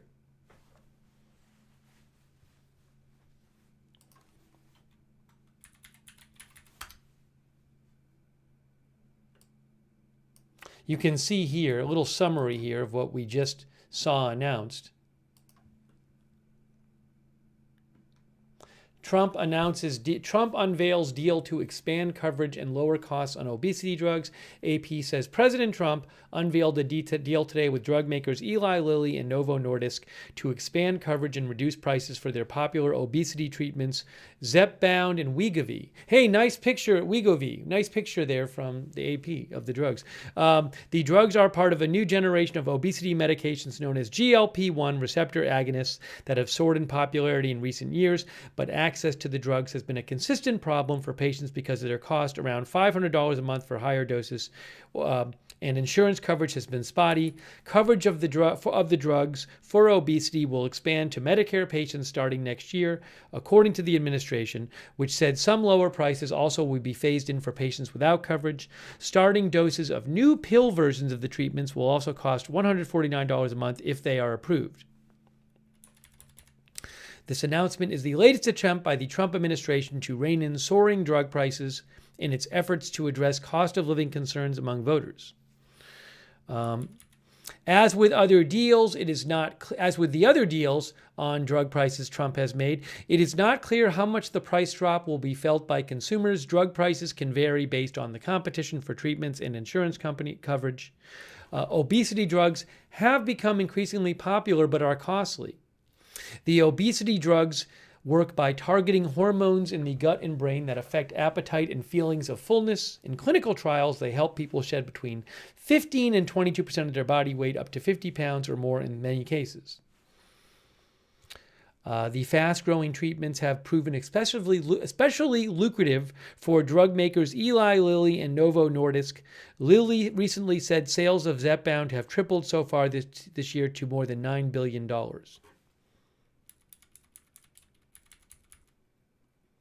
All right, anyway, so that's just a brief discussion, very brief, of what we were hearing about earlier. Again, feel free to go back and rewatch the press conference.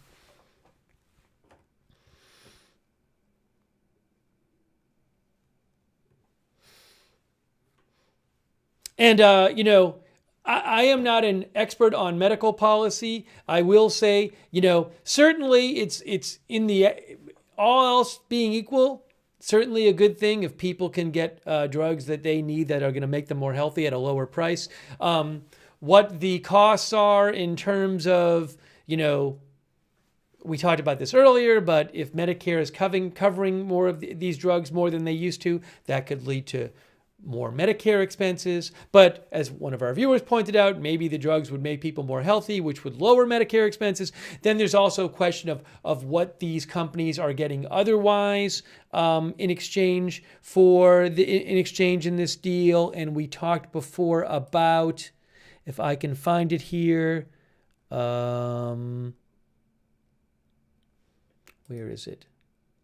So my overall point is just that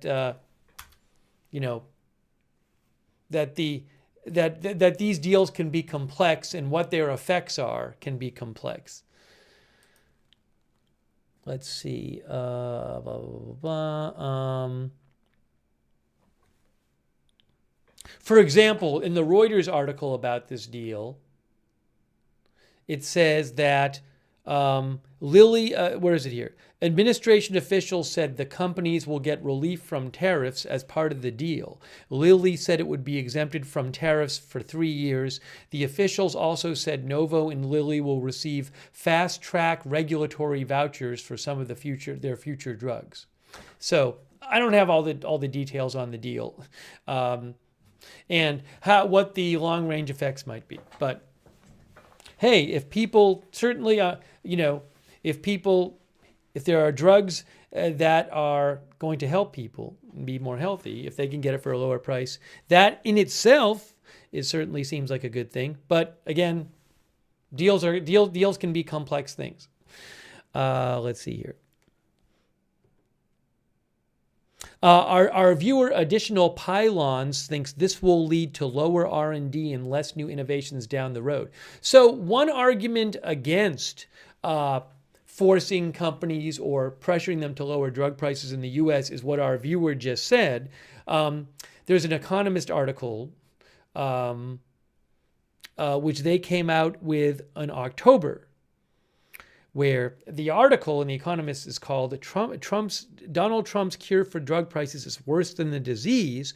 And one argument that they make is they say that if revenues to drug companies in America are lowered, one thing that firms might respond, one way in which these drug companies could respond to that is that they could spend less on innovation.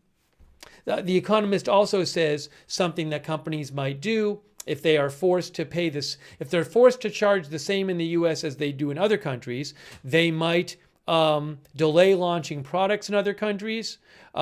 They might raise list prices in every country and then offer opaque rebates to countries that are not willing to pay higher rates. So anyways, I'm not telling you have to go along with this view, but there are arguments that some people make against forcing, or pressuring drug companies to lower prices in the U.S. So it's a complex. I think it's worth pointing out there's arguments on different sides, and it's a complex issue.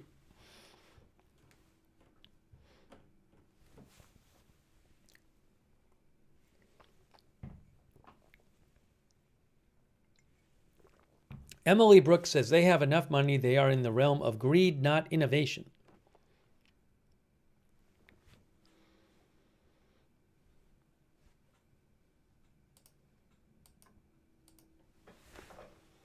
Let's see here.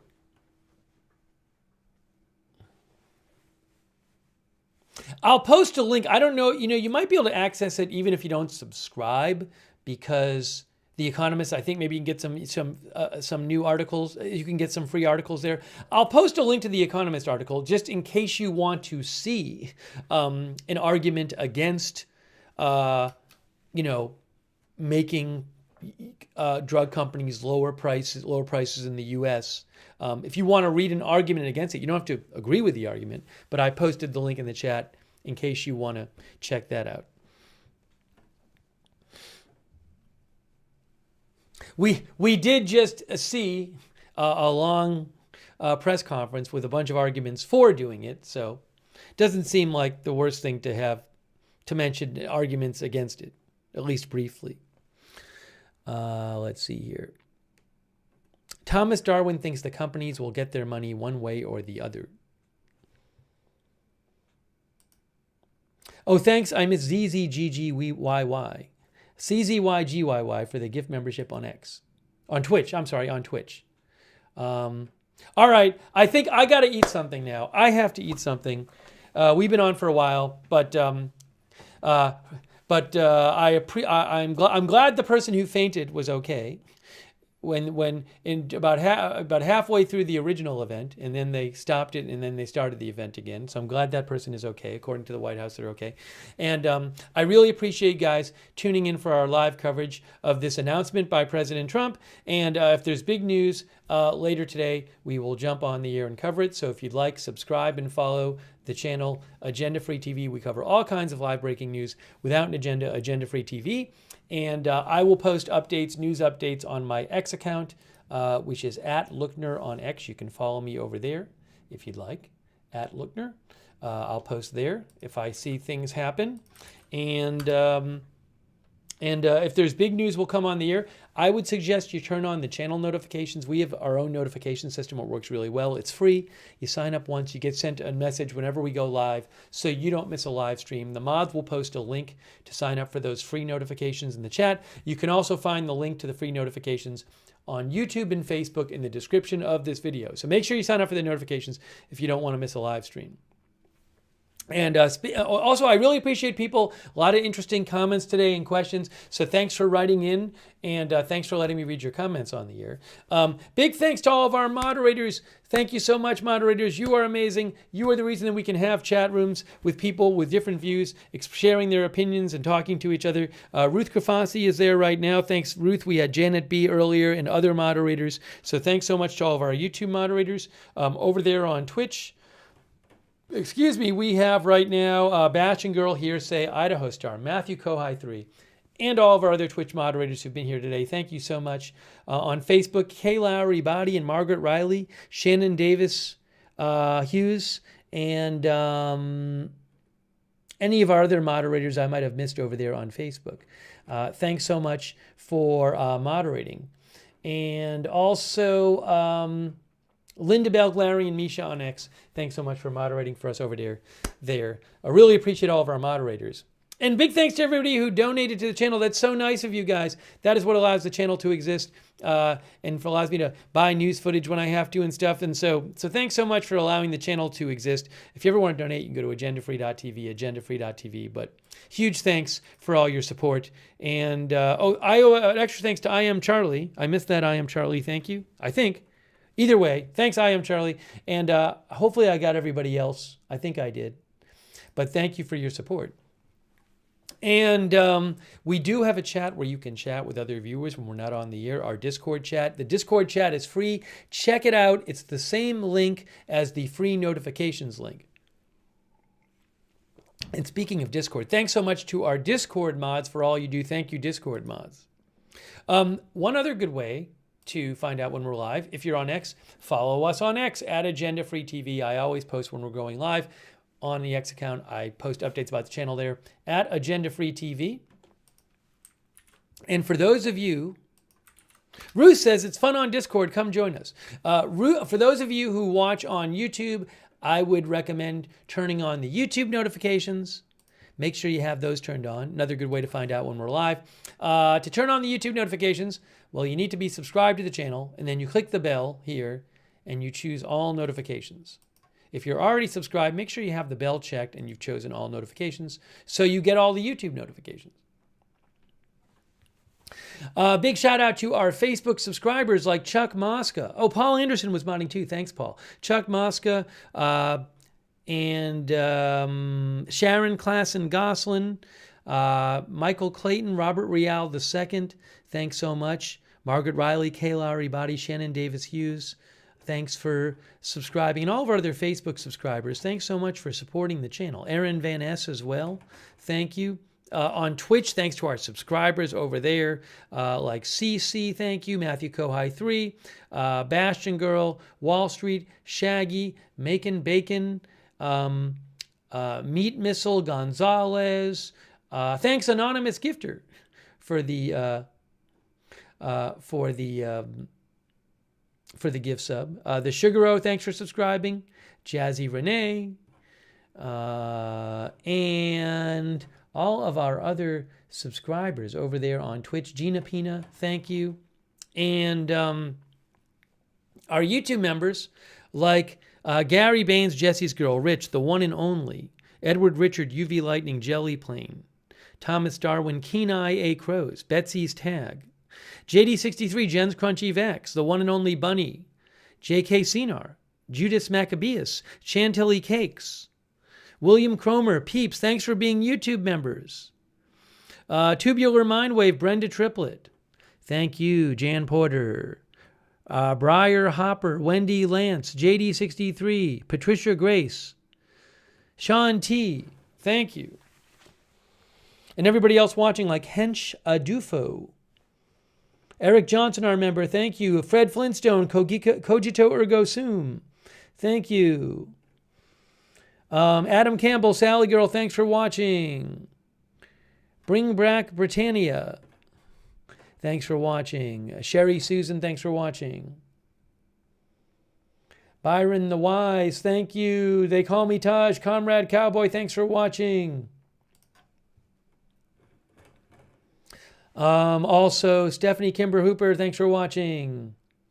Paula Thompson, Christy Claft, thank you. Bob O'Bear, Artist Caverlin, and all of our other viewers, thank you.